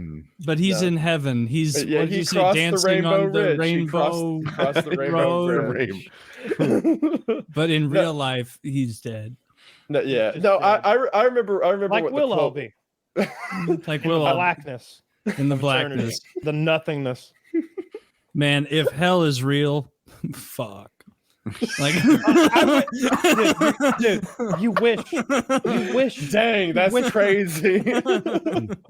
It would almost be better if hell were real, because like maybe eventually like God and the devil like truce it out, and we'll all live in some other place. We'll move to the suburbs of hell, but like the alternative, like Marietta. Atlanta people get there. But the alternative is just what the reality that we all it goes black. It's all for nothing. I don't know. There could be something neat. Not a thing. We don't know. For us, come on, we're like, so awful. There's nothing good for us. Specifically, Look, for good people. Here's how I know. We're not like just us as beings. Like we're not decent enough to deserve anything after this. I think we're all pretty decent. As a species? No, I meant the four of us. Like we're none of us are like shitty people. I think God's we're well. Gonna be like, I'm a big fan of the show, and you're not welcome here. I think we're well-meaning, but I. What if I get to heaven and God's like, there are a few problems with the way I was represented. I have been Indian the entire time. I'd be like, stop head bobbing. Yeah, you are not allowed in the eternal paradise of my convenience store. You step through the pearly beaded curtain. It's fucking God, smells in here. I want to go. Is that cabbage? Yes, there were many problems with the way I was portrayed in the Bible. They said my apostles' names were like Luke and John. It was John Aresh and Lucrum. I don't know. Fuck. Luca Voss. Yeah. Hello, I am very interested in saving your eternal soul. I would like to talk to you. No, do not hang up. Do not. See, that would be better. Like Hindustani phone seller guy is as a god is preferable to reality. Yeah. He'd at least be fun and like you'd like get a laugh. I love that. I love that when kids would ask in church, like, so wait a minute. My dog's not going to heaven? Because like parents will tell that lie, just like Santa Claus. They'll mix that in. Yeah, your goldfish will be in heaven. And they're like, nah, they're not going to heaven, but don't worry, neither are you. I just want to say that once. They're like, just so you know, like this is all I shouldn't say these mean things in front of Wendigoon. Dude, I remember the way he's probably a deacon or something. He's on the take. He can't be part of it. No, he's like a he's like a capo. He's a capo. in like the Muslim board meeting, they've got Wendigoon up there where they're like, get rid of this guy. This is the one that teaches the little ones. Yeah, I assume that's how religions work. You got the Jews. The Muslims, they all have a boardroom. They all have a war room. We're all trying to actively kill each other. Yeah, exactly. All trying to win. And then the Mormons are like, we don't even have to play. We're gonna have 100 kids apiece. No, it feels mean because I like you. I just don't. No, bro. You know what they say: hate the sinner, not the sin, or is it the other way around? Hate the sinner. Kyle, look, I've been a terrible Christian for years based on misunderstanding. Hey, fuck you, and then you suck a dick. No, you're good, bro. I'm not offended at all. I've heard way worse. You're good. There are multiple people in my comments who want me dead over it, so it's fine. Oh, I'm sure. This is okay. Yeah. What a bunch of douchebags. Yeah, it'd be how it be. That's like I said. We have the war room. We're plotting it out too, so it's fine. Yeah.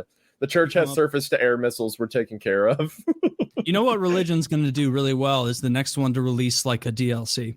Like, like more. That's what Mormons did. That's literally what the Mormons did. And how are the Mormons doing? Mormons are what? That's fastest fair. growing religious sect on earth for a long time running. Granted, there's a little finagling there with percentages because like there's so many like Christian Catholics are not going to fucking RM in a year.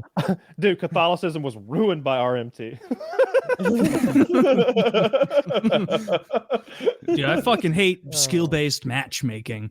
They're putting me up with these really difficult to trick priests in confession. Dude, the moving around of the Catholic priest is like the nail in the coffin, if you ask me, for the whole hierarchy of that religion, because you can't explain it away. You can't say, oh, yeah, turned out there were a lot of priests that we didn't know. Who's to say? Nobody's looking over a priest's shoulder. We trusted them too. But it's like, no, dude, for like the last 50 or 80 of years of recorded history that we have, where we actually started writing shit down for real, like y'all been doing it constantly and hiding it and like relocating them. I love the Bill Burr joke, like where he's like you treat him like one of those killer whales, just moving them to another theme park, like he didn't just kill 3 trainers. It's absurd. Like true. I'll say this: if I was running. Like forget a religion. If I had a fucking like fan club, theme park, whatever the fuck, where we're all like supposed to be doing things the Kyle way or something, and I found out that like one of the little Kyles was over here like do it. Oh my God, we got to get him. We got to make it public. Maybe we need to go back to some of that old school stuff we always talk about. I'm the Pope, right? Let's get him up here to the Vatican. Don't I make the rules? Code of Hammurabi stuff. Intense like stuff. Eye for an Could eye. the Pope? Does the Pope have the power? We have to molest him now. I bet the Pope. Rape. I bet the Pope has the legal ability to like extradite somebody from another country and execute them in the Vatican City. I bet, like he could do that, right? I mean, I bet he could. What did Taylor say? Rectory? He said corrective. Yeah, the rectory. It's a corrective. As if they're gonna like punish him with what he did, which seems, very eye for an eye. The rectory or the rectory? That's what I was getting. Both. I like that. Yeah, the rectory. Yeah. Woody thought he heard it. They have. I know a bunch of like Catholic people who are like, yeah, my church has, they've decided that they don't like what the Vatican's doing and they're separating themselves forward and doing their own thing. It's like this is Protestant with extra steps. You're just going the long way. This is around, Protestantism with incense. Then you're not a Catholic anymore. Yeah. It's like just so you know, you're not a Catholic anymore. We've been on that. We have been. I'm going to report you, and I'm telling the Pope. I mean, honestly, like canonically, Catholicism has moved a bit in that direction. Like not a bit, enormously in that direction over the past couple centuries. Like I think in most Catholic churches, it's accepted now. Like you can just confess to God. Yeah. Like that. Yeah, that's allowed. Do you know how many people were like each other over it? Yeah. Do you know how many people were like burned alive? Yeah, literally saying like, "You can confess to God directly," and they're like, burn him at the stake." Like, you know what I saw about Joan of Arc recently? You know what her charges were when they burned her alive? Too hot. I think she's leading the French, right? And the rebellion. I played the campaign in Age of Empires. Yeah, I know the gist. Yeah, do you know what the charges were that they used to burn her? It wasn't blasphemy. It was probably not heresy. I was going to say heresy. Never mind. You would think, but she wasn't saying anything heretical at all. She was preaching the gospel. She was just reading from the Bible. So, but the problem was she was leading men into battle, and when she did so, she wore pants and armor. And right there in Leviticus, whoo, you best not be doing that. So they burned her up on those charges. Cross-dressing was interesting. That is bullshit. Poor Joan of Arc, a true hero. Well, she was schizophrenic for sure, right? I don't care. I don't know shit about her, man. Or was it? I'm here to make baseless accusations. Just continue off of that. Yeah. I'm here to make total assumptions of how things were going to go based off that. I mean, how big of an army did she lead? Do you know? I don't have those numbers for you. Zach? It was in the Zach.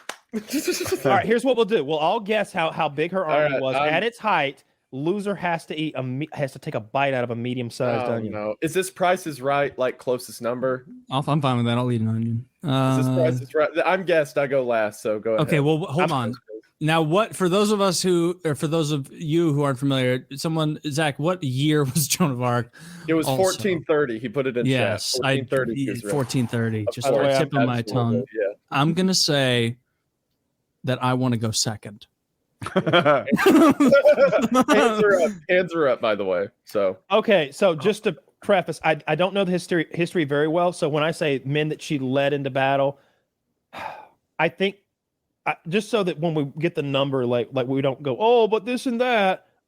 I mean like that she was part of an army and she was leading men. Yes. Are we talking about the size of the whole army or just the cadre who were there on her? No, I would say whole army. Like okay. I feel like there's no accurate demographic for whole army though, because this was spoken by word and tongues, and like there were multiple battles. Well, Google will give us a number though if we Google how large was Joan of Arc's like army.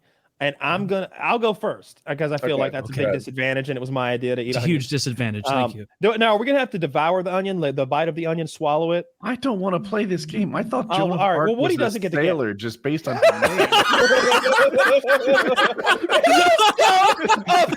art. Joan of Arc's wife. Woody's like 2 of every kind. Okay, well, how many animals are there? Joan of Arc. We've been talking about Catholicism and like the Vatican, and I mentioned the French. Where's the boat? Where's the water? All right. Well, maybe nobody wants to play. All right. Well, I want to play. I've got an idea in my head. Maybe it's a stupid guess based on what you're going to say. I'm going to guess that the French army in 1400 that Joan of Arc was fighting with in the biggest battle that they fought in ever was numbered at 9,000 men. I was going to go higher than that. I'll stick with what I was going to say. I was going to guess 20,000. I was going to say 10 all along. So I'm just guessing.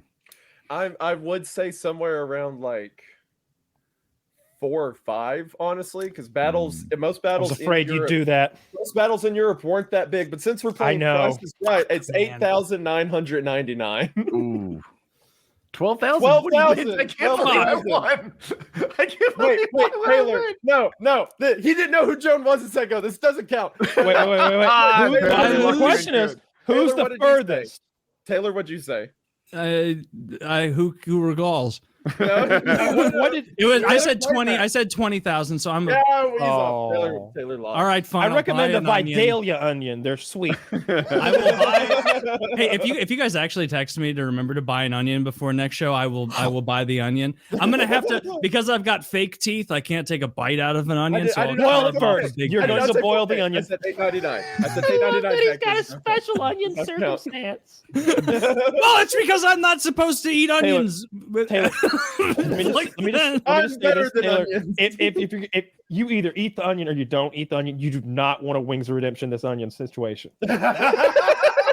Well, I was saying like I would. Or you like half? Like, you're like, well, this is onion, sour cream and onion chips. No. We said to have a big bite of a medium-sized onion, and what I'm saying is I will take a knife, I'll carve off a giant ass bite, and I'll eat the whole thing. I'm teasing. Or I'll eat it like, you know what? Fine, I'll go to the fucking dentist with broken teeth. Of redemption. Go to the dentist with broken teeth. You boil the onion. No, it's got to be raw. That was the bet, wasn't it? Yeah, but you got to drink the soup. I think Taylor just cut the onion to preserve his teeth. I think we should allow that. I mean, what kind of monsters are we? No. Can you imagine? Can you imagine, like, if my teeth break eating an onion? Remember? You saw that happen to Tucker on stream. Did you see that? Yeah. Oh, did his teeth break? Mm-hmm. Yeah, body. I think it's one of his front center. Tucker Carlson. Tucker Jericho. The guy on the podcast, right? I was like, damn, I thought like if that was on like the news, I would have seen somebody's tooth pop out in the clip. But no, that sucks. He handled it really well. He laughed. He had like a name for his fake tooth or something, and he kept streaming. Does he have veneers? Or does he have? He has maybe a cap. I don't know my terms that well. But like it looked like he has half a real tooth, and then it was he had a Jim Carrey type situation. Real. Oh, like those like sharp like nub teeth. That, like, no, my impression was broke. It was broken during his lifetime and then repaired cosmetically. Oh, but that repair it can easily re-break. Okay, like his mouth. Have you seen the pictures like of that T-Mart? Because T-Mart has veneers that he's posted. Because like he'll show like these are my teeth before the veneers, and like it's just like those shaved down nubs. Oh, really? He shared it all. Yeah, he shared it, and I was like, hell yeah, dude! Like that shows confidence. I like that. But like. Yeah. Because I'm gonna have to get veneers before too. Actually, maybe this onion is what finally breaks these temporary teeth, and I get to spend $8,000 on veneers. That's the spirit. Oh wow! So that was his before, and then I'm sure he has like perfect teeth in front of him. Well, but no. This is like for switching out the veneers, I believe, because all those teeth are like shaved down to accept the veneer coating, and so when you switch them out, they remove them all and put them back on. That's pretty okay. Well, this is like color corrected in a weird way. Why are his teeth blue? He got lipstick as well. That's not the best. Crank that saturation up. Either he did that as a joke or someone did that as a troll. Zach plays photograph roulette. Also, just because his name was brought up, how is Wings doing? I haven't heard anything in a while. Is he okay? Okay. All right. Yeah. I never know until Kyle tells me.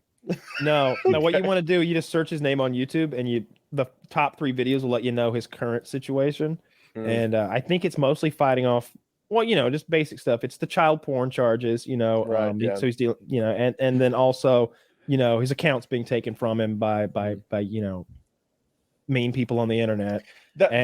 He was afraid of an investigation, right? Because people were saying about the CP thing. Well, yeah, I guess he had like jokingly said that he had some at one point, and so they're like, well, we'll just tell your local sheriff that you've got it, and they'll come get it. And he's like, well, don't do that. Poor guy. He's just trying to do his thing over there. All jokes aside, I have no idea what's going on over there. I try not to keep up. Yeah. The last time I was really interested was when like he had like crazy drama with his wife, and I thought that the Newlywed Game on here would be the best, would be a top 5 PKA all-time segment. I heard you say that, and as someone who watches the show, I also think that would be a fantastic idea. I think that would be hilarious. Like you sequester them, one leaves the room, and he comes back and like Wings. When you get a sponsor, maybe, or I'll come out of my goddamn pocket for $100, because they're not gonna get any of them right. Whoa! Pinkies up, everybody! Out of pocket for $100. We start out at 100. We build. Hey, we build. You know what? Just to see Wings on here, I'll match that. You act like Wings.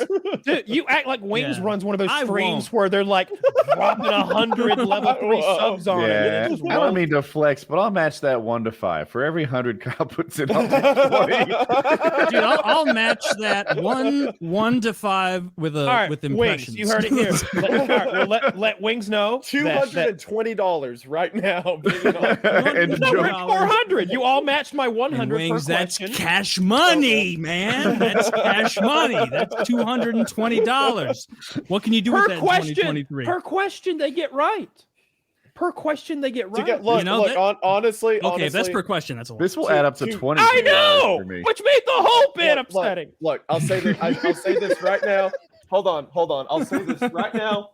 Hand on the Bible. Hand on the Bible right now. All right. If Wings comes on PKA for a Newlywed, whatever, I will put up money for a game show. Oh, wow. What a statement. For him. No. Because it would. How much? How much money? How much do you think it would take? 100 a question? So he doesn't do, he doesn't work like that. You could tell him, you could offer him $10,000 or a job that paid $100 an hour, and he'd take the cash. Okay, like all right. So tell him $100 a question. He'll never bite on that. You have to offer him a flat fee. It has to be an either or. You have to be an either or. You have to say to him, look, Man, $100 an hour, but for 10,000, like all at once. Do you think he would do it for 1,000 to clear that? Like, do you think he'd do it for 1,000? I would like to think that they would come on if we said, look, the lowest you can make is 1,000, and if you get enough questions to be above 1,000, that'll cap out at like 1,500. But you guys have to play the Newlywed Game, and I'm not going to explain the goddamn Newlywed Game. Basically, it tests how well a couple know each other with fun questions that I'd write. Yeah, I will. Yeah, it would like the kind of questions they do on the show are like exactly. We wouldn't do anything unfair. Favorite music, and so you would just have to like trust that like Kyle and I would write fair questions. Right, yeah, we all write questions, and then select. We ask Wings privately. How does so and so let you know when she's in the mood? Yes. Like that would be the kind of questions that you would ask. You know what? I would add as like a funny one. I'd be like, how would your wife solve this geometric equation? And then it's like, well, fuck. Like, I don't know.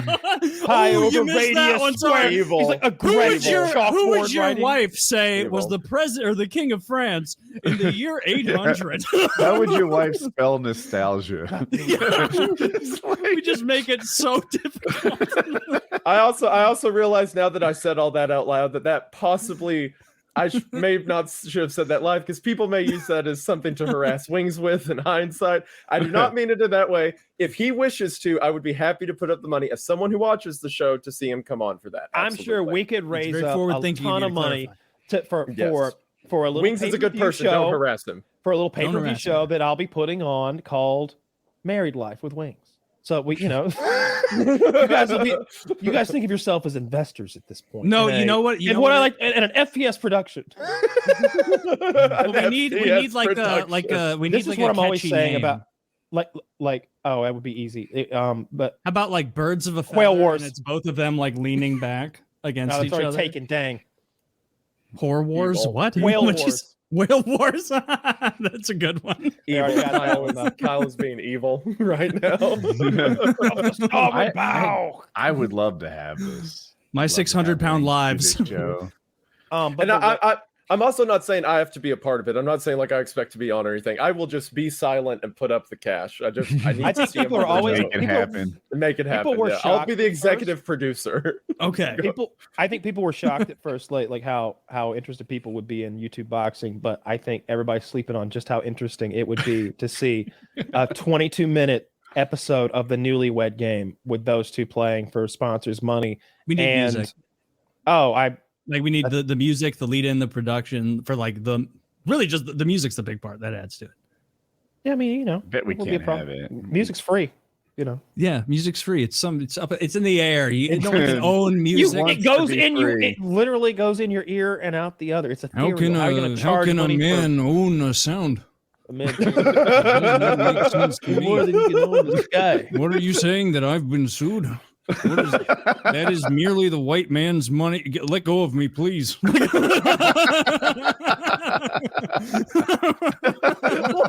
of me.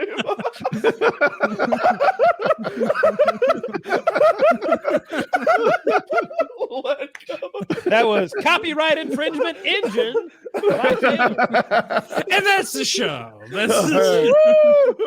Check out Wendigoon. We'll have links in the description. PKA 633.